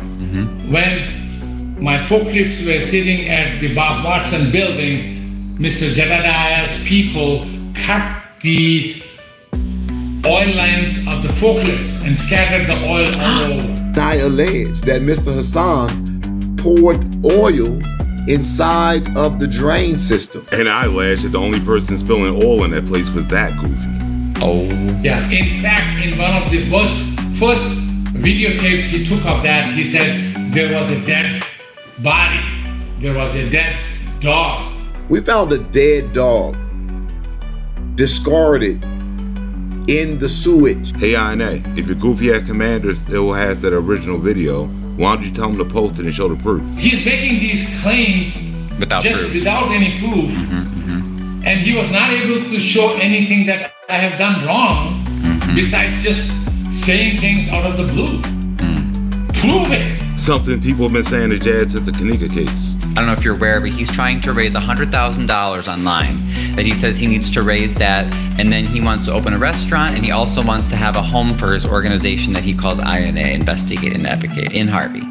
Guys, if you have money to throw in garbage, then do it. This guy is capable of doing nothing good. He's a scammer. He's a scammer. And you don't gotta take that word for it, just ask his family. They are scammers. Where did he come from? What is his background? I know his background. I found out about his background. He squandered through me $5,000 by threatening me, coming to my plant with his goons. I told myself, you know something, in order to get rid of my headaches, not to have trouble for me and my employees, give him the money and get him out of my face. But that was not enough. He wanted more money. Hey Jed, that's called extortion. And that is a crime. Look at this text message. I understand you're a liar and a horrible human being. I really hate you. Continue to do these things, but okay. This is what he's texting me. Yeah, because Goofy would incriminate himself over the phone. The man you sent after me got beat up, and you're so stupid for still playing in my face. I am see you in that federal court, but trust you met your match. Okay, now he's saying that I sent a man behind him. Okay, again, lying and trying to make things up. Now, this is what he dictated this in my phone, and he texted this to himself. And if you've been doing any type of dirt with Jed, if you're part of this INA group, I suggest you leave, because you don't want your name getting involved when he goes down for this shit. On behalf of myself and American Kitchen's Delight, hereby agree to promise to vacate the property located at 146 East 147 Harvey, Illinois, also known as Bob Watson property. I agree to vacate by surprise. Within 10 days by June 30th. Hassan, I said that you got to get off of the land that you don't own. Simple. All right, I'll get off of the land that I don't own. And it looks like Hassan never said that. Jed dictated that shit to himself. I said, all right, so how long is it? He said 2 weeks. So then it came a 2-week period. And I said, Mr. Hassan, are you off of the land? He said, no, it's going to take me a month. I said, no, fuck that. You bullshit. We live there now too. We are now co-squatters. I swear to dude is the worst criminal there is. Of 2025, I agree to remove our property, personal property, and vehicles stored at the location at Bob Watson property, including all property, personal property in the building. Agree to remove the fence surrounded by the property that was previously installed by me. I agreed that I am American Kitchen Delights Inc. I have no possessory, depository, or ownership interest. I don't know what in the world he was trying to say, but basically he was trying to say that I, Shahnawaz Hassan, in American Kitchen Delights, is going to give this property to him. Oh, okay. Yeah. And if you go, you will see this on his phone. He dictated this in my phone, and at the same time, I had him recording. And I can't wait to cover that when that comes out in court. I recorded him also besides dictating. Oh. So now he cannot deny that he did not dictate this.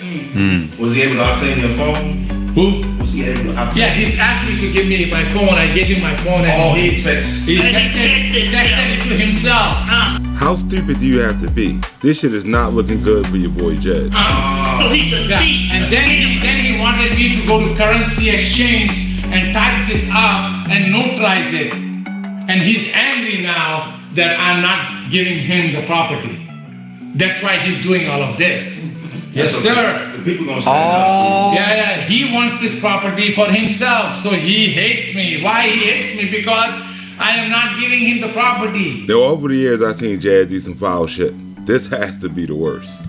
And Trina wants to know, how is he operating with no business license from Harvey? But you want to answer that?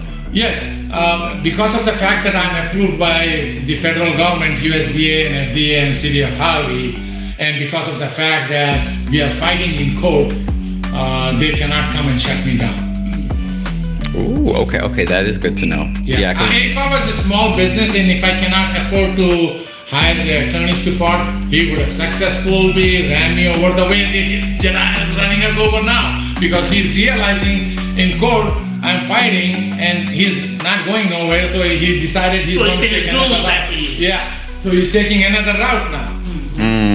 He gave them a green light. So you saw it yourself a few minutes ago. Jediah, the king of Harvey, is dictating the police. He's not the king. He can walk. He had his goon inside my office. And I went when I found out I was not in the office, when I found out I went to the police station, somehow he even found out I'm at the police station and they came. That's when all this, luckily Ryan showed up and started taping all of this. And you all should go over to Ryan's channel and watch his interview in full, because it gets way deeper than what I'm showing. You first learned of Jedidiah Brown. What year did you first meet him? Jedidiah Brown, it all started on June 2nd. I got a call from this year? This year, June 2nd. So you just met him this year? Just met him this year. I had no idea who Jedidiah Brown was or anything. I got a call from my employee saying that there are 4 cars and 6 or 8 people from city of Harvey. And I said, okay, let me talk to them. So my employee gave the phone to them, and Jedidiah was on the other line, and he said, bring your ass over. And I said, who are you, sir? He said, you're nightmare. You're not thinking. Yeah, he's my nightmare. So I said, okay. So I thought some city official angry at me. So I tucked my tail and ran over there. When I ran over there, naturally I called my attorney to also come over there. So he came over there too. When I came over there, that's when the whole FaceTime started, or Facebook started. He started taping me, accusing me of things. Apparently, he got information from higher ups about what to do, what to say, what not to say. Now you see why your boys don't hear all like, I'm here for Clark now. because he was told, I own it. Clark gave it to me. This is mine. what a fucking grifter. How did he even find out about you? That's what I was wondering, Jed. Yeah, naturally. Christopher Clark.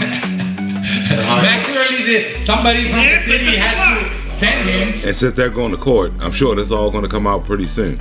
Oh, people now they're wondering if you had any sort of proof or more information about the money that you paid Jed to, leave you alone, basically. We are trying to, they ganged me inside my factory, and with him and his 4 gang members, and they wanted cash right then and there. And we are looking through our tapes to see if we captured it. There is a 50-50 chance if we captured that, we will be exposing that. And let's hope for his sake that he did get that shit on camera. In one of the probably tapes, also, he is admitting that he got the 50,000, but he got the 5,000, and he's admitting he got the 5,000 because he is now a what do you call it?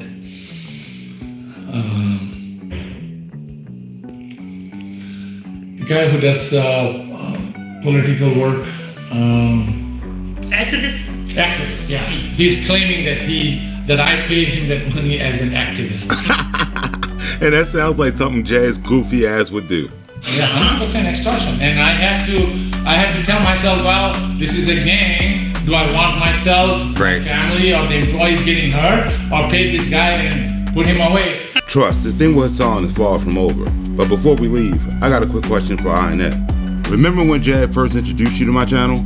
And I told you that your boy had thin skin and that he would do some shit like this? Now he's trying to say, I'm big mad. I'm going to go after his channel because now I responded to him because I never have before. And here recently he told you, we ain't coming after these YouTubers. We not thinking about them. So why is he lying right to your face? Because he got you goofies out here helping him strike channels right now.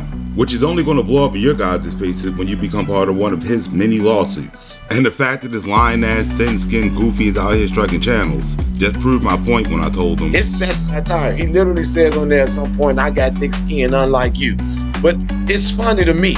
Now that you see he was lying through them veneers and that his skin is so thin that he's almost see-through, you'll laugh even harder when you see this little trick he tried to pull. If you do not have express permission or you are not an ally or somebody we fuck with, you do not have permission to utilize INA stuff because that logo is now trademarked, ho. So you can't use my stuff.